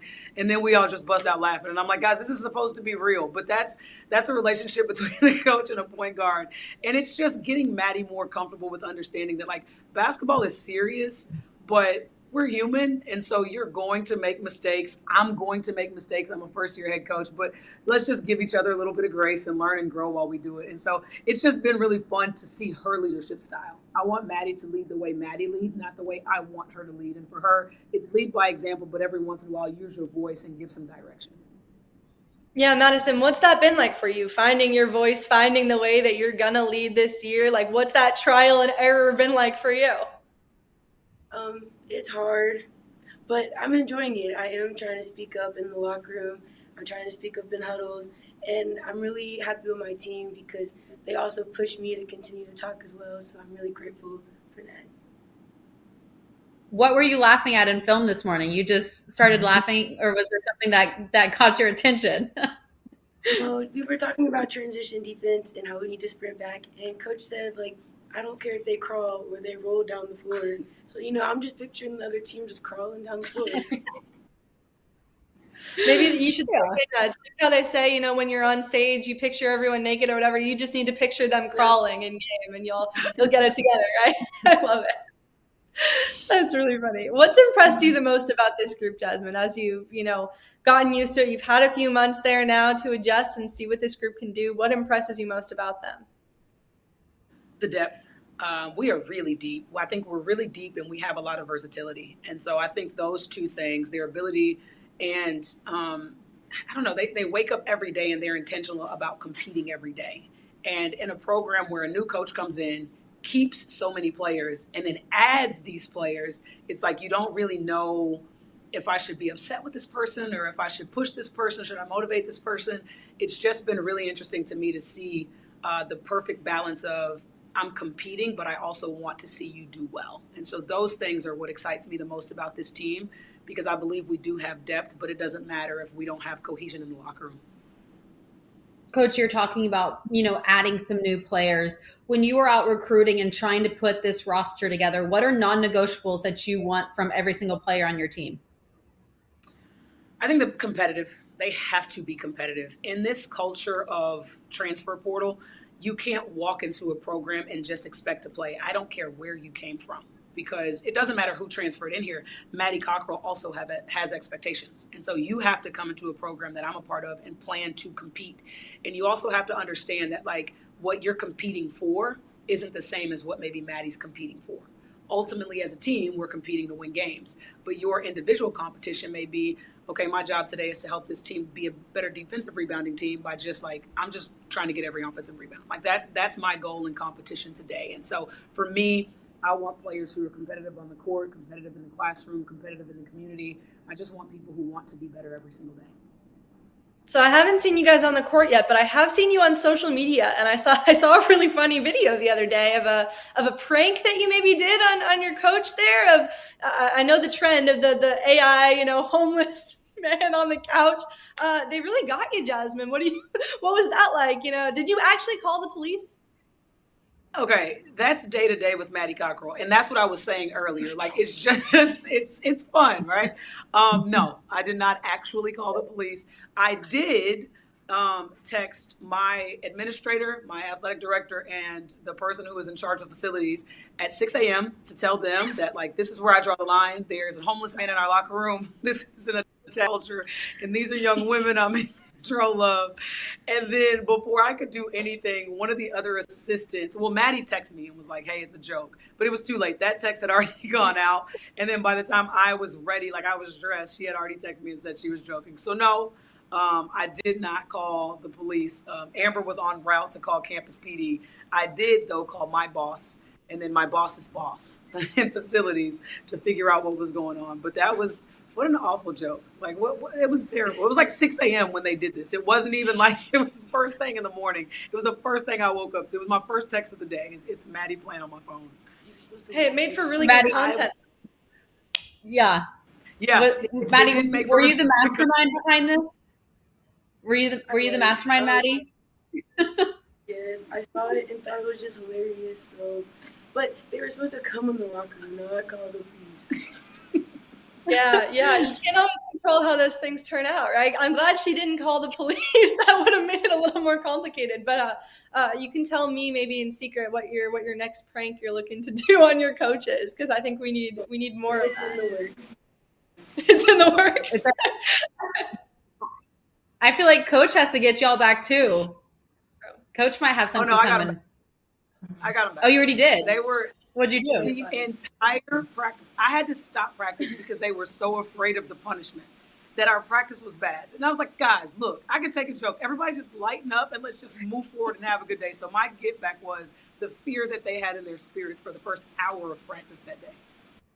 Yeah, I would be scared too. That's I don't know. Am I going to be pranked any second of the day? I'd be looking over my shoulder all the time. But Madison, what excites you the most about this season? Obviously, with a new head coach here, who obviously you got good chemistry with already. But what excites you the most heading into this year? I'm really excited about our play style. We like to move fast. I'm excited for our new teammates, and I'm really ready to go out and have some fun. Play. Ready to hoop, tired of practice. Coach, is that kind of the identity that you want for this year's team, to play fast and get up and down the floor? Yeah, we want to play a little bit faster. And again, we have some positionless pieces. And that makes our roster a little bit more interesting. I think the depth and the pieces that can kind of move around quite a bit. But we want to play a little bit faster. I think that's going to be the biggest change from some of the UIW teams in the past. Yeah, how do you go about adjusting this team to your play style? Because a lot of them have played together already a certain way, maybe different than how you're hoping to play this year, maybe not. What was your kind of first step in telling them, this is, what I want to do this year, and getting them on board and in with the culture that you're trying to build here? It was a part of the recruiting process. Before, on the phone call with Maddie, hey, this is how I want to play. I see you fitting it. Do you think you can play this way? Because you don't want to recruit players who don't fit the playing style, because then they're miserable and I'm miserable. But I knew Maddie. I was at SMU and Maddie was going to high school in Dallas. So I've known Maddie for a very long time.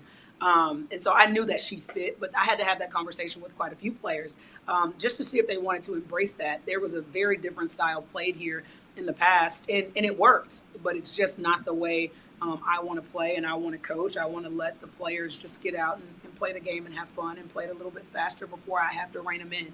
And so I think for me, I push them to go as hard as they possibly can to see what to help them find out what they're capable of. And then when they go too far, I reel them back in and not the other way around, because I want them to play with a little bit of edge. And so that has been the more fun thing to do, is just to try to push them to limits that they didn't even know that they had. Coach, real quickly, if not Eskimo Joe's, where's your go-to spot now? Okay, I also had the garage in Stillwater. I'm a Texas girl, so here in Texas, it's all Luby's. Like it's Luby's all the time. A big Texas staple for me and for senior citizens. I love it. Well, I heard from someone last night that you're the queen of Irish goodbyes. I'm not going to do that to you. We're gonna give you a real goodbye here. I heard you're big on the Irish goodbyes, but we're gonna give you a real one. It was great getting to talk to you today. Really looking forward to see what you can do in year one here, and Madison, very excited to see what you do on the court yet again. So great having you with us. Thanks for talking with us. Thank you guys so much. Thank you for having me. Always great to talk to Jasmine. She was someone who, at On3, I had put on my short list of assistant coaches that I had a feeling were going to get a job as a head coach this year, and she did. And I'm really excited to see what she's able to build here at Incarnate Word. Yeah, I think she's, blending a really fun group together, and I think it's going to be exciting to see what they put out on the floor this year. I'm curious to know how you found out about this Irish goodbye, though. You did some good digging right there, journalistic reporting right there. I like to do my research as well as I can, but yes, very excited. Look, I can't give my source away. No sources can be given in this line of work, but I did my research, and she's going to do a great job there. But next up, we're going to have Lamar head coach Aqua Franklin join us, JC Denley. They're going to come in now. How are you guys doing today? Good. Doing great. Great having you with us.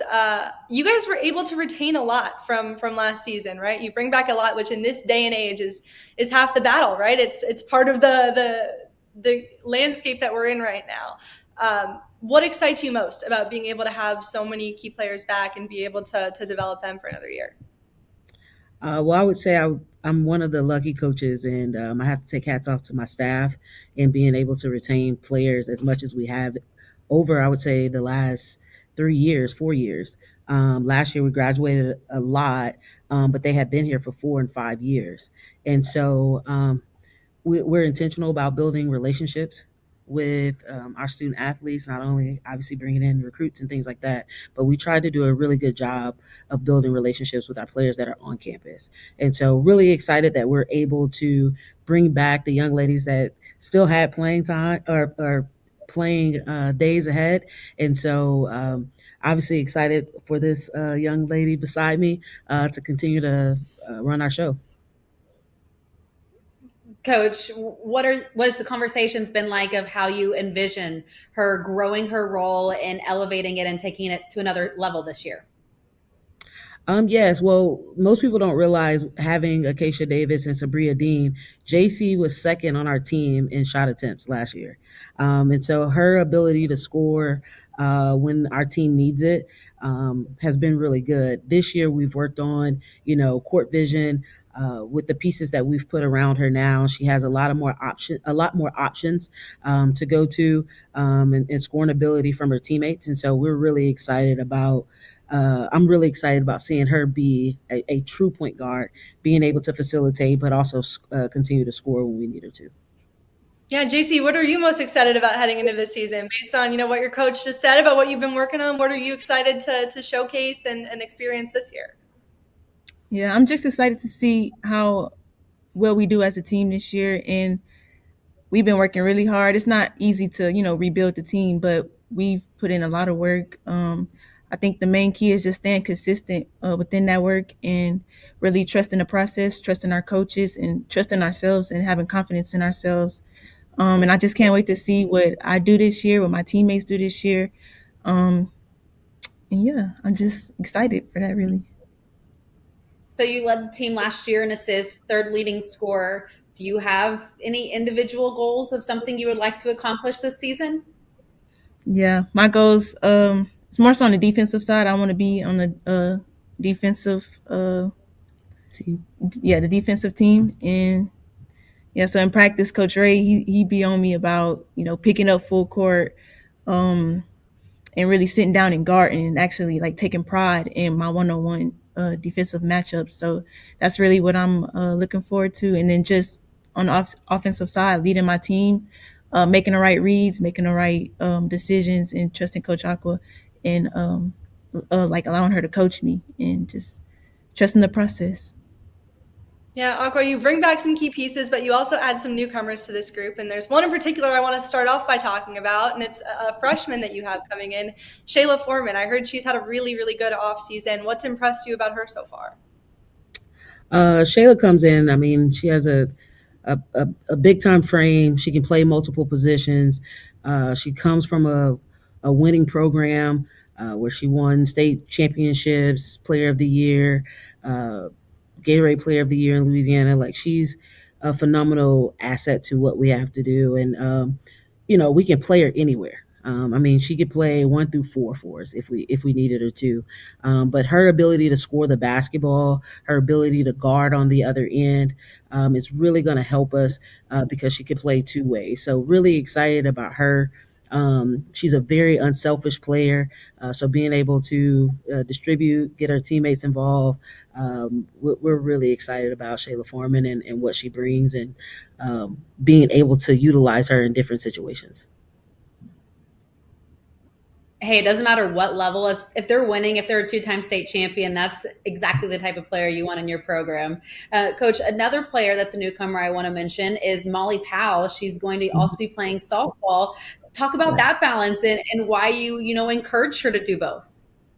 Yeah, so Molly was probably one of the first people that I tried to recruit when I first took over here at Lamar.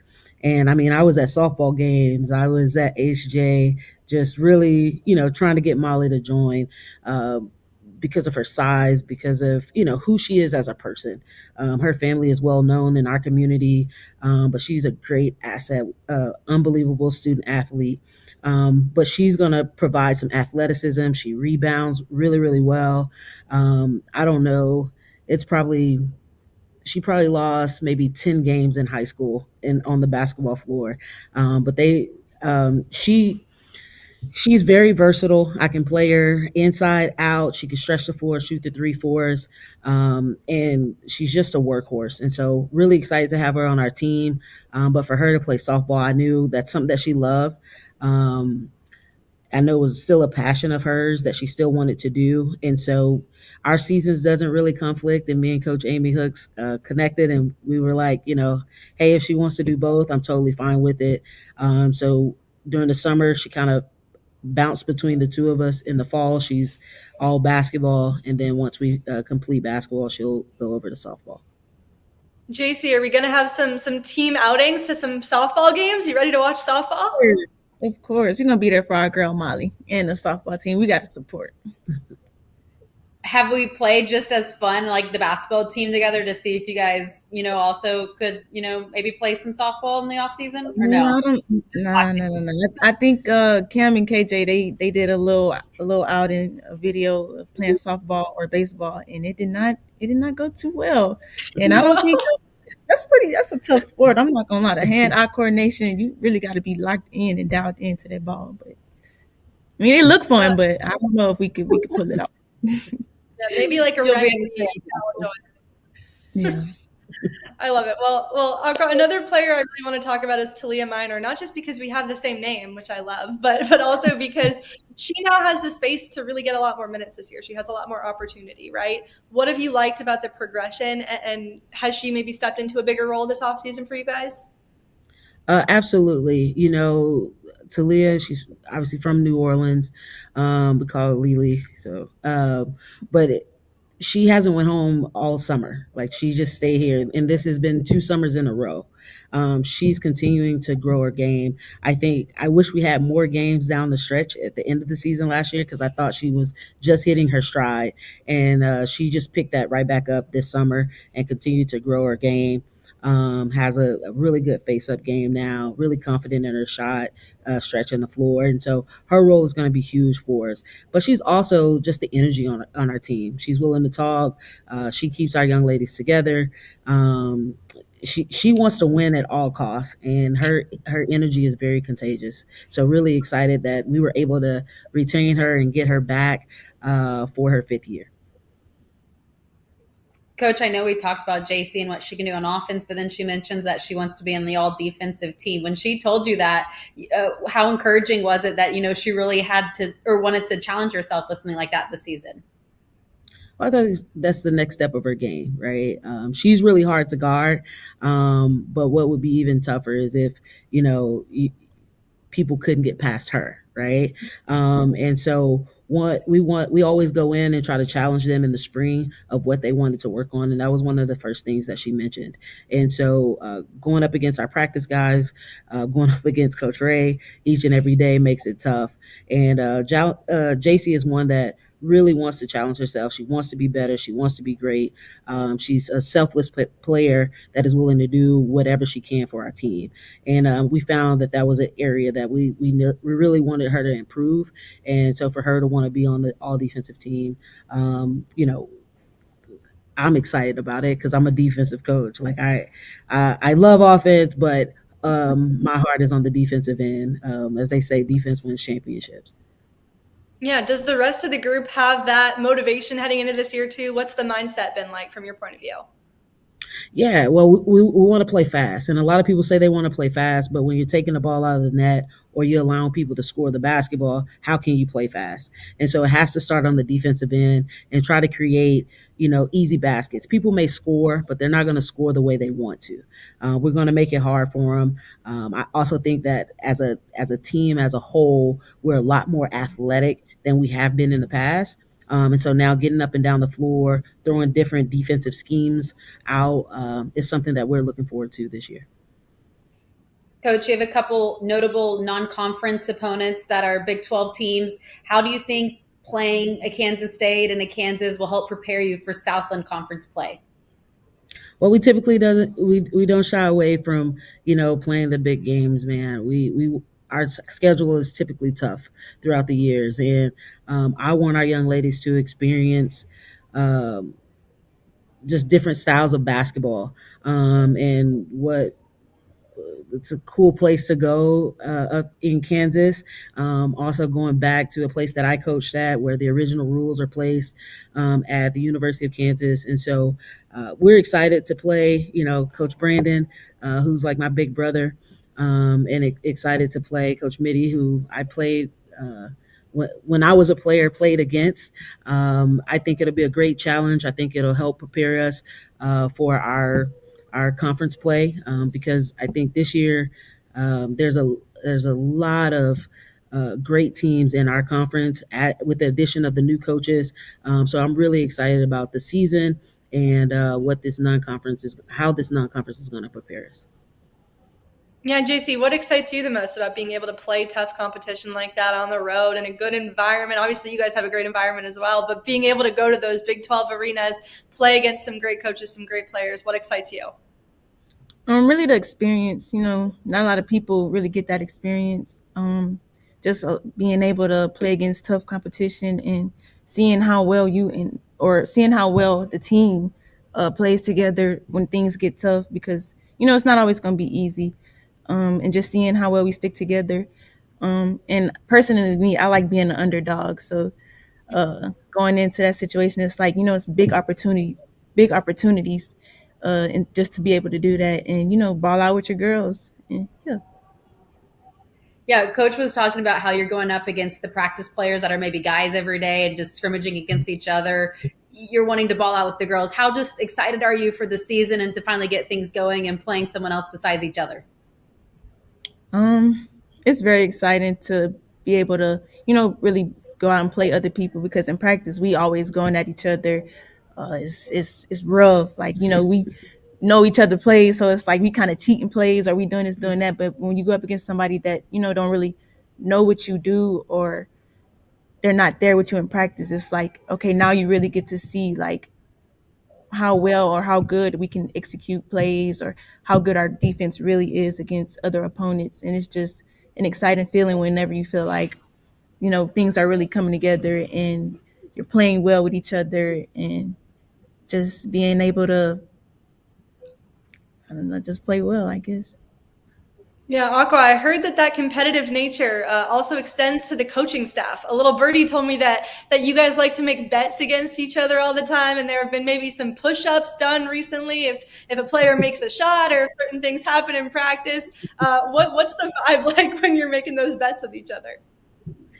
Yeah, it's I have a really competitive staff. I don't care if we're, flipping pencils or whatever. We're really competitive. We rotate who coach which team throughout practice, because it's just a great experience. I want to not only get my coaches involved, but also allow them to have ownership of this team. But I mean, the players see us compete each and every day, and so then it just carries that over to them.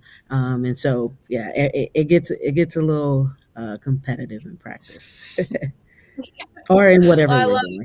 I love it. That's super fun. I'm excited to maybe hear more about these bets during the season and see what ends up happening there. But yeah, it's very excited to see what you guys can do. Really looking forward to watching you guys, and we appreciate you coming on to join us. Absolutely. Appreciate you guys, and thank you. Thank y'all. Always great to talk to them. I need to hear more about what like the specific bets were. I don't have the inside info on that. I know there were some push-ups involved recently, so I know the punishment, but I don't know what the bet was on. I need to hear some more info on that. I'm also curious if like the team is just as competitive. I'm sure they are, but like, are they playing board games at night together and just like going crazy if someone loses or wins, or like, does that translate to off the floor, like at night in the dorms? I feel like it does. So that's fun. That's what college is all about. I would not be surprised at all. Well, we're going to bring in our next head coach now. We'll keep this thing moving. We got Southeastern Louisiana head coach Jeff Dow coming in with player Aaron Williams. How are you guys doing today? Doing great. Thank you. Doing good. Super excited to get talking with you. What's this transition been like for you? First of all, it's your first year at a new program, same conference, but we're moving programs. What's the transition been like? Well, certainly unique. Lately it's been an entirely new roster that we've had on the court, for practice. 13 brand new players, 2 of which that I've coached in the past at UIW, but so obviously a lot of new faces. Only 4 that have actually played Division I basketball. So certainly there's going to be, understandably a very steep learning curve, but we have certainly come a long ways since we first got together, I guess late June to where we are now. So it's been a lot of fun, but obviously a work in progress, as you would expect. Coach, there's still a winning standard, though, I feel like, when it comes to this program. So what are the expectations for this year? A lot of new faces trying to blend everything together, but how do you envision this team looking this year?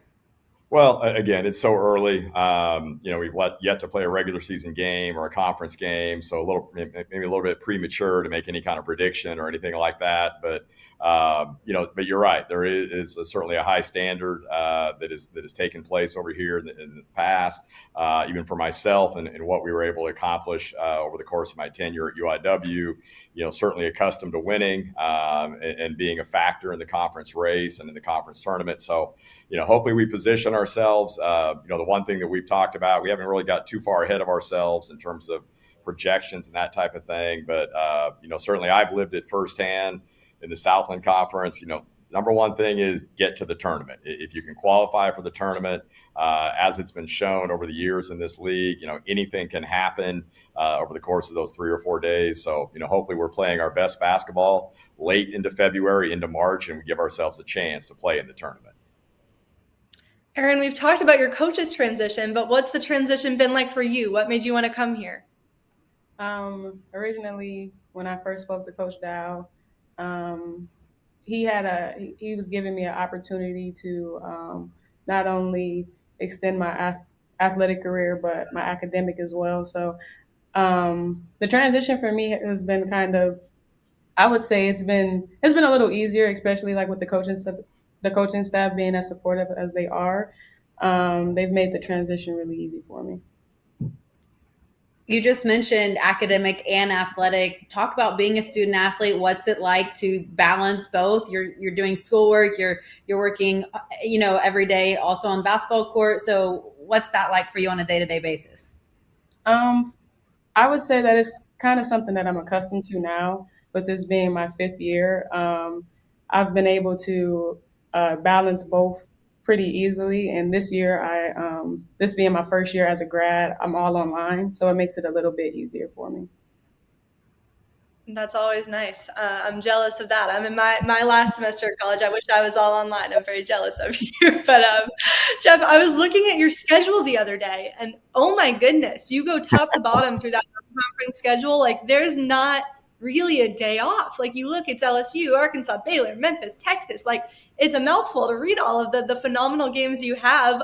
How much do you feel like that'll help you to be battle tested early on when you head into? Yeah, it is certainly an ambitious schedule. You're right about that. But I think 3 of those in LSU, Baylor, and University of Texas, I think are, viable Final Four candidates for sure. Yeah. Then you throw in Arkansas and then a couple high mid majors in Southern Miss and Memphis. But, the one thing that we definitely have in terms of the non-conference schedule, different styles of play that we're going to be going up against. Obviously, those are going to be very competitive programs.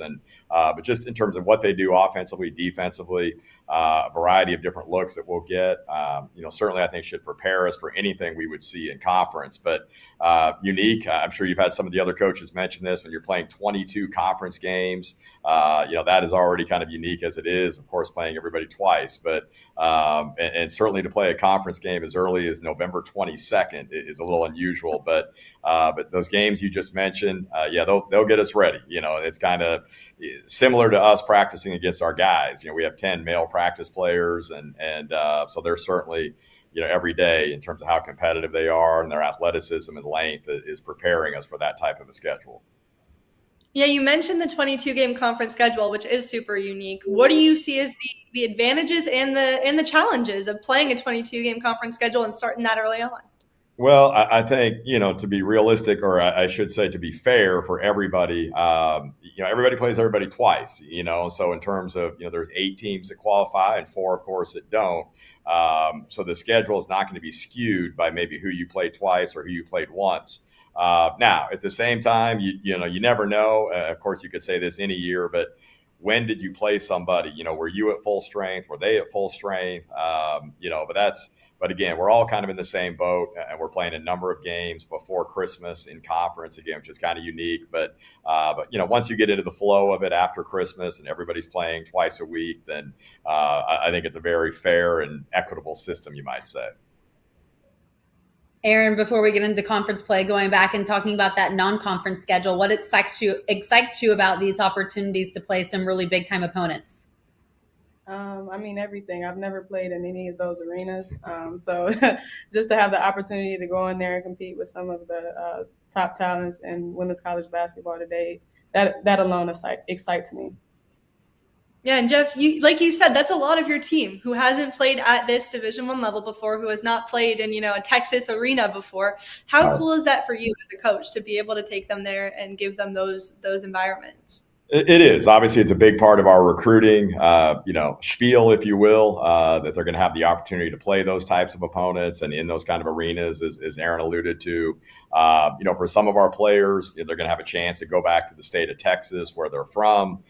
So that's unique. Obviously, being 45 minutes from Baton Rouge and LSU and of course, understandably, LSU is a pretty big deal around here, to have an opportunity to play them. And of course, with the tradition that they have and everything that Coach Mulkey has accomplished, it's a great opportunity to test yourself, against the very best. And, many years ago, when I was a Division II head coach, I had the opportunity to play UConn twice, in 3 years. Brianna Stewart, their first ever college basketball game, and a couple of years before that going up against Maya Moore. So, certainly the message is going to be to just, relish the opportunity, enjoy it. At the same time, expect, the best out of yourself, compete to a high standard, regardless of who we're playing.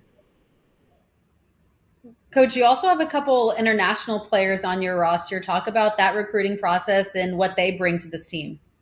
We do. Lihi Azuri is a freshman from Israel, unique in that she's a 21-year-old freshman, but that's what the rules are in terms of the NCAA, and kind of a long story in terms of how she ended up here. Her boyfriend is a freshman for the LSU men's basketball team, Ron Zipper. So one thing led to another, and Lihi has played professionally for 4 years overseas. Obviously, a lot of international experience, so not the typical freshman, you might say, but is somebody we're going to be leaning on heavily. Obviously, she can score it, she can shoot from three, she can play the point, she can play the two. So I'm certainly excited to see what she's going to accomplish. One of her roommates, as it turns out, Aisha Martin from Australia, by way of Ranger Junior College in Texas, but still from Australia. So, neat to have that international flair and just the personality that they bring to the team and different culture and that type of thing as well. So they've certainly been a lot of fun. Yeah, there are a lot of great Israeli players right now in women's college basketball. It's so much. They're all over the place. I love it. They're some of my favorite players to watch. So I'm excited to see what she adds to this team as well. But Erin, for people who haven't, we open a pipeline from Israel to Hammond, America, perhaps. So we'll see. I love it. Erin, for people who haven't gotten the chance to watch you play yet, what can they expect from you? What are you looking to show off this year, and what are we going to see when we see you on the court? I think my role is kind of simple. Be a dog on defense. Get up into the opponents, make them uncomfortable, cause havoc, and try to get steals. Get on the old glass. I can jump a little bit, even though I'm a little short, but I can get up there with some of the tallest. And just to get D boards and just be a hustle player, just to be everywhere and do everything, the little things that other players or other opponents may not like to do. Coach, how do you see Erin set that defensive intensity every single day in practice? Yeah, and that's going to be a role that is going to be important for Erin. I think a lot of times she's going to be guarding the other team's best perimeter player, again, with the tenacious and the athletic ability and how hard she defends and plays hard. She left a couple things out that she brings to the table. She's a really good cutter, in our motion offense. She finds a way that even, despite her lack of height, she still finds a way to finish shots around the rim. She comes up with old boards, as she mentioned. Again, give us energy, be a spark plug, but definitely somebody that we envision, like I said, guarding the other team, and best perimeter player, and hopefully slowing them down in the process. I think he just called you short, Erin. I'm kidding.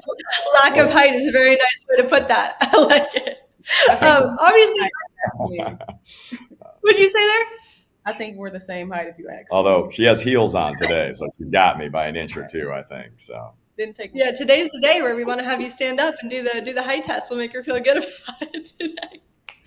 I love it. As you said kind of at the beginning of our conversation, this is obviously a very new team. A lot of people coming in via the transfer portal. You got a few freshmen.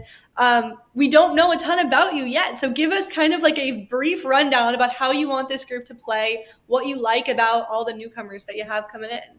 Yeah, I mean, we're definitely going to be, again, I don't mean to cliche, and I probably said it earlier, a work in progress for a while, which is to be expected. We haven't been around each other that long. As I said, we have, 4 players that have ever played in Division I basketball game. We're always trying to forge our identity on the defensive end. We had an encouraging performance the other day. Of course, we're not allowed to, publicize a Division I scrimmage, but held a team on the road to 51 points in a game that we won by 15. So that was certainly a good sign, but we're going to be smaller than maybe most, and a lot of teams that I've coached for over the years that it could be 4 guards and a small forward. We've got some small forwards that are essentially playing the 4 and the 5 for us, but we can't really think about what we don't have. We got to think about what we do have, and we're probably going to be spreading the floor, maybe shooting more threes, and then certainly even my course of my career than I'm accustomed to. And I probably have to loosen the reins a little bit and kind of let them go. But, but that's all right. There's different ways to win, and hopefully play up tempo, in the process as well too. But excited. Like I said, I think, I won't speak for Aaron. I think we're eager to just start playing other people, instead of playing against each other, or quite frankly, even our guys, in practice. We want to start playing against opponents and kind of see where we're at. But again, excited with the improvement that we've made, certainly in the last 2 or 3 weeks for sure. Aaron, coach is kind of talking about the identity that he sees this team being this year, but what's the personality like of this team off the floor? Is it a bunch of laid back players? Are you guys pranksters? Do you like to have fun? Are you, all hanging out together playing games? I mean, what's the vibes like between this group off the floor? I think it's kind of a variety of everything. I mean, when I first got here, it took me a little minute to kind of start, coming around, and they used to have game nights, and I used to come and then I would leave. But now I'm to the point where like I don't mind being with my teammates and chilling and playing card games, because we play a lot of card games, watching movies, and just kind of getting to know each other a little bit more. But I feel like the personality of us all, like as a group, I think we're goofy. We like to have fun. We go out to eat together and just enjoy each other's company. So it's been a joy to get to know my teammates thus far. Who's the champion of the card games? I would like to say myself, but I don't always win. I think Taylor Wilkins comes out on top quite often, which is annoying because she lets everybody know every time. But I would probably say me and Taylor Wilkins. Yeah. Good. Well, maybe that we play Phase 10. I just taught them how to play Trash. We played Speed. What's another? Uno, of course. And there's been some other little stuff like we played Spoons before, and then Taylor Ross, she also just bought a new card game. I can't remember. It's like Moose or something. It's called something like that. But it was a fun card game that we all played together. I love it. I love the variety. Excited to see how the card competitiveness translates to the court. And it was great talking to you guys. Really looking forward to watching you this year. Appreciate it. Thank you. Very fun getting to talk to a new head coach in this league. We got a not so new head coach in this league coming on next. We're going to talk to Stephen F. Austyn head coach Leonard Bishop and Harmony Dominguez, and they're coming in now. How are you guys doing today? Doing great. How about yourself? Better now that we're talking to you. Very excited to get talking with you today. How's the off season been for you? Off season's been good. Again, just getting everybody acclimated and getting reloaded and ready to get back to it. So it's been good for us. Coach, you're talking about getting reloaded. What's the expectations for this season? You have, some exciting players on your roster. I mean, how are you feeling about this group? Yeah, I'm feeling really good about this group. Again, the expectation at Stephen F. Austyn, every time you put on that purple, is to be competing for championships. So, again, we know that it is a marathon and not a sprint. You don't just get to sprint to the end and to the conference tournament and things like that. It's a slow process. So we're just making sure that we're screwing all the nuts and bolts tight before we blast this rocket off into the regular season. Leonard, you add just one transfer to the mix this year, but she's a very impactful one. She's someone I talked to as soon as she entered the transfer portal early last year. And I said to everyone, I was like, whoever gets her is getting a really, really good player that I'm excited to see on a college court again. What do you like so much about what Micah Perry adds to this team? Yeah, I mean, Micah's an everyday player. Again, she brings it on both ends of the floor. Her length, her athleticism, her scoring ability, and then her overall demeanor. She's a great kid to be around. She's a great teammate. She's selfless. She doesn't care who scores as long as we're winning. And so that's a good thing to be around, and that's a great thing that we've been able to attract to our program. Coach, when I talked to you before the conference tournament, you were talking about how Harmony is always in the gym, getting up shots. She's there early. What were the conversations like with her this offseason of how you want her to take her game now to another level? Yeah, I mean, we know her as a great shooter. She's one of the best shooters in the country, obviously one of the best shooters I've ever coached. She's able to score the ball in a lot of different ways. And my challenge to her is no surprise. It's been on the defensive end. I think she understands defense really, really well. She was able to get some key deflections and some key stops, but now really bending her knees and sitting down and guarding and owning her yard has been my challenge to her this offseason. And I've seen her take steps in that area, and I want to continue to see her, watch her grow in that area. Yeah, Harmony, what's it been like for you this offseason? What have you been really working on with Coach, and what are you looking forward to showing off when you get on the court in about a week? Just like you said, really defensively is what I'm taking a lot of pride in this year. Being a shooter, I know how people guard me, so I'm trying to apply the same pressure and just be more aggressive offensively and defensively. I want to show that I'm also more than just a shooter. I can make great passes. I have good IQ plays, and really honestly working on my mid-range as well. So, yeah. Coach, you've worked under Coach Kellogg, who's now at West Virginia. What have you learned from someone like him where you see him have so much success now at the Big 12 level? What's the number one thing that you've really tried to carry over from him to the way that you coach at Stephen F. Austyn? Yeah, I think being blessed enough to work for Mark for 8 years the way I was able to was the balance. We're really good offensively, but we also wanted to be really good defensively. And that's the basketball stuff, but the way he balances his family, his life, his wife, everything like that, just the way you're able to balance this coaching profession while also being able to be a great dad and a great husband is just as important, if not more important than the score on the scoreboard. So just been able to balance offense, defense, and the way I balance my life, I attribute a lot of that to him. The transfer portal has really taken over college athletics, but it seems like you kind of like dodged it a little bit, right? Like you're able to return, 3 double-digit scorers, some other really impactful players. How happy or proud does that make you as a coach to bring everyone back and have them want to stay here and play for you for another season? Well, yeah, I think if I don't take any pride in anything else, it's the culture that we've been able to build. We have shirts that say culture. We don't say family, we say culture, because we want people to feel like they can come in to our program and be themselves, but also grow who they are. And so I think more than, the wins or our play style or even playing for me, I think just the culture that these young ladies have been able to cultivate. I can't take all the credit for it because they wrap their arms around each other and love on each other. That makes me really proud. And so I think all of that combined with us having a really fun style of play and winning a lot of games and the tradition that is SFA Lady Jack basketball makes it a fun place to play and in places where they want to stay and have success.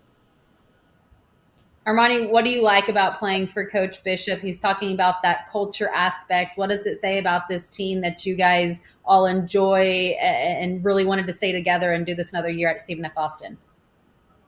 Just, like you said, Coach, the culture that we're building is short of nothing short of amazing. It's everybody just gets along really well. I love playing for him. I think that what he brings to the table is just allowing us as players to really just hoop. Like, he loves a hooper. It's not like do this, do this, do this. It's if you can hoop, you're gonna be able to hoop here, and that's what I really enjoy about playing for him and just being around this team. Everybody has their own way of hooping, and he knows how to put everybody's styles together. So,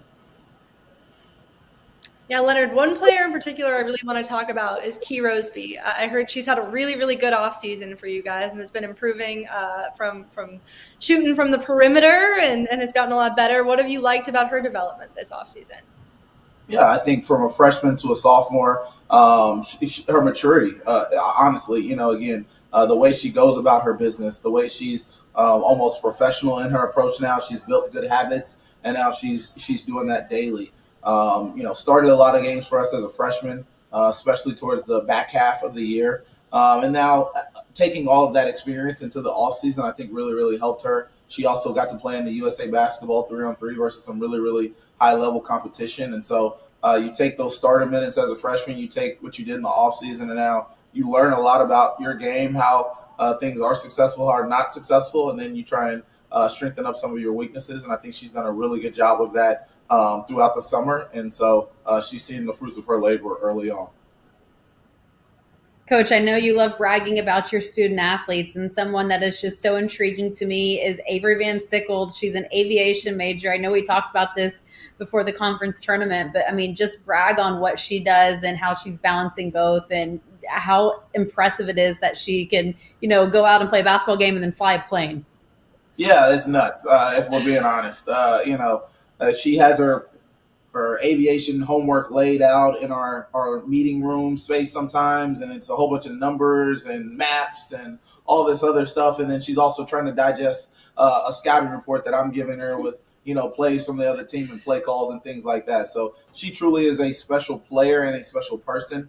We're talking about her aviation and her basketball, but what she brings to our team is just I don't want to call her the mother of the team, but she brings a maturity level that is definitely, she's laughing because it's true. That's almost like that. And so we need her to continue to bring that as we continue to move forward. So how far out are we from the point where she can charter you guys to games in a plane? How far out are we? That's a great question. If you ask Avery, she'd say she could do it right now. I want to see all the certificates and everything and make sure we're compliant. To take us off on a charter plane. But no, she's doing a great job in her aviation classes and with her teammates. So I won't be surprised if we're up in a plane with her shortly. Armani, you have all the faith in her. You're smiling, you're nodding, you're agreeing. What's that like to have a teammate that's, doing something so cool off the court? I mean, it's just so crazy. We'll get done with the practice and she's like, all right, guys, I got to go fly my next plane, or oh, guys, I was up at 6 a.m. flying. And I'm like, girl, where did you fly to? What are you doing? But it's still awesome to know that somebody has aspirations that big, and it's just achieving them with so much grace. Like, she'll come to practice with the same big energy, amazing leadership, and still go out and, she could be as tired as possible, but nobody knows it because she holds herself very, very well. And I really love being around Avery. I've asked her to fly me a few places, but, she can't do that yet. So, one day she will. I told her I'd hire her as my private jet flyer one day. So maybe. Hopefully soon. Hermione, as one of the veterans and the leaders of this group, what impresses you the most about the group that you're going to be playing with this year? What can we expect to see from you all on the floor?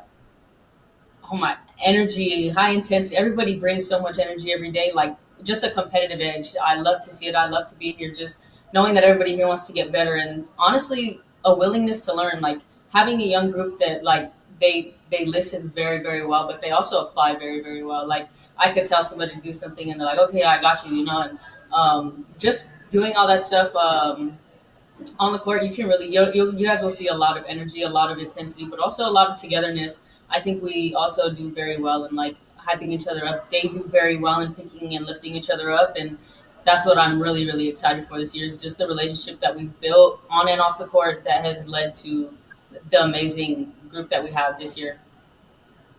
Really impressive what you guys did last year, 29-6, 13-1 at home. How much pride does this team take in protecting that home floor? I'll let you take that one. A lot. I mean, we have meetings where, we want to protect this home court. It's very, very important to us.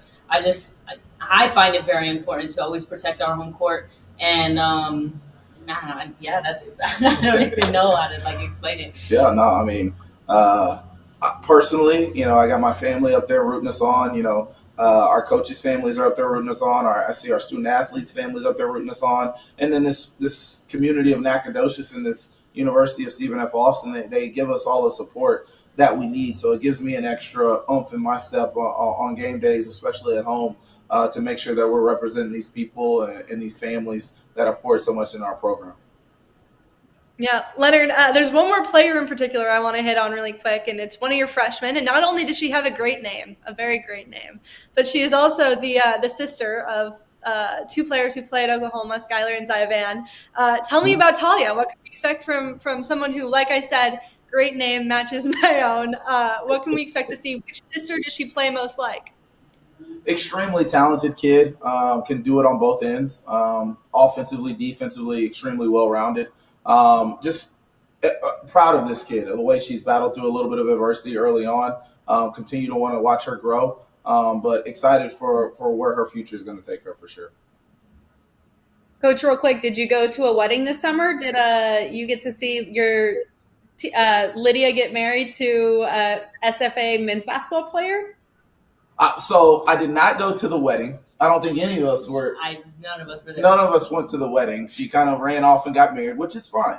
It was a smaller wedding. I know that they were going to do a celebration at some point. So I did go to a former Lady Jack, Marissa Banfield. She got married this summer in Houston, and we had a lot of former Lady Jacks, and Mark Kellogg was there, so it was a really good reunion. And I always say that's the best part about this experience. Obviously, we want to win championships with these young ladies, but watching them graduate, watching them go off into life, and watching them have little mini family reunions with their Lady Jack teammates at weddings and things like that is ultimately why we get into this.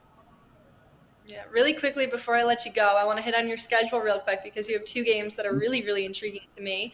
And those are two Power 5 teams with new head coaches at the helm. So they feel like real, opportunities. We don't know what those teams can do yet. You got Houston, you got Arkansas. What do you like about the opportunity to play those two? No, I think they're two really good programs. Coach Mitchell has done a great job in the SEC when he was at Kentucky. He's going to take over this Houston program and make them really good. You said an opportunity. I'm scared of new head coaches because they're excited to get their culture and everything started. So he's going to come in here and be ready to make a statement with his team. But again, ready for that opportunity at home. You don't get too many of those opportunities at home, so definitely want to take advantage of that. And then we'll play Arkansas at Arkansas. Again, they have a lot of new faces, a new head coach. They'll be excited about their new team and what they're trying to build there. We played them in the WNIT a few years ago and lost there. I believe that was Mark's last game as the head coach. So again, another opportunity to go up there and play a really good SEC team. We got SEC, Big 12 on the schedule. You should be excited. Those are games I shouldn't have to get them up for. They should already be ready for and ready to compete. So I'm excited for both of those. Absolutely. Well, it was great getting to talk to the both of you today. Really excited to see what you do on the court this season, and we appreciate you talking with us. Thank you. Guys. Add some Jacks. Next up, we're going to talk to East Texas A&M. We got head coach Valerie King joining us with player Nina Horvath. Very excited to talk to them in their first year with full D1 status. How exciting is that?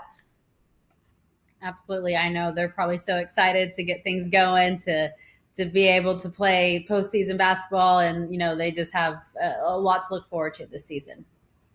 Yeah, I'm excited to see if they can get back to the NCAA tournament. Obviously, they dominated it before getting status, and they're going to come in and join us now. How are you guys doing today? Good. We're doing good. Thank you. How are you guys? Doing great. Very excited to talk to you today. We were just mentioning before you came in, obviously the big thing for you guys is this is your first year with full D1 status. How excited are you about that, first of all? I think everybody's excited. I think it, obviously opens up other doors, for end of the season. But I think we're just overall excited to get the season started. Coach, will you get the season started with a couple power conference opponents in your non-conference play? I mean, where do you feel like your team still needs to work on in these last few days before basketball season really gets started? Yeah, I think we're really pounding into our kids. Half-court defense right now. We've had 2 scrimmages, which have been really good. We've been able to kind of see what we've really needed to work on and really hone in on those things. And half-court defense and rebounding right now are our 2 main focuses. Yeah, Nina, what's the biggest thing you've been working on this year? I know last year you shot the ball a little bit more than you did the year prior. Are we going to see more, perimeter shooting from you? What are we going to see this year? Yeah, that's the goal. I mean, I'm just working on taking every shot I get and just having fun with it. How's it been working on that? Are you enjoying the shooting aspect of it? What's this off season been like? Oh yeah, I actually enjoyed it. I mean, off season is always good. You just work on stuff you need to work on. I worked on shooting, but I also worked on defense because one-on-one defense is also so important. And it's just, I enjoy the process, so that's good. Coach, Nina started 9 games for you last year. She averaged 6.5 points and 2.7 rebounds. What are you challenging her this year now to level up with? I think being more of a leader on the floor, talking more.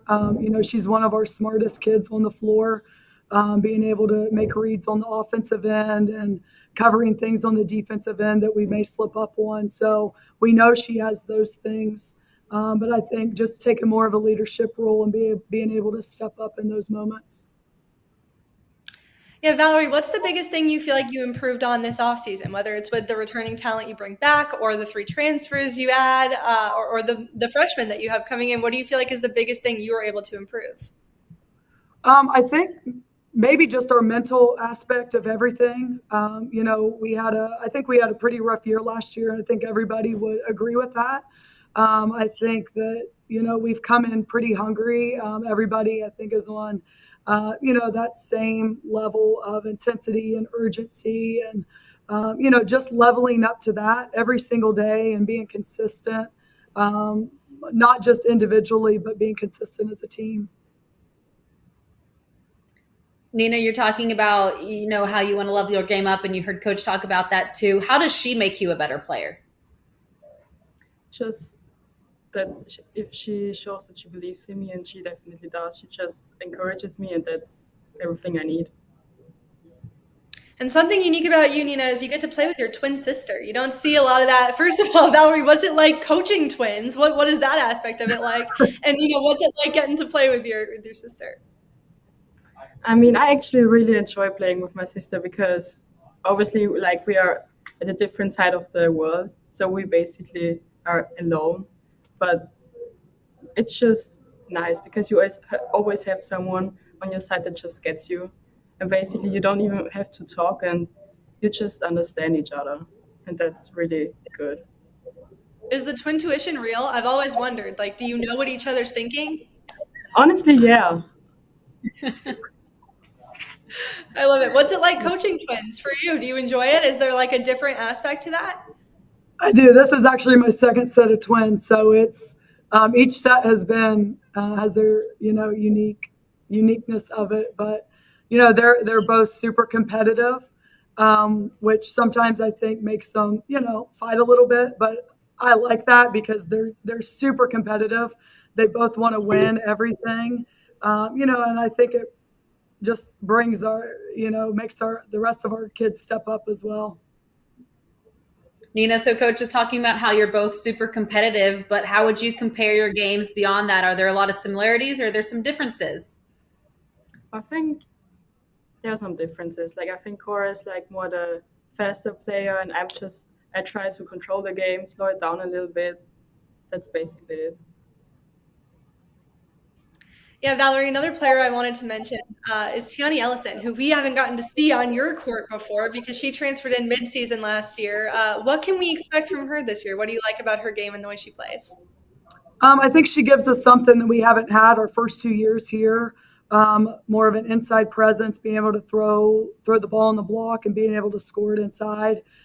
She's an inside-out threat. So, just giving us that body that can kind of do both, can guard on the perimeter, can guard inside. Like I said, it's just something we haven't had yet. Again, she's another kid that's super competitive. So, I just, those are the type of kids we're recruiting, and I think it changes the level of practice. Coach, you're talking about the type of players you're recruiting with those 6 newcomers. Is there any, one quality that you want in every single person that puts on a jersey and represents this program? I think at first, there's a lot of stuff that goes into it, but, I think a competitive edge is huge. But the other thing is, they got to be good people. We want really, really good people, a part of our program, that, love each other, take care of each other. I think those two are the main things for us. Nina, your coach mentions a competitive edge. How competitive are you all, on and off the court during practice? Are you doing things off the court where you're kind of competing with each other? What's the chemistry of this team like? Oh, this year the chemistry is actually pretty good. Like, we just enjoy it on the court, but also off the court. We hang out. It's fun. Like, the practices are competitive, but I think that you need that. So. Who's the most competitive? Is there anyone like trash talking during practice? What's the vibe like? Yeah, we got a few of them, but honestly, I have to. Probably my sister. She likes. Are you competing with her? Yeah, I should have asked. Like, what's the dynamic between the two of you? Are you like competing with each other every day? Yeah, we are, but it's mostly her trash talking to me, and like I don't care though, so it's okay. I was gonna ask, does she get under your skin? But it sounds like she doesn't. She doesn't faze you. Yeah. I love That's that. awesome. One sister who's maybe more of a trash talker than the other, and do we see that on the court too? Do you have like that competitive edge with maybe not? I don't know if there's trash talking too much in game, but how much do you feel like that translates outside of practice, Valerie, with the competitiveness of this group? I think it speaks volumes that they're so competitive on the floor during practice. And then once they step off, they're each other's biggest fans. I think that's, another huge thing that we've been, trying to build and stuff. And it's a credit to them, being good people, being good teammates, and helping each other get better. Coach, where do you feel like the strength of this team lies this season?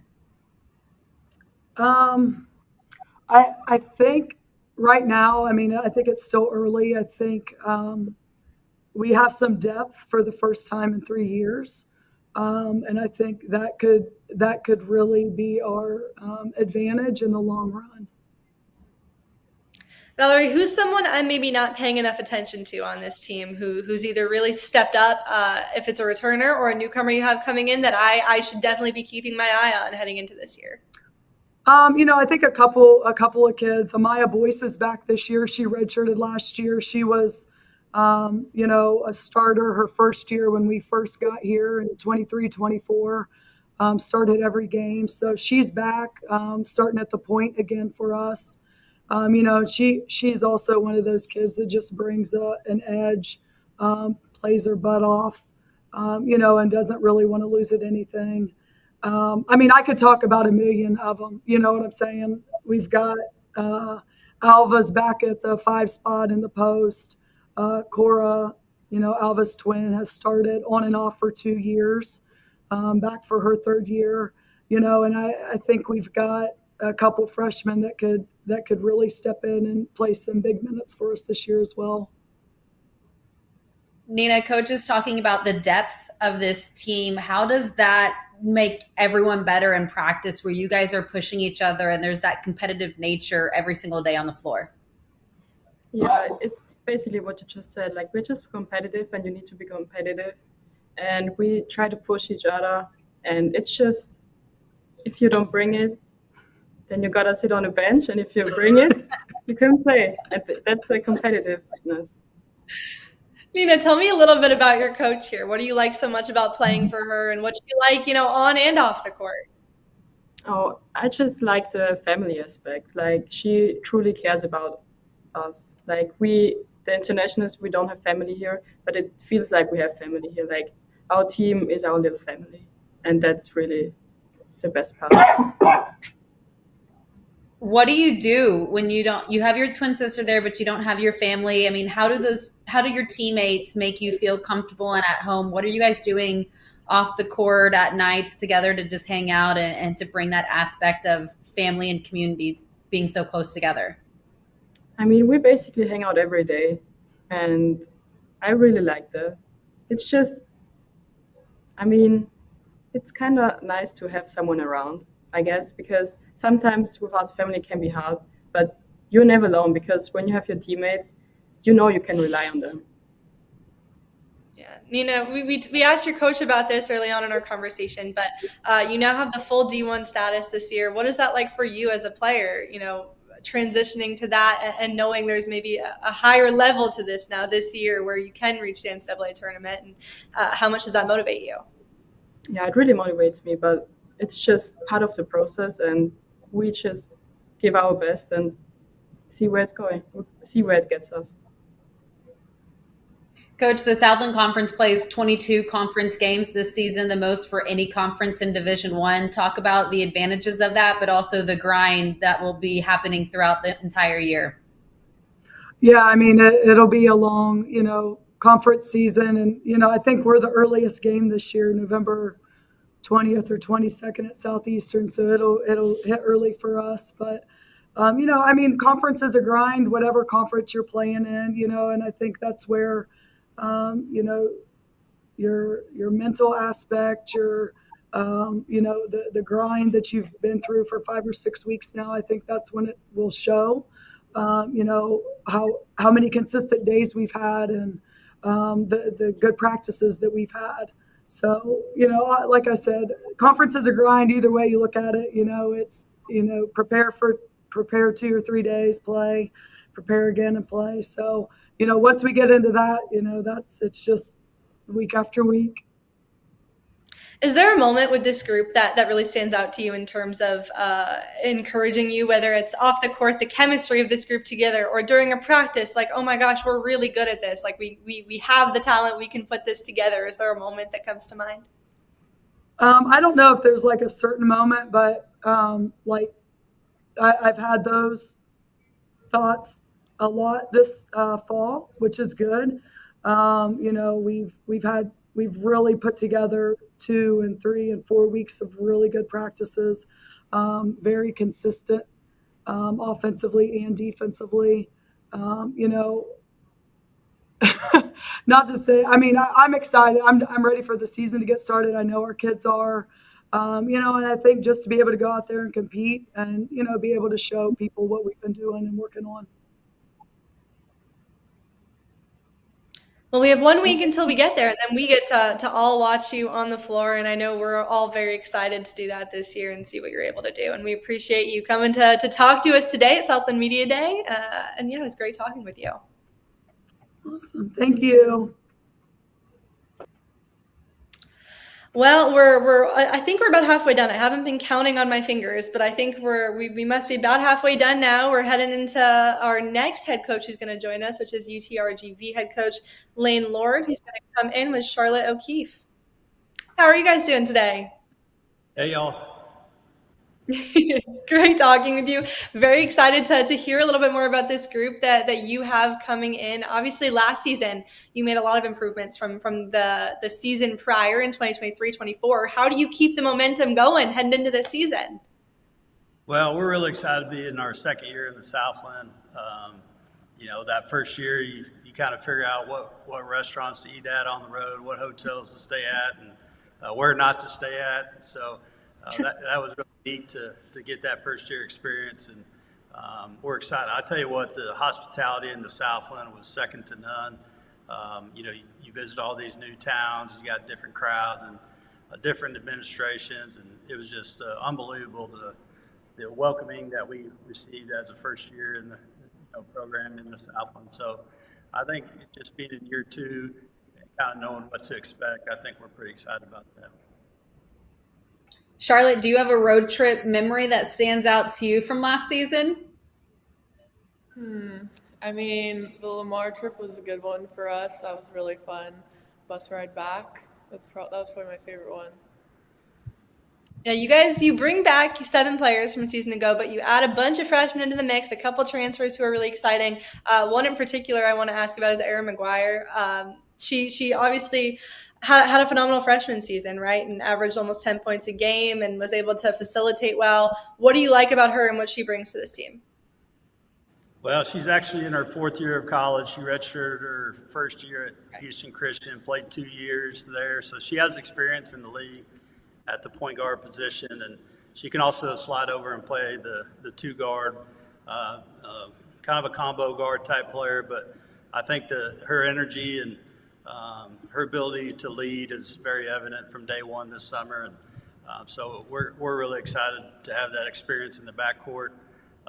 We've got the experience post player, and we really need to upgrade our point guard position, and we feel like we did that with Aaron and Bunny, which is Jalea Ingram. We call her Bunny. So we feel like we've taken a step in the right direction in that area, and we're excited to watch them get on the court and play.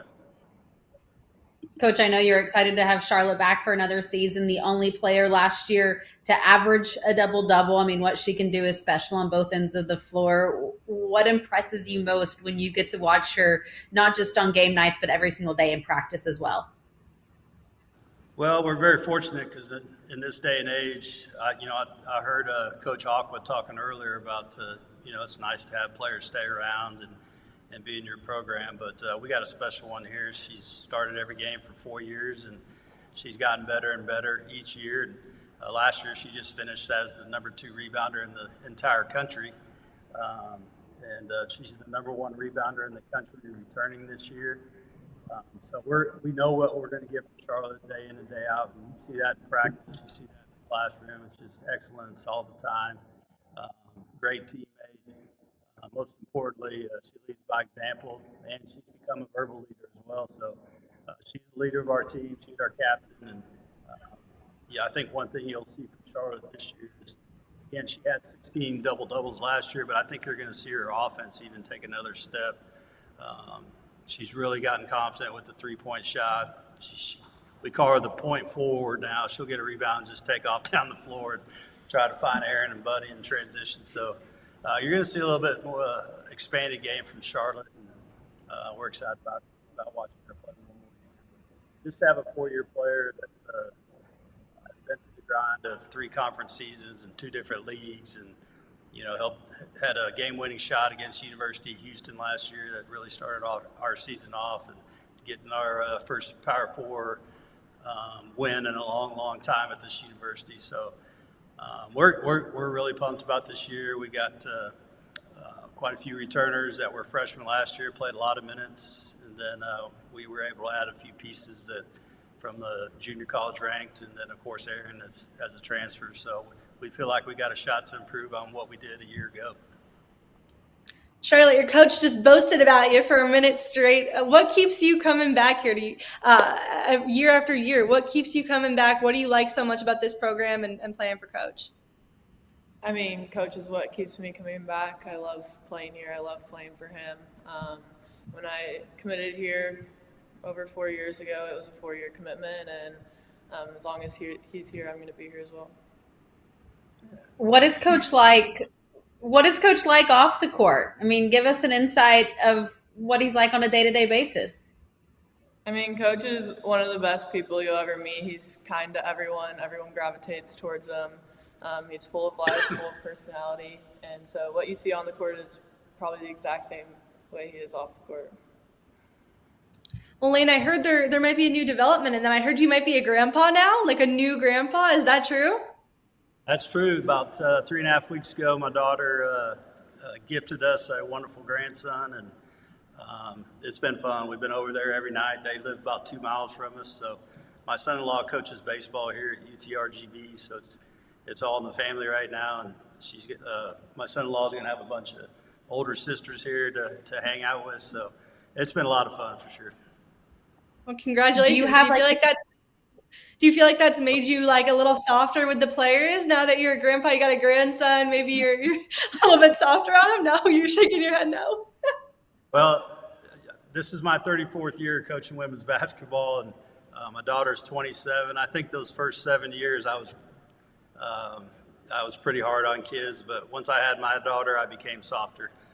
So having a grandson, I'll probably even be softer. I don't know, but back when I had black hair and I was younger, and before my daughter, I certainly was a different coach. And it's kind of a crazy story, but Charlotte O'Keefe played at St. Thomas Aquinas in Kansas, and I used to coach in Kansas as a high school coach and junior college coach, Division II coach. We won our first couple state championships in high school against her school. She wasn't even born yet, I don't think. but the same coach that we played against way back then in 2002 and 2003 was her high school coach when she graduated. So we kind of had that Kansas tie. Now her school's gone on to win like 20 state championships, but we got them 2 in a row there a couple years back. Coach, first thing, do you have a grandpa nickname? They call me Pops. It'll be Pops. Pops, I love it. My wife's That's Grammy. awesome. Okay, Pops and Grammy. That's good. And then second, you're talking about this is your 34th year. How have you evolved as a coach from year 1 now to year 34? I'll tell you what, it's been a heck of a ride. It's been a lot of fun, a lot of ups and downs. I think what keeps you in this business is the relationships you build with the players, and we want to have lifetime relationships with our players. And I mean, you can see just with Charlotte alone. I mean, I certainly hope we can. I know we will. We'll be lifelong friends when this is over, and that's why we do this, and that's what keeps me going. And I think the most important part of our profession is to treat people the right way and help them feel like they can do maybe something they didn't think they could do to start, and keep helping these young women become even better young women. And that's why we do this, and that's kept me going. But it's the game has evolved big time, and we've had to, the era of the transfer portal now and paying players and revenue sharing and all those things. It certainly is different from when I started, but the love of the game sure has always been the same. Yeah, how do you adjust to that changing landscape? Because there are a lot of coaches who've been in this for a while and talk about, having to make those adjustments to stay with this, right? Like it's a very different world than it was 34 years ago. What do you like about the way it's evolved, and what's challenging about it? Well, just even 4 or 5 years ago, it's all changed. And but yeah, I think I enjoy this new era just as much as I enjoyed the old grinded out era back in the day. But I like this era. I think the kids deserve everything they're getting right now, and our job is to raise more money so we can recruit better players. But that's the biggest change for us is really more fundraising than we've ever had to do before, and it's for a purpose. And if we can recruit talented players and help them, not only have full scholarship, but be able to help them financially, it's very important. It's what the game's come to. Right now at UTRGV, this university with 36,000 students this year, it's taken us a while to get here with facilities and everything, but you would not believe with football starting this year what it's done for this community, what it's done for this university, and it's only going to keep getting better and better. The school spirit's at an all-time high right now, and it's just a wonderful place to be, and we're very fortunate to be here. Charlotte, we were talking earlier about how you were a double-double machine last season and throughout your whole career, and Coach is talking about how he thinks you're going to be even better this season. How do you feel like you're a better version of yourself going into this year compared to a year ago? Yeah, I've just tried to elevate all areas of my game.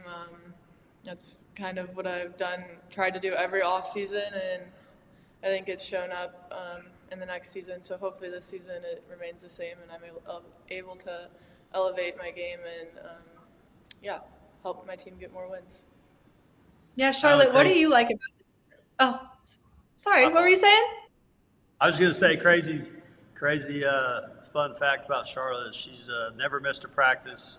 She's never missed a workout, never missed a class. She's always got straight A's. She's just kind of the coach's dream. And when you have your best player that you don't have to ask to come do extra workouts or work on her game, and she does it just because of her work ethic and what's inside of her. So it's been really fun to watch her, and it really does. It's contagious, and we have a group of just hard-working kids right now. It's all because of the example Charlotte has set forth, not only on the floor. I'm talking classroom. I'm talking in the community. She does it all for us, and she's going to have a wonderful year because of everything she's done for us. Yeah, Charlotte, how do you manage that? How do you not, miss any practices, no classes? I'm in college. I know how hard it is to skip a class. How do you manage that? Well, I think it starts with the way my parents raised me. It's just kind of how it's always been. And then, that's also the standard in our program is to try and do everything right all the time. So I'm just following the ways of others, really. What do you like So about you- this group that we're going to be playing with this year? What impresses you about the players that are new, the players that you're bringing back? What are you excited about heading into this year, Charlotte? Well, my favorite thing about this team is we all get along really well, 1 through 14, and that's just really nice to be around. Most of us, well, we all live together in some capacity, so living with them, being around them every single day, it's really a lot of fun, and everyone competes really hard. Practices, when we scrimmage, it gets really competitive. I love that. But it's all love at the end of the day, and we know that we do a really nice job separating basketball from outside of basketball. That team chemistry aspect is huge. You were talking about all living together. Who have been your roommates throughout the years? Well, my roommates this year are Aaron, Maddie, and Noah. And yeah, we have a nice little apartment, and next to us are 4 of the freshmen: Elise, Chaz, Riley, and Matea. And then some of the other girls live together off campus. Yeah, Lane, tell me a little bit about these freshmen you have coming in and what we can expect to see from them on the floor this year. Well, we needed to get some backups for old Charlotte here, so we've got three of our freshmen are 6'2", and they're all a little bit different. We have Elise Horn, who's 6'2", and just a wide body screen setter. She's strong, and Charlotte's really strong, but Elise is when you see her, you'll see she's just a big, strong young woman. She's only 17 years old, won't be 18 until December, I believe. So very young for her age, but or for this year, but very strong and getting better every day. And then we got Riley, white hair. She comes from New Mexico, won a state championship there in New Mexico. She can step out and shoot the three. And then we have Chaslyn Dieter from Clean Chaparral High School near Waco. She's a military kid that's just tough as nails, and she can shoot the three. She can play the four as well. So we're going to need one of those three guys to step up for us every night. We know Charlotte's going to give us 35 minutes tonight, but she'll need some breaks here and there, and we're certainly excited about the future with these three freshmen. And then we have two other freshmen that are guards that we're pretty solid at the guard position. We feel we've got a lot of depth, and these guys are just really pushing every day to get their foot in the door. And so, like Charlotte said earlier, the competition's at an all-time high, which obviously makes us all better. Coach, real quickly, I want to ask about one more player, Gianna Angiolette. She, got hurt at the end of last season, but was doing really well for you. How do you envision her picking up right where she left off now that she's healthy again?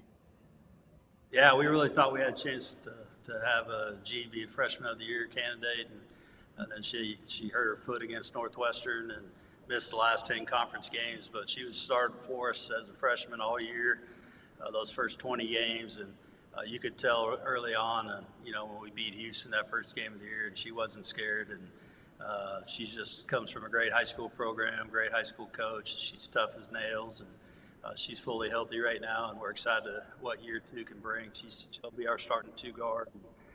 She can shoot the three, she can drive it, and she's a really good passer, great defender. So we expect a big year from Gianna. Well, we're very excited to see what she can do on the floor.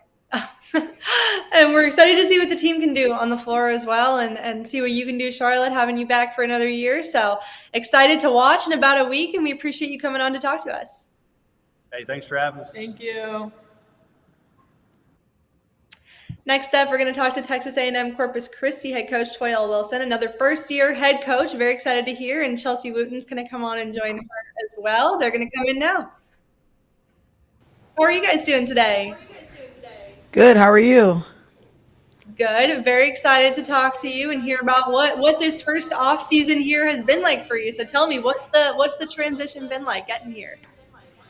Well, we just got here in late April, May, and just had to hit the ground running. We're getting some transfers in here and some kids in here to build a team. Really excited about a lot of the kids on our team and what we're doing right now with chemistry and practice and scrimmaging and all the things that comes with that, and can't believe the season's only a week away. Coach, what was the recruiting pitch like? I mean, I feel like this is such a unique place that you get to coach. There's so many benefits and so many cool things that other college campuses don't have. So what's that been like for you, and how have you tried to spread that word to players now you're recruiting? Just being able to play in a great environment, a nice campus, by the water, on the beach, on an island, it's really, really different. It's 85 here and sunny. And so I think with mental health and everything going on with young athletes today, being able to have that outlet to go somewhere where you can go read or do homework on the beach and have an outlet besides on the basketball court. So just the people here, it's a family atmosphere. I think they really care about you as a person first. And it's very, very family atmosphere. And that's what kind of drew me to the place. They care about you. They take care of you. They hit the ground running. So it was really, really exciting. The other thing is just the majors here. Academically, it was really, really nice.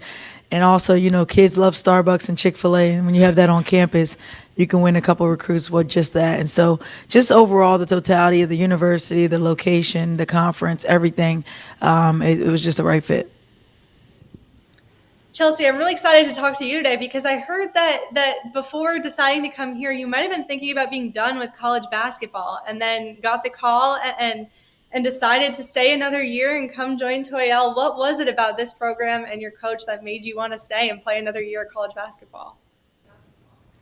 Well, actually, I already knew of Coach T, and I knew her character and the respect that players had of her. So I already knew of her from the get-go. And then I got on the phone with her, and immediately she told me what it was, and I was intrigued, And then also I haven't been able to play in Texas, and my mom and my family they loved it. They loved the idea, and so I was like, okay, let's do it. What did Coach tell you on that phone call? And then how many family members do you expect to be at every home game this year? So Coach basically told me, you're going to fall in love with the game again. And she said that you're going to leave, once you put the ball down, after this year, you're going to enjoy it. You're going to, be satisfied with the year. And so far, it's been amazing. I have no complaints. And then my family, it's going to be quite a few, especially when we play in Dallas and stuff, they're all coming. So what is it about here so far that's making you fall in love with the game again? What has this experience been like for you in these first few months? Just the confidence that the whole coaching staff have, there's not really no limitations. They let you play through mistakes. It's just very a whole bunch of confidence around you, and it's so hard to fall in a negative headspace here. And then also when you have teammates who have your back, when you have even down to the managers, everyone, it's a family. It's really one unit. And a lot of schools preach that, but not a lot of schools hold that, that standard. And that's the main reason. Chelsea, what do you have for individual goals this season? Anything that you would like to accomplish? I haven't made an all-conference team yet. And that's really one of my main goals. I was newcomer a year before and stuff, and I already hit individual goals when it comes scoring. But right now, I'd say an all-conference team, and then also for team-wise, a championship for sure.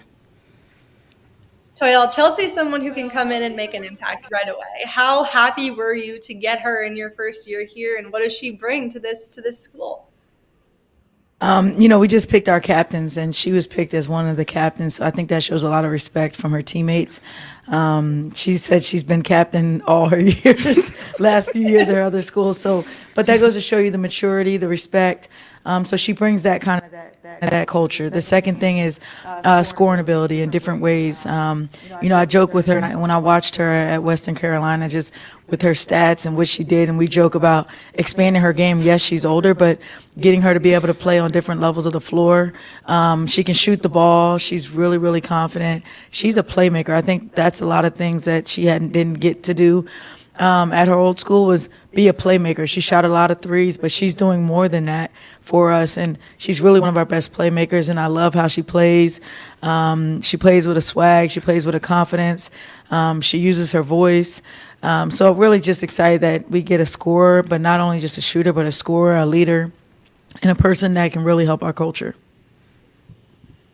Coach, you're talking about the maturity that Chelsea brings to this team. This entire roster is full of upperclassmen. You don't have a single freshman on the team. Is this a first for you to have a group like this?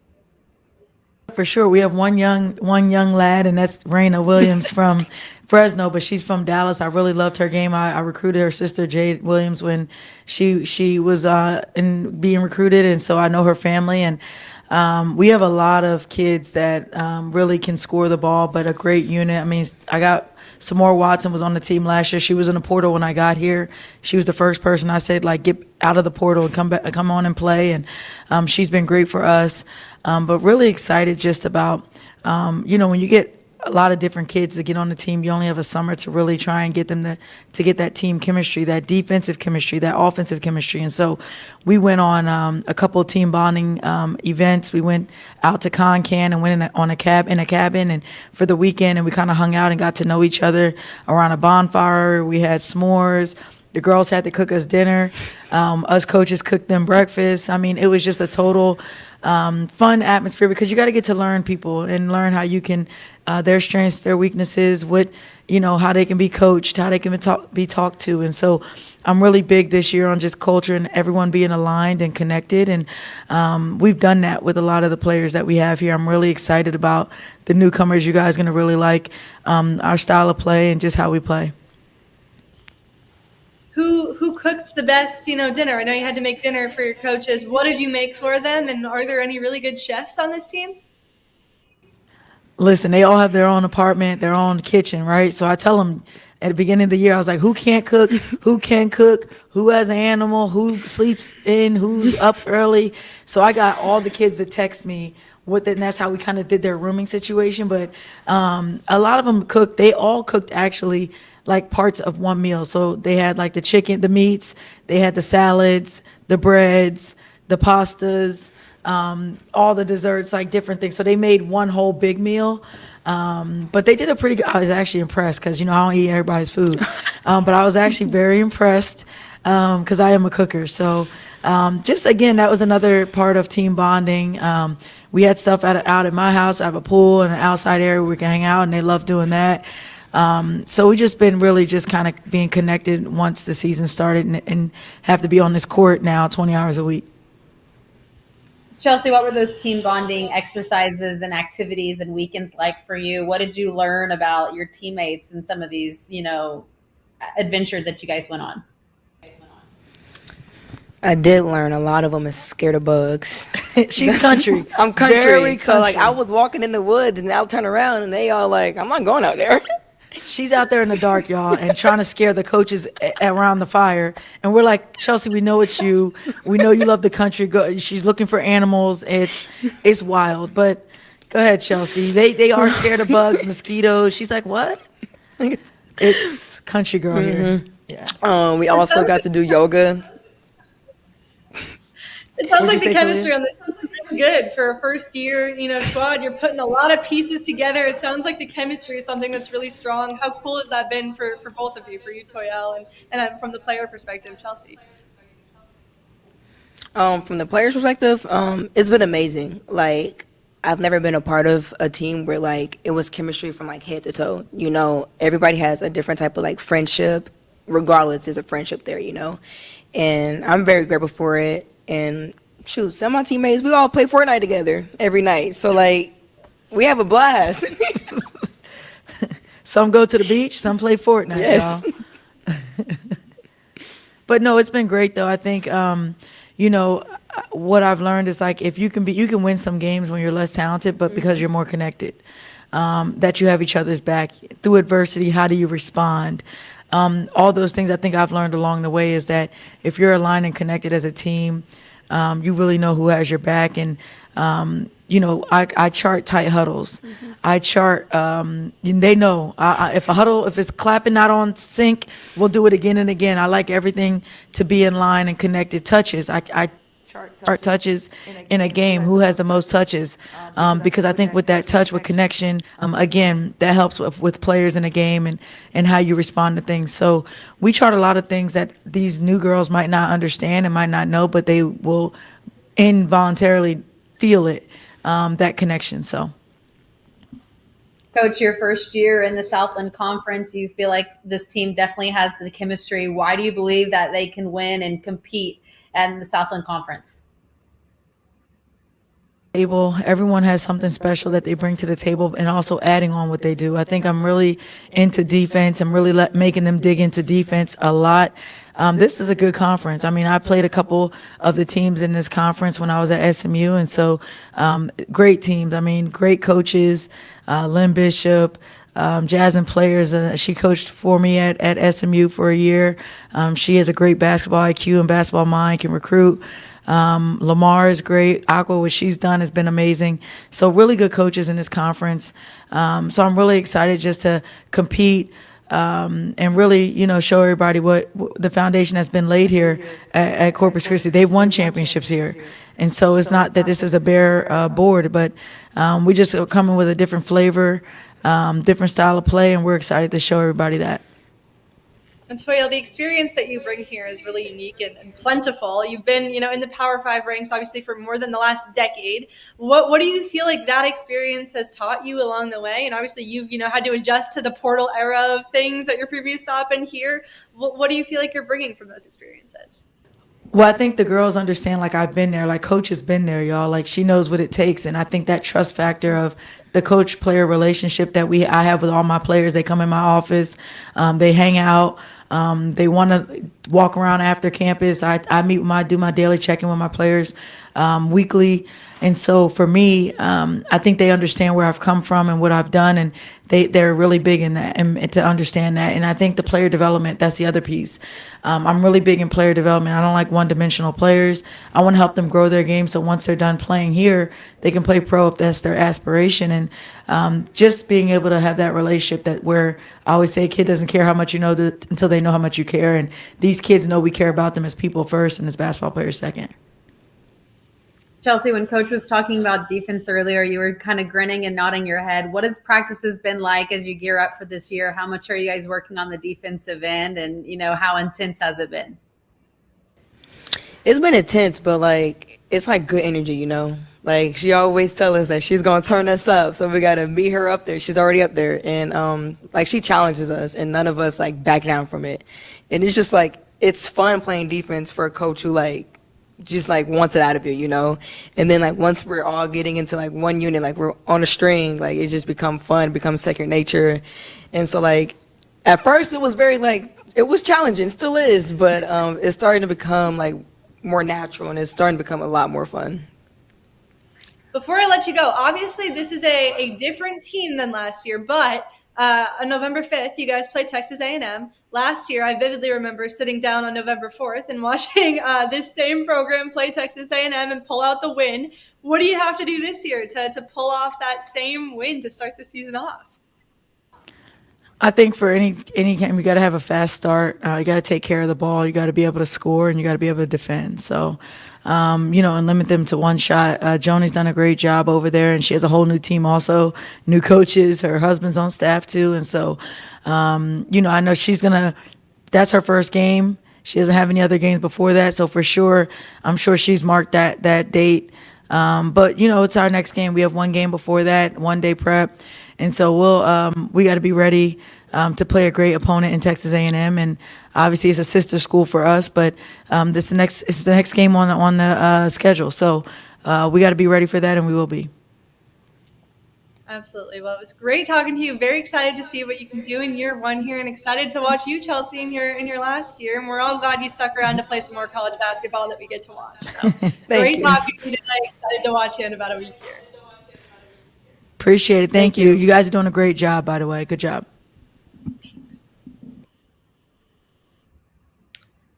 Next up, well, it was great talking to them, first of all. And next up, we're going to have Northwestern State head coach Anna Nims come on and join us. And she'll also be joined by player Vanell Atama. So very excited to talk to them and have them come on. And here they come. How are you guys doing today? Good. How are you? How are you? Very good. Excited to get talking and hear about this team that you've assembled heading into this year. And obviously it's a new team. You brought in a lot of transfers. To start off, what's the chemistry like with this group? I think on some days it's incredible. I think, really bought in, have a lot of great moments. But like you kind of, shared, it's a lot of new faces. It's a lot of moving pieces, a lot of reteaching. But I think our returners are doing a really nice job of leading and pulling kids along. And I think we got a lot of kids really bought into the new and filling spots. So I've been proud of them overall. But with a lot of new faces, there's going to be a few hiccups, couple up and downs, but that's just going to be part of the process. And everything we talk about is process over product. So got to be patient with that. I'm sure I don't seem too patient in practice most days. But in the grand scheme of it, it's about being patient and allowing the process to take place. Well, Coach, you're not able to ease into things. Your non-conference schedule is really intense. Some really impressive Power 4 conference opponents that you guys have to play. What have you guys been working on the most? You're talking about the teaching. What have you been honing in on in these practices as you gear up for the year? Overall physicality.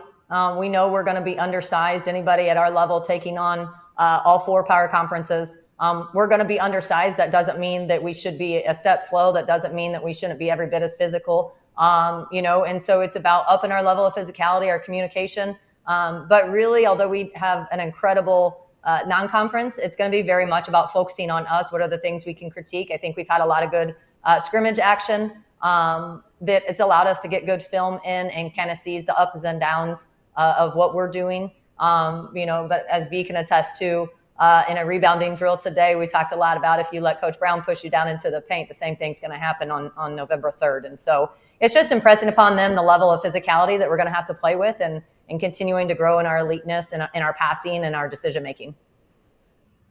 Did I see that last season you had a school record for the most three-pointers? Was that right? 200? Yeah, 233. This one was a big help there. Right. Are you still going to be shooting it just as much this year? Can we expect, more of the same from the perimeter? Absolutely. Of course, from V, her game's just continued to only grow and get better. She's a kid that really does it all on the court, off the court. But yeah, absolutely. We're losing Sharna Ayers and Maya Blake and 2 players that, shot a lot of those, took a lot of those attempts last year, but we replenished it with kids that shoot a tremendous percentage from the 3-point line. And I think at this point, roughly our girls have gotten about 5,000 additional threes off throughout this preseason, not to mention what they've done over the summer. And so it is a big part of our game. We want to play quick. We want to let it fly, try to shoot 25 to 30 threes a game. But you have to be able to hit those shots too to play that style. So they've been putting the work in. And like I said, V's been absolutely tremendous. I think she's shooting roughly 80% from the 3-point line right now at practice. So we're looking forward to big things from her, but not just her, but really all those kids that we put around the perimeter this year. Yeah, Coach, you're sitting next to the reigning conference freshman of the year in V, and I want to talk to you, V, about what this offseason has been like for you. What have you been working on after you have a great start to your college career? How do you look to take that next step now? Yeah, I've been working a lot more on, of course, my game offensively, but I don't think a lot of people do this, but I think defensively, I really want to see an improvement there. I just feel like it's time to bring more energy in that end for sure. Offense is going to happen. It's just what it is. But defensively, I really want to get better in that area. V, what's it been like for you bonding with all your new teammates this year? You got a bunch of new players joining you. What's the chemistry been like from your experience? What have you liked about playing with this new group? Oh, yeah. We get along. We get along really well. I feel like this group is just the laughter. They bring a lot of laughing, funny, making everybody just smile. This is definitely that group, and I'm really happy about that. Yeah, on the court, I feel like our chemistry is also getting along pretty well. It's definitely it has a lot more to improve, but I feel like where we are right now is really good, and I can't wait to see where we are right now. Coach V was talking about how she wants to take a step with her defense. You also have someone like Alexis Cauldron, who's the Southland defensive selection. I mean, you know what she brings on that end of the floor. What do you like about her game, and how do you think she can help this team? Yeah, I will tell you, the saying, if you can't beat them, join them. Well, we had the opportunity to get 2 wins last year. However, Maya Blake was a tremendous point guard, and there was 1 or 2 kids in particular she hated playing against. And one of those is Alexis Calderon. And I tell Alex that is a huge compliment. She adds a lot of spice to practice. But yeah, just her defensive tenacity, that is her game in totality. That's how she operates for 94 feet. That's how she plays on offense, defense. Probably one of the most competitive kids I've had the opportunity to coach. And so I think that that's only going to help drive success. I think she pulls, players along with that spiciness. And when I say that, I mean it as a compliment. People hate playing against her. And to me as a player, that's one of those things you should wear as a badge of honor. But I'm excited. I think she's done a really nice job this preseason, doing a really nice job in the areas that we wanted to kind of continue to grow and add to her game. But I think she's going to be a very impactful player. She already is proven in the Southland. And I think she's ready to have a real storied, final season.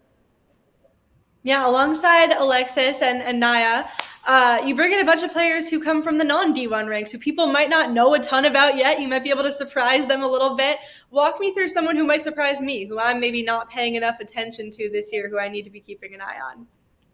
I really think there's a lot of kids. We have too big of a new roster to delve into what you just asked. But I think anybody on our team right now could surprise not just you, but all of us. I think we have players that are 3-level scorers. We have players that, can shoot it for 50% from the 3-point line, 60% from inside, 90 from free throw. I think it's just all of us continuing to grow, get better together, and kind of continue to grow within the program. But Naya Valentine, paired with Alexis Calderon, Naya was a tremendous point guard for ULM. She was recruited to Clemson out of junior college, where she was a 2-time JUCO All-American. Her assist to turnover rate, she was phenomenal. And although she's in a new system, has this 1 year, she's continuing to grow in her role. She's a phenomenal 3-point shooter. We have transfers from the NAIA level. We have transfers from the D2 level. But we also have a freshman, a state champ, a Louisiana state champ in Samaya. And so I think she's going to do stuff. She's a different build than what we're normally used to, but she's got great hands around the rim. I think she has the opportunity to maybe hold off some of these big post players that maybe in the past that we've struggled to hold off the block. But I think really it's anyone's game as far as who's in our program. I think there's a lot of big nights that could happen for a lot of players. And so for us, it's just about getting all those big nights, maybe sooner rather than later, to kind of come together. But there's a lot of opportunity for a lot of players to do really special things. And we have a lot of 1-year kids, and that was their goal, in the recruiting process, is to have this storied 1 year and play in a program that encourages fast, quick threes. We do defense a lot, but we had a lot of success in the Southland last year defensively with that. I'm excited. We know that V wants to work on that area. She's had a phenomenal preseason in that regard and still growing and getting better daily. I don't want to name just one kid. I think really you and I could be shocked game by game because there's the potential for it all the time. Coach, I'm sure it's challenging for you trying to put together a new team and fit everyone together, but what are the benefits for these players that have played under other systems and have learned different styles and philosophies? What you hope it's bringing is going to be a maturity to the game, an understanding of the level, an understanding of the intensity in which we need to play with. But everybody has to have their time to kind of get through the new. And I think it's going to take us some of these non-conference games to really grow together and come together. I think V hit it. And I can really appreciate the honesty, that she shared. I think the chemistry off the court is phenomenal. They're goofy. They laugh probably too much sometimes in practice too. V's the grandma of the group. I still don't get that, but that's her new nickname, I guess, which she bypassed being a mom and jumped straight to grandma. But, they have the chemistry and it is about growing it off the court. But we still have been throwing a lot of stuff at them. So to think that we're going to be flawless in our chemistry on the court, I think is silly. But I think when you have it off the court, like V said, it's good, but we have a long ways to go. And I think it's going to take this really gauntlet of a preseason non-conference to really help us come together and put all of our backs against the wall, and then really fight and grow. V, how are you the grandma of the group? What does that mean? And you're way too young to be a grandma. What are we talking about? Honestly, I don't even really know when it started. I just like Lex for sure. Like one practice just started calling me granny, and I was like, okay, like that was okay. And then next practice, and then out of practice, and then like it just kept going. I was like, you know what? And I think she would even say she started calling me that just because, like, compared to everybody else, she definitely thinks I'm an old head, so I can't escape it. She's mature. Thank you. That's the word. That's a good way to put it.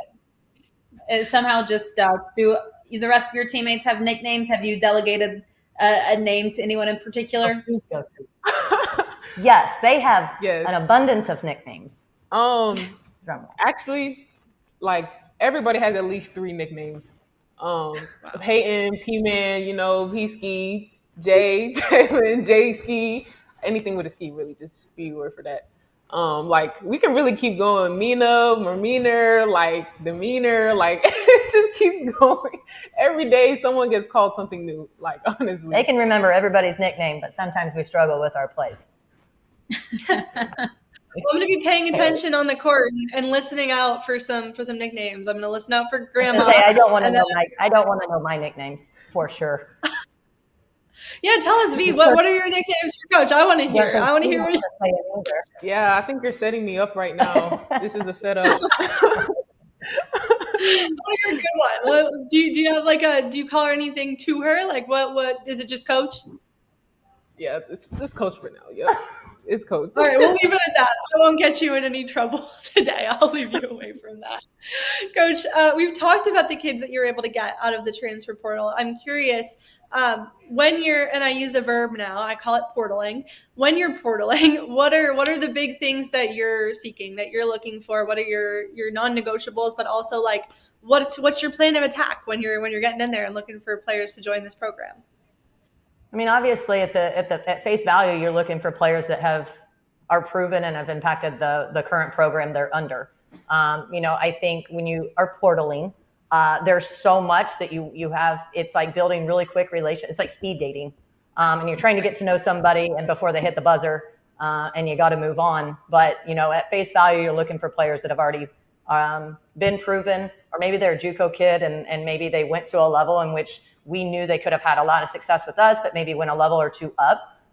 You're looking at that. We're looking at kids that we've offered in the past that maybe did jump in the portal after 1 year. But what are they doing where they're at? And then at that, I'm not scared to call their coach. I think we have to be very comfortable in this new world of portaling. And that I'm just going to call the coach of where they're leaving. And I think I have become now a 4-year JUCO in some sense. And I think every coach has to take it that way. It's not, you shouldn't take offense to it. Obviously we're beyond grateful that V came back. It's not lost on us. She could have had other opportunities, but she's loyal to the program, both her academic program, her basketball program, her teammates, the staff, of which we'll forever be loyal to her. But again, face value, what do they do? And it may not just be, like with Naya, she had a great year at ULM. She's a 2-time JUCO All-American, so you see it. We recruited her out of JUCO. So it was already a place where we were very confident in what she could do. And so the opportunity to recruit her out of ULM, once she got in the portal, of course, but, that was an opportunity for us to recruit a kid that we've watched since she was 18. And so it's not always these random new relationships. I think our staff does a tremendous job of taking notes, kids we've offered that maybe did choose to go somewhere else, and that's okay. But, kind of tracking them throughout the course of their season, it's a new world. But I think we all have to be open to it, and it's not going anywhere. And so figuring out how to tackle that, a lot of people are like, yeah, but you have so many 1-year kids. But in the grand scheme of it, the way we see it is every kid's a 1-year kid.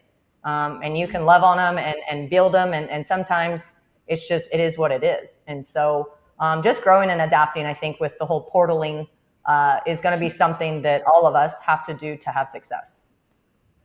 V, I quickly want to know from you, Coach was talking about how after this freshman season you could have gone somewhere else. What was your thought process on why you wanted to stay? Yeah, honestly, NSU has been a blessing for me ever since I've been recruited here, ever since I decided to commit here. They're just like a school who you can tell like they really pour into the athletes, and they actually care about the kids that they recruit.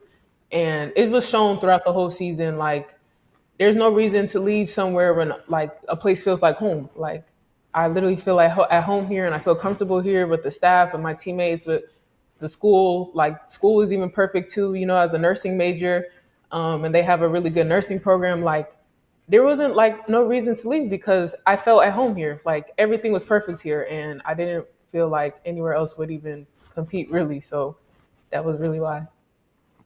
I love it. Well, we're all excited to watch you on the court for another season and see what this group can do this year. And we appreciate you coming on to join us and talk with us today. Yes, thank you. We appreciate you guys greatly. Next up, well, we got 2 more to go, so we'll note that. I've had a great couple of hours talking with you and talking with all these coaches and players in this league. It's going to be really fun. It's going to be a really fun year. But our second to last team we're going to talk to is Houston Christian, and head coach Drew Long is going to come in and join us now. How are you guys doing today? Great. How are you guys? I'm great. How are you? Great. Very excited to get to talk with you, Drew. Obviously, your first year with this program. What attracted you to Houston Christian, and what are you excited to accomplish this year? Well, for me, it was coming home. Born and raised here in Houston, still have family here, an opportunity to coach at the Division I level at a great institution like Houston Christian. It just checked a lot of boxes for myself personally, and then also my family. I just think there's a lot of good things happening here on campus and around the city of Houston, and just excited to be a part of it, excited to grow this thing and see where we can take it. Coach, give us a sense of how things are going as you get ready for the season to begin in just a few days. Yeah, it's a good question. We were talking as a staff the other day. We had our first exhibition. It was the first time we got a chance to play against somebody else. We've been kind of beating up on each other just as everybody else has for the last, 50 practices or so. So it was good to get out and play against somebody else and kind of see where we stack up, and got some really good film, was able to come back and really dive into it and see the areas that we need to improve upon and continue to grow upon.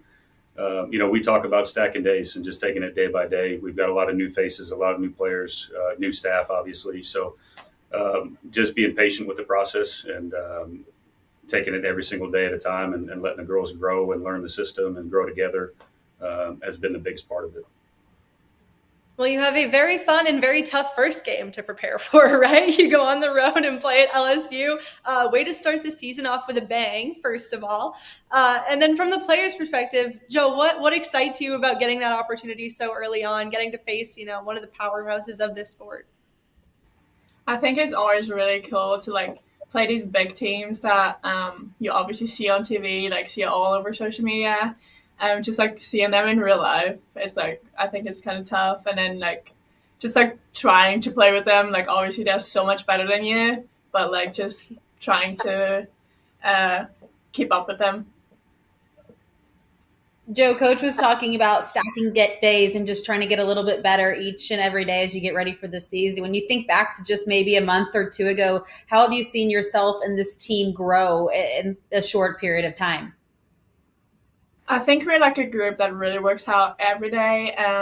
We do try to take something from every day. So I think we improved a lot on across the board, really. I think we have a really good group of freshmen this year that try to really hard keep get their position in the team. So I think we just really improved overall.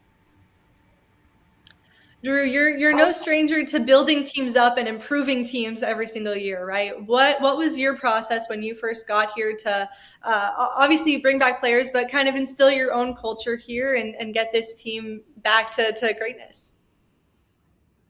I think first and foremost, it's about getting good people, not only from your staff, but from your players.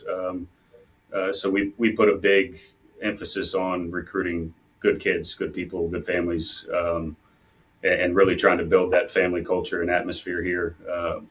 I myself have 3 kids, and they're around quite a bit. And so I want it to be a place where not only my players feel like it's home, but also my family can help step in and integrate as well. And so, it's a process, just like anything, and there's going to be ups and downs and good days and bad days. And as long as we talk about, again, stacking days, as long as you continue to make those incremental improvements every single day and not focus on the big picture goal, and just try to accomplish those little miniature goals throughout, then next thing you know, the ball starts rolling in the right direction, and you're able to accomplish some of those things that you set out early on. And so, as Joe said, the girls are doing a really good job with the buy-in.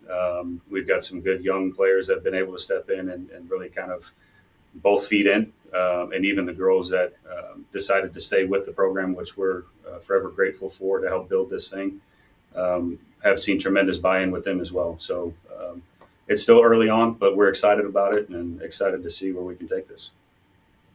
Coach, you've also spent 9 years as a men's coach. I'm curious to know, what are the biggest differences from coaching men's basketball to women's basketball? That's a great question. That, for me, it was understanding and learning the body language as a male coach. Sometimes I think early on in my career as a women's coach, my natural tendency is to stand there with my arms crossed. And some of my former players would come back and be like, we just thought you were upset all the time. I'm like, oh, no, that's just my natural kind of position. So kind of understanding that a little bit. And then, on the guys' side, we joke about it. They can get in a fight, punch each other in the face, and then go get a burger afterwards. On the women's side, that kind of lingers a little bit longer. And so the emotional side of the game and understanding how to help them work through and process some of that. But for me personally, I really enjoy coaching the women's side because they genuinely want to do what you ask. I think the men's game, they're so athletic at times they can get by. And so when it comes down to the X's and O's and coaching and really teaching, it's been a huge blessing for me to get back into it on this side. And really excited, I think, for my girls as well. I have three daughters. So for them to have, 15 really good role models to look after. And it's really helped me become a better dad. When I see, hey, that can be my kid in 4 or 5 years, and some of the struggles and issues that they're going through kind of helps me translate and bring that home. So. Well, Joe, you come back here for your senior season with a new head coach, a lot of new players around you. What are you most excited about heading into this season? I think this year our group is really close. So I'm literally just really excited to play with them, get the games going, get the conference started, and just play basketball together. And yeah. Coach was talking about setting mini goals. Do you have anything that you would like to accomplish maybe in the first month of the season, non-conference, or by the time we get through Southland Conference play? Is there anything that you would like to check off the list? I'm trying to focus just on having fun playing basketball, and just it's my last year, so just giving it my all every day, basically. Just doing the little things in practice that later on I can it's easier for me to do in the main game as well. So just take every day, give it my all every day. Well, you've been here. This is your fourth year with this team in this conference now. You might even know it better than your head coach. Tell me something that you love about playing in the Southland. What's so fun about this league? I do really enjoy the Southland. I think it's just the way of playing. I really like it. It's fast paced, and it's really just for our team, just playing together, and it's not one girl can carry a whole team in this league, which I really like. It takes more than just one player to win a game in this league, and it's just really competitive, which I really love. Coach, from your point of view, what stands out about the Southland Conference and the teams that they have competing in it at a high level? I think, like Joe said, it's tough top to bottom, and so you have to be able to bring your A game every single night. The athleticism within the league, a lot of good coaches, a lot of good players, and so it's something that when we're building this, and we got to understand again the incremental goals that we're going for, but from a competitor standpoint, you want to be a part of a league that you have to, like I said, bring your A game every single day, and so. Again, I think the girls are understanding of that. Joe's done a tremendous job as a senior leader here and helping kind of explain and demonstrate and model that to a lot of the younger girls. So it's just part of the process of getting through. I don't want to say get through, but the preseason games and using those as measurables to make sure we're ready when the ball tips for conference play. Drew, talk me through your play style as a coach. How do you envision this group playing, and what do you like to play? This is your first year here. What can we expect to see from this group on the floor? Basketball. We want to put 5 girls on the floor that can, it sounds cliche, but can dribble, pass, and shoot. And so be able to take advantage of some mismatches we might see from the opponent.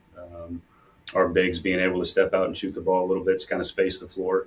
And so we want to play with good pace and good tempo, but also push with a purpose. And so I think for us, that's part of it is a lot of read and reacts and getting the girls to understand and play within themselves and understand, okay, just because I make this decision doesn't mean it's a wrong decision. It can flow into another piece of the offense and what we're trying to do. So that takes time because all 5 got to be on the same page when they're on the floor. And so it can be ugly at times in practice, but they got to learn how to play through it and fight through it. And like I said, they've done a good job. There's been really good buy-in. And so it's something that we got to continue to build upon because we're teaching 14 kids how to do it this year.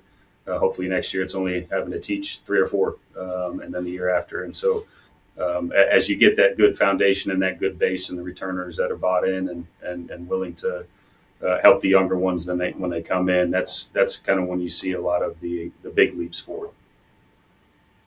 Joe, you've started 40 games throughout your career as you head into your senior season now. What are some lessons that you've learned that you want to carry over, not just for yourself, but that you can share with your teammates as well for this year?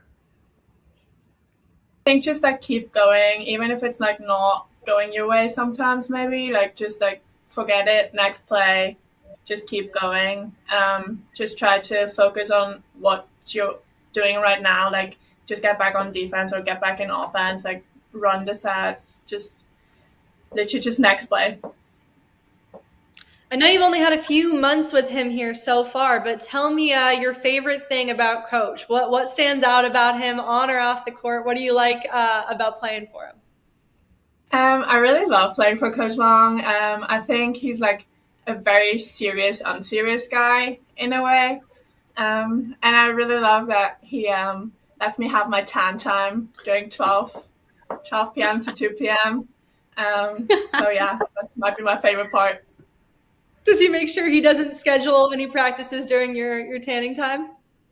I will say there's a lot of class scheduled in that time, and Joe with her graduate programs doesn't have class till later, so she gets to enjoy a little bit more free time than some of the others. So that's awesome. And Coach, would you agree that you're kind of a serious, unserious coach like Joe explained? I guess so. I mean, some of my former players say that I'm kind of even keel across the board and don't show a whole lot of emotion. But, I think at the end of the day, I enjoy being around the team. I enjoy this group. Like Joe said, they've come together really quick. And so there's a time to be serious and kind of put your foot down. And there's a time to let them play and be loose. And at the end of the day, it's a game. They have to enjoy playing the game. They have to enjoy playing together, and we're there to try to put them in the best position possible to win games. Well, we are very excited to watch you play this season. We're only a few days away from it, so excited to catch that first game against LSU. It'll be a fun one, and we appreciate you coming on to talk with us today. Thank you so much. Thank you so much. Appreciate the time. I believe, if I'm counting correctly, this is our last team we're about to talk to. We got to savor it in, enjoy this, our last 15 minutes together. We're going to bring in New Orleans head coach Trelane Powell to talk about her team, and Aaliyah Ellis will be joining us as well. How are you guys doing today? Good. How are you? Good. We're excited. You're the last team we get to talk to. We have to savor it in. We gotta get the whole rundown from you guys. But very excited to hear about the team that you assembled this year. Obviously, return a lot of important players, but attack the transfer portal as well. What went into your mindset in building this roster this season? Needing some depth. So wanted to make sure that we can bring in kids that we knew had the experience and could get on the court right away to help us get this thing turned around. So how does that depth help at practice as you guys get ready for the year? Just that competition aspect of going up against each other and every single player pushing each other right now, Coach? It's actually been amazing because we have switched up the teams so much, and it makes for a very competitive practice. They actually would rather practice versus each other rather than practice players at times. So we're at the point now where we're kind of tired of playing each other now. We're ready to get out there and compete. We just had our first scrimmage, had a really good showing. So yeah, it just makes for a really competitive practice. Building the camaraderie, the kids pushing each other, encouraging one another. Just getting ready to put our product out on the floor. What stood out in that scrimmage? Obviously, I don't need specifics, but what stood out about your group and what impressed you when you got to see them up against somebody else? The biggest thing is the love for each other that they have, cheering one another on, celebrating the really, positive things that we've been working on in practice, executing our offense, like the easy, like the simplest things. One of our returning post players who has really improved a lot, just like snatching rebounds or going for blocks. Like that's the biggest thing that stands out for me. Coach, I'm curious to know. I got to know who your returning post player is before we move on. You got to tell us about her. Tell us what's improved. Shania Musho, our 6'4" post player. What's impressed you the most about her offseason? Oh, just her will to want to be on the floor. You have some kids sometimes that are kind of complacent and okay with just having a minimal role. But Shania wants a bigger role, and she has shown this summer that she wants that bigger role, and she has come out to compete for it, and she's gotten better. Coach, I'm curious to know how you think this team is unique to the past two teams that you've had. So like I said, just the depth, I think that this is the first team that we've had in these 3 years now that we will be able to shoot the ball better. With having our depth, I think the last 2 seasons, we heavily relied on the same people. This season, our winning, when it happens, will be done by committee because we do have experience and we do have depth.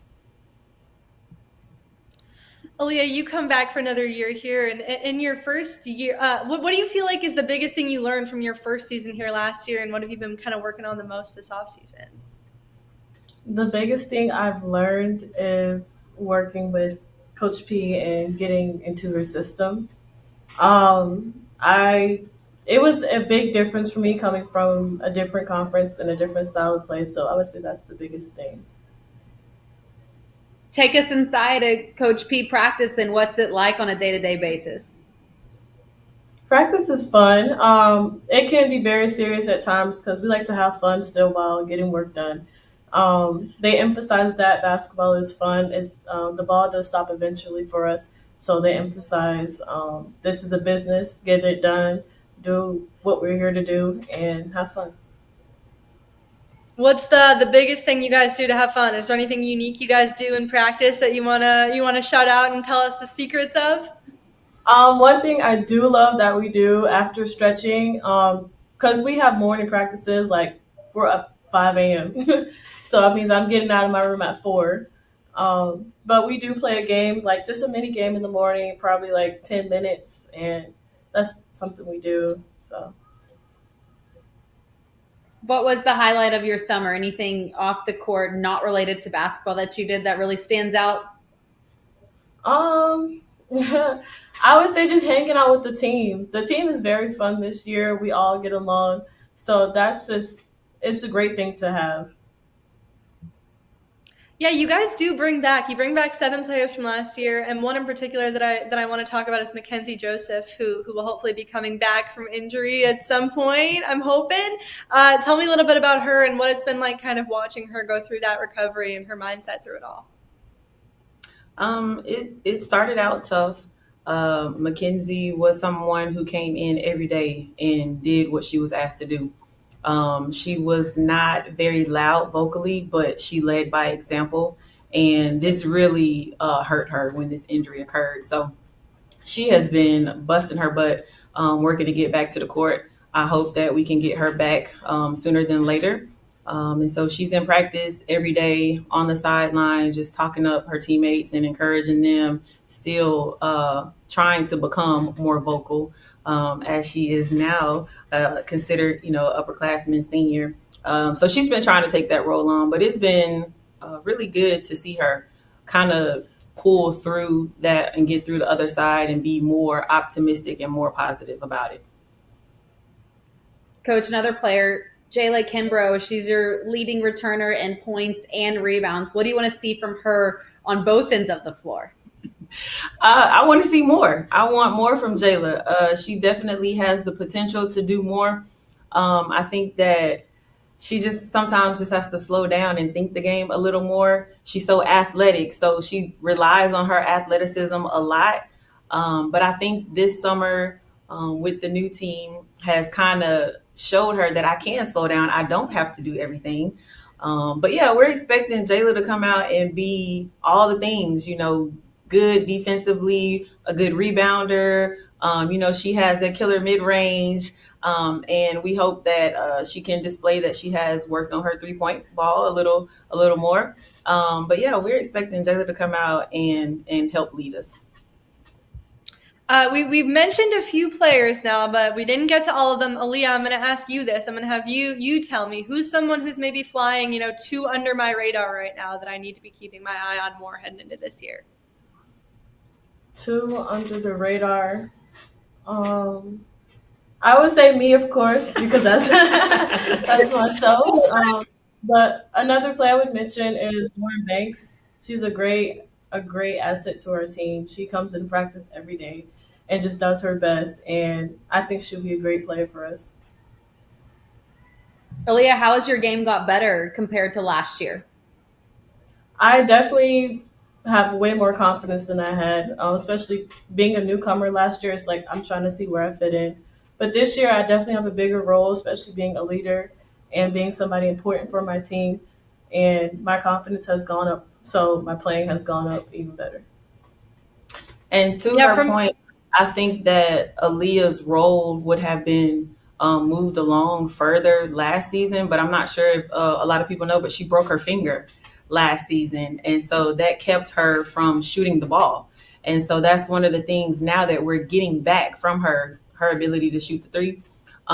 So she got out on the court and was able to help us defensively, but she wasn't able to add a whole lot shooting the ball wise because she was playing with a broken finger. How relieved are you to have that skill set back now? I'm very relieved. I love to shoot the ball. So that was like taking a piece of my game away that I felt like I had to find somewhere else to improve. Like she said, my defense, I definitely improved in that this year. So yeah, maybe also with the non-dominant dribbling hand. If you're only dribbling with one hand, did it help with that skill set as well? It did, yes. That's something me and Coach White worked on a lot with my finger being broken. She was like, you're just going to dribble with your left hand the whole entire time. So you guys, you open the season at Oklahoma State, which in and of itself is a very tough matchup considering the group they have, right? But it's also, and correct me if I'm wrong, special because that's the first game you had here in 2023 was against Oklahoma State. Does it feel, I know it hasn't been too long, but is it a little bit of a full circle moment where you get to see, 2 years down the line what this group can do against them? Yeah, it is. It's nerve-wracking at the same time, just as it was when I went into it the first year that I was here. With the new team and a new program, just not knowing what we were going to display when we stepped out there on the court. But I'm more confident now because I know what we've done all summer, and I know what the team previously, the things that we worked on. But like I said, this year, I just feel like we have more depth. I feel like we can shoot the ball better. And so that was one of the biggest things for us last year. I think we lost 11 games, 10 points or less. So we've just been building on doing the little things consistently, the rebounds, the free throws, and being able to finish and make the easy ones, because all of those things come back to bite us in the end, and we could have gotten over the hump a lot more if we would have stayed and kind of honed in on those things consistently. So that's, it is a full circle moment, but this time I'm just a little more confident walking into that building with the product that we'll be able to put out on the floor. Well, Gallagher Iva Arena, coach, is somewhere I'm familiar with. Grew up in Stillwater. I played at Oklahoma State. So if you need any food recommendations or anything, I got you. I'll tell you them. But I'm curious to know, when you play an opponent in the Big 12, like in Oklahoma State, regardless of the outcome, how does that opportunity help your team get better that you can carry over for the Southland conference play? Yeah, I think anytime we get an opportunity to play a stronger opponent, I think, we try to just let our girls know you got to go through the fire, and we got to be battle tested. And definitely our non-conference schedule each year, we've been battle tested. Like I said, we just got to remain consistent at being able to do the little things. We need to be able to find a 5 that's going to get us started, get us going, and then we got to find a 5 that can finish games for us. Yeah, this year is no different in the being battle tested section of it all. It's not just Oklahoma State. You have USF, who might have a new head coach, but they don't have a new look. They got the same team coming back for this year, so it should be exciting. And then of course LSU, who we were just talking about with another Southland coach. So LSU is facing the Southland this year. Aaliyah, what excites you about that? Being able to show off what you guys have worked on a national stage in that way, in these fun environments against really impressive teams. Playing big teams in general always excite me, because they're being at a P4 team. They play at a different pace, different level, and it kind of prepares us for the season. It really helps us out. So I'm just excited just to visit these places, play these teams, and see what our team can do when we face adversity. All right, Aaliyah, I'll end with a fun question. If you have the aux cord at practice, what are you playing? And if coach has the aux cord, what music is she turning on? I'm a team player, so I'll probably play NBA Youngboy, because the whole team loves NBA Youngboy. Coach P, what would Coach P play?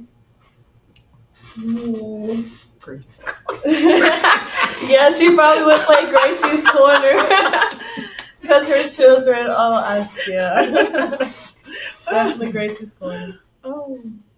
I love it. Well, we'll have to stop by at practice, and maybe we can get on the aux and play a couple of our songs to hype you up for practice.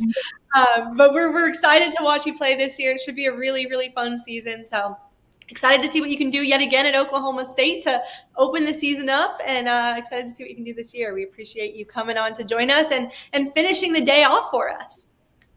Of course. Thank you. Well, it's been a very fun few hours here talking about Southland women's hoops. I've had a good time doing it with you, and glad we got to talk to, every head coach, some awesome players in this league. It's been a good time. Yeah, it went by fast, but there was so much, excitement you could tell from all the coaches and players to get the season going. So it's going to be a fun year with a lot of moving up and down in the standings for the Southland tournament. That's exactly how you'd want it. You want that competitiveness, and I think that's what it's going to bring every single night. Absolutely. I've got the countdown in my calendar as we speak. It's exactly 7 days away until we start the 2025-26 women's college basketball season. So make sure you watch all of these awesome Southland teams as they compete this year. And it's been a fun day, and thanks for joining us.